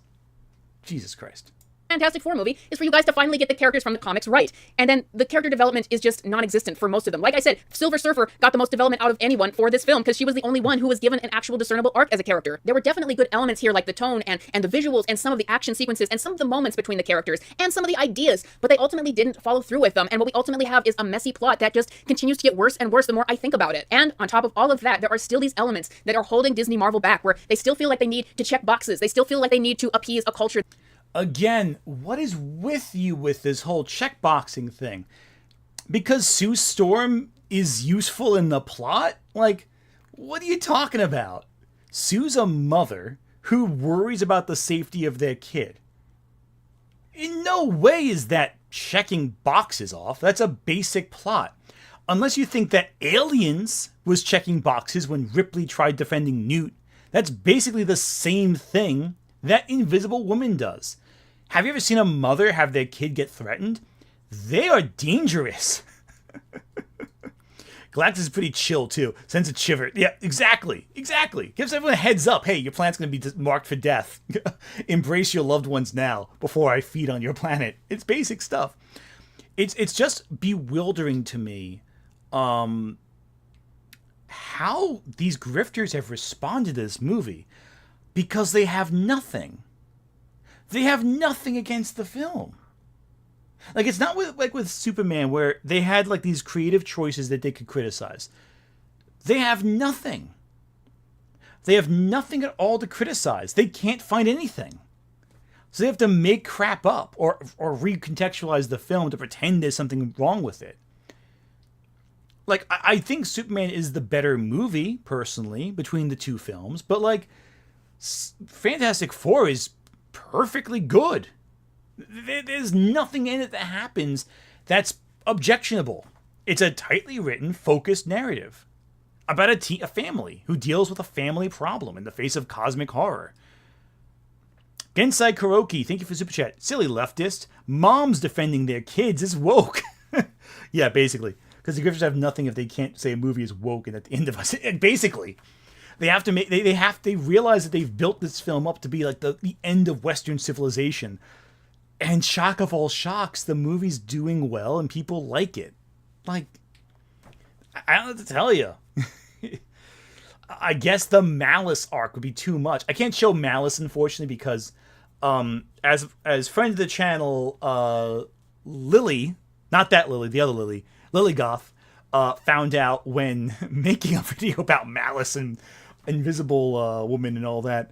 Apparently, YouTube will just take your video down if you post Malice too much because she's just too scantily clad, unfortunately. That doesn't exist and hasn't existed. Remember, this movie was made and written years ago because of how movies are made and how long they take to get made. But like, they don't want that. People want a satisfying character arc and journey, not for you to check a box to make sure you have a girl boss. That doesn't matter. It doesn't matter if you make Sue Storm seem really strong on a superficial level. What matters is if you've actually put the effort to develop her character and make sure that it feels like a true payoff at the end if she's going to get a big moment. Disney and Marvel. She spent the entire movie building up to being a mother. And she fights for her kid after they're born. There doesn't have to be a Tony Stark moment to pay off the mother arc. Also, the payoff is she beats Galactus. That's a big frickin' thing. Marvel is still held back from all of these things. But unfortunately, I can see that they do want to change with this film. Like, this film was apparently, like I said, the most reworked and re-edited film that Marvel has had in a long time, or ever, because they really wanted to make it work. You could tell how I think they probably... No, it's not. Brave New World came out this year, and that was way more heavily reworked than this. Oh, Jesus.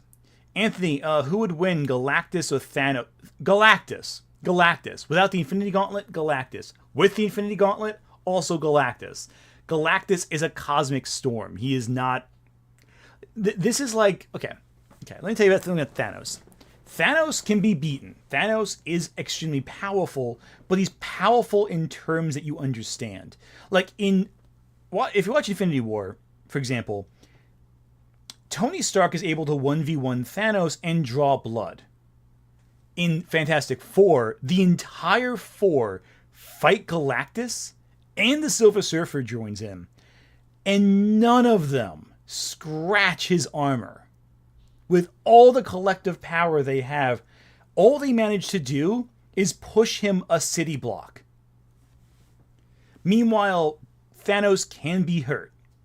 No comparison. There is no remote comparison.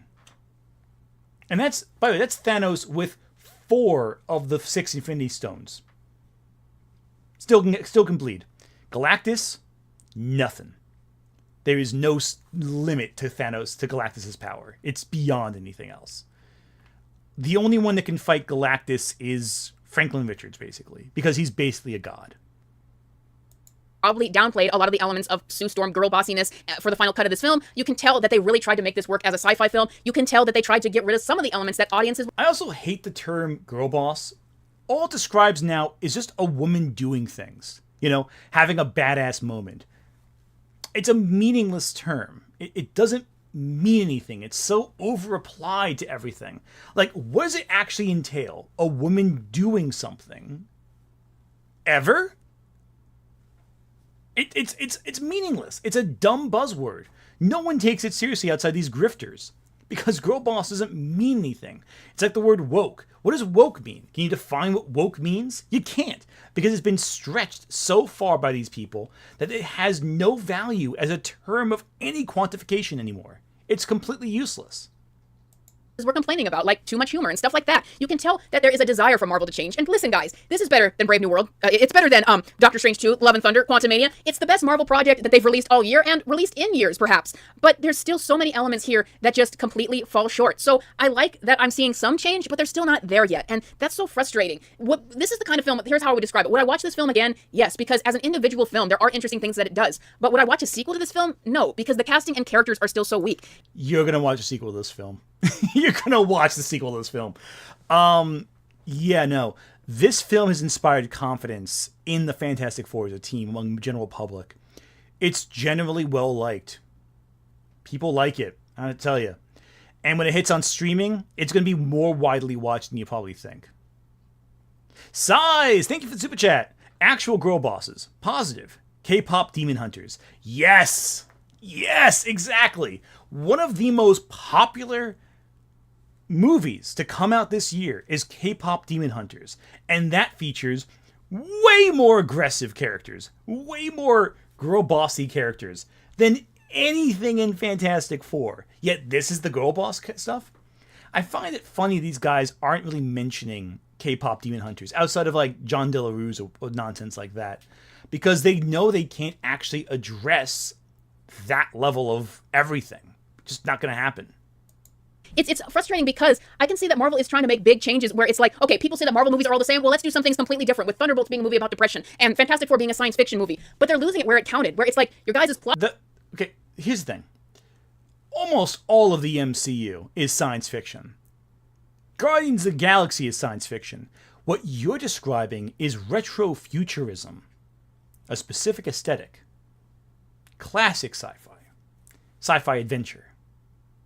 Plots are still a mess, and you still can't get people to care about your characters. And that is the most important part of the film. Forget having great visuals. Forget everything else. You need that character development to work so that people care. But that is the part that they completely fumbled on for this. So it's a weird thing where you can see like trying to turn a corner in an industry where they want to be different, but they're still not there yet. So like, we need to keep staying vocal. We need to keep staying vocal about what needs to change with these films and what needs to happen in the future. I've got a lot more videos planned for that, especially talking about the X-Men after seeing this movie. But it's like Hollywood is so behind the culture. It's so behind everyone else. They've got all these sloppy films in the backseat of their car still that they're desperately trying to rework to where people like them, when the problem was fundamental decisions that they made in the first place. So that's where I'm at with Fantastic Four. So while I definitely had a better experience with this film than any other superhero film this year, the more I talk about it, the worse it gets because of all those negative elements to it. But that was Fantastic Four.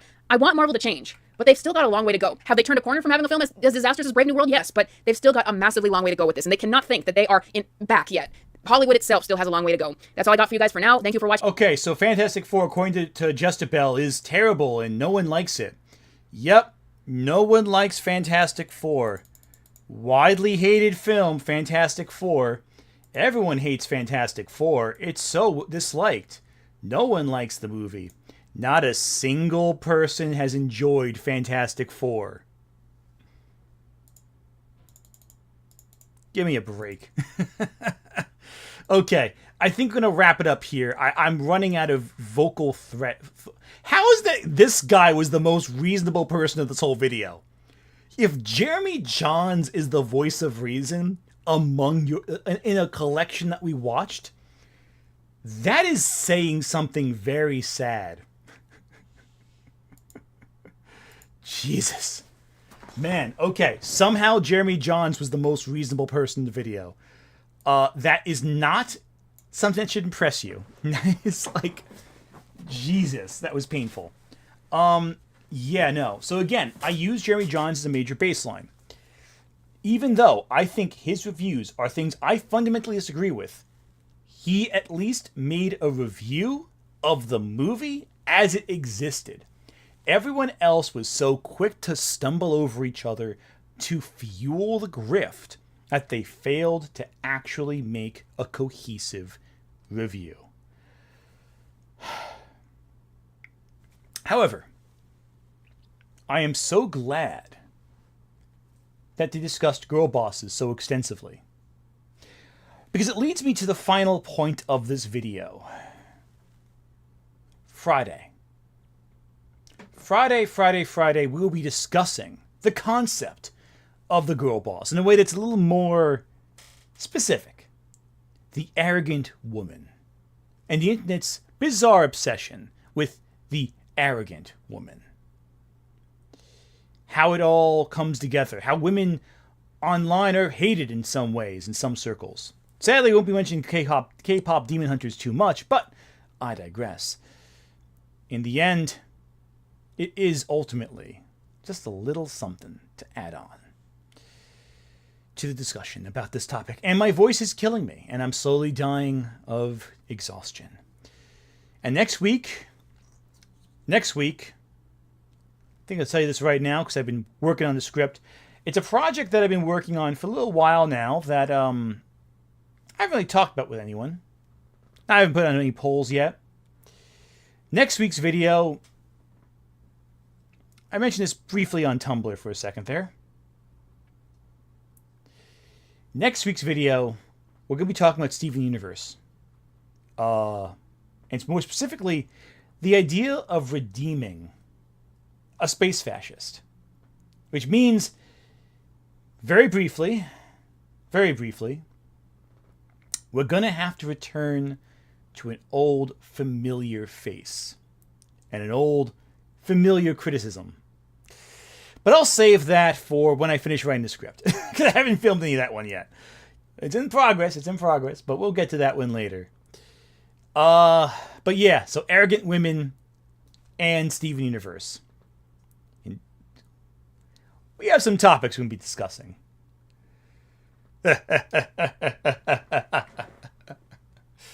Oh, by the way, the arrogant women video is, of course, an excuse to talk about one specific character. I'll show you an image of that character right now. I mean, obviously, if you're going to talk about arrogant ladies in fiction and how people react to them, there's only one character you can really talk about at all in logic with that. And I'm going to show you the character, the core character, who will be the focus, for a little bit at least, of the arrogant women video. And really, this should be no surprise to anyone who knows me very well that this is going to be the focus of the video at all. But I digress. So, welcome. Thank you everyone for watching and sticking around for this long. It was a long video, but I'm going to spend the rest of the evening drinking water to soothe the pain in the back of my throat from talking so much, as well as taking a nice long slumber before I work again tomorrow. So, everyone, thank you so much for joining. I will see you all a little later. Take care. And if you haven't seen it yet, take a look at the video I did just recently on the whole conflict with, what was it? Ichio. If you haven't seen my Ichio video, take a look. It's quite good, I think. Hopefully it's quite good. And, take a look at it. Take care, everyone.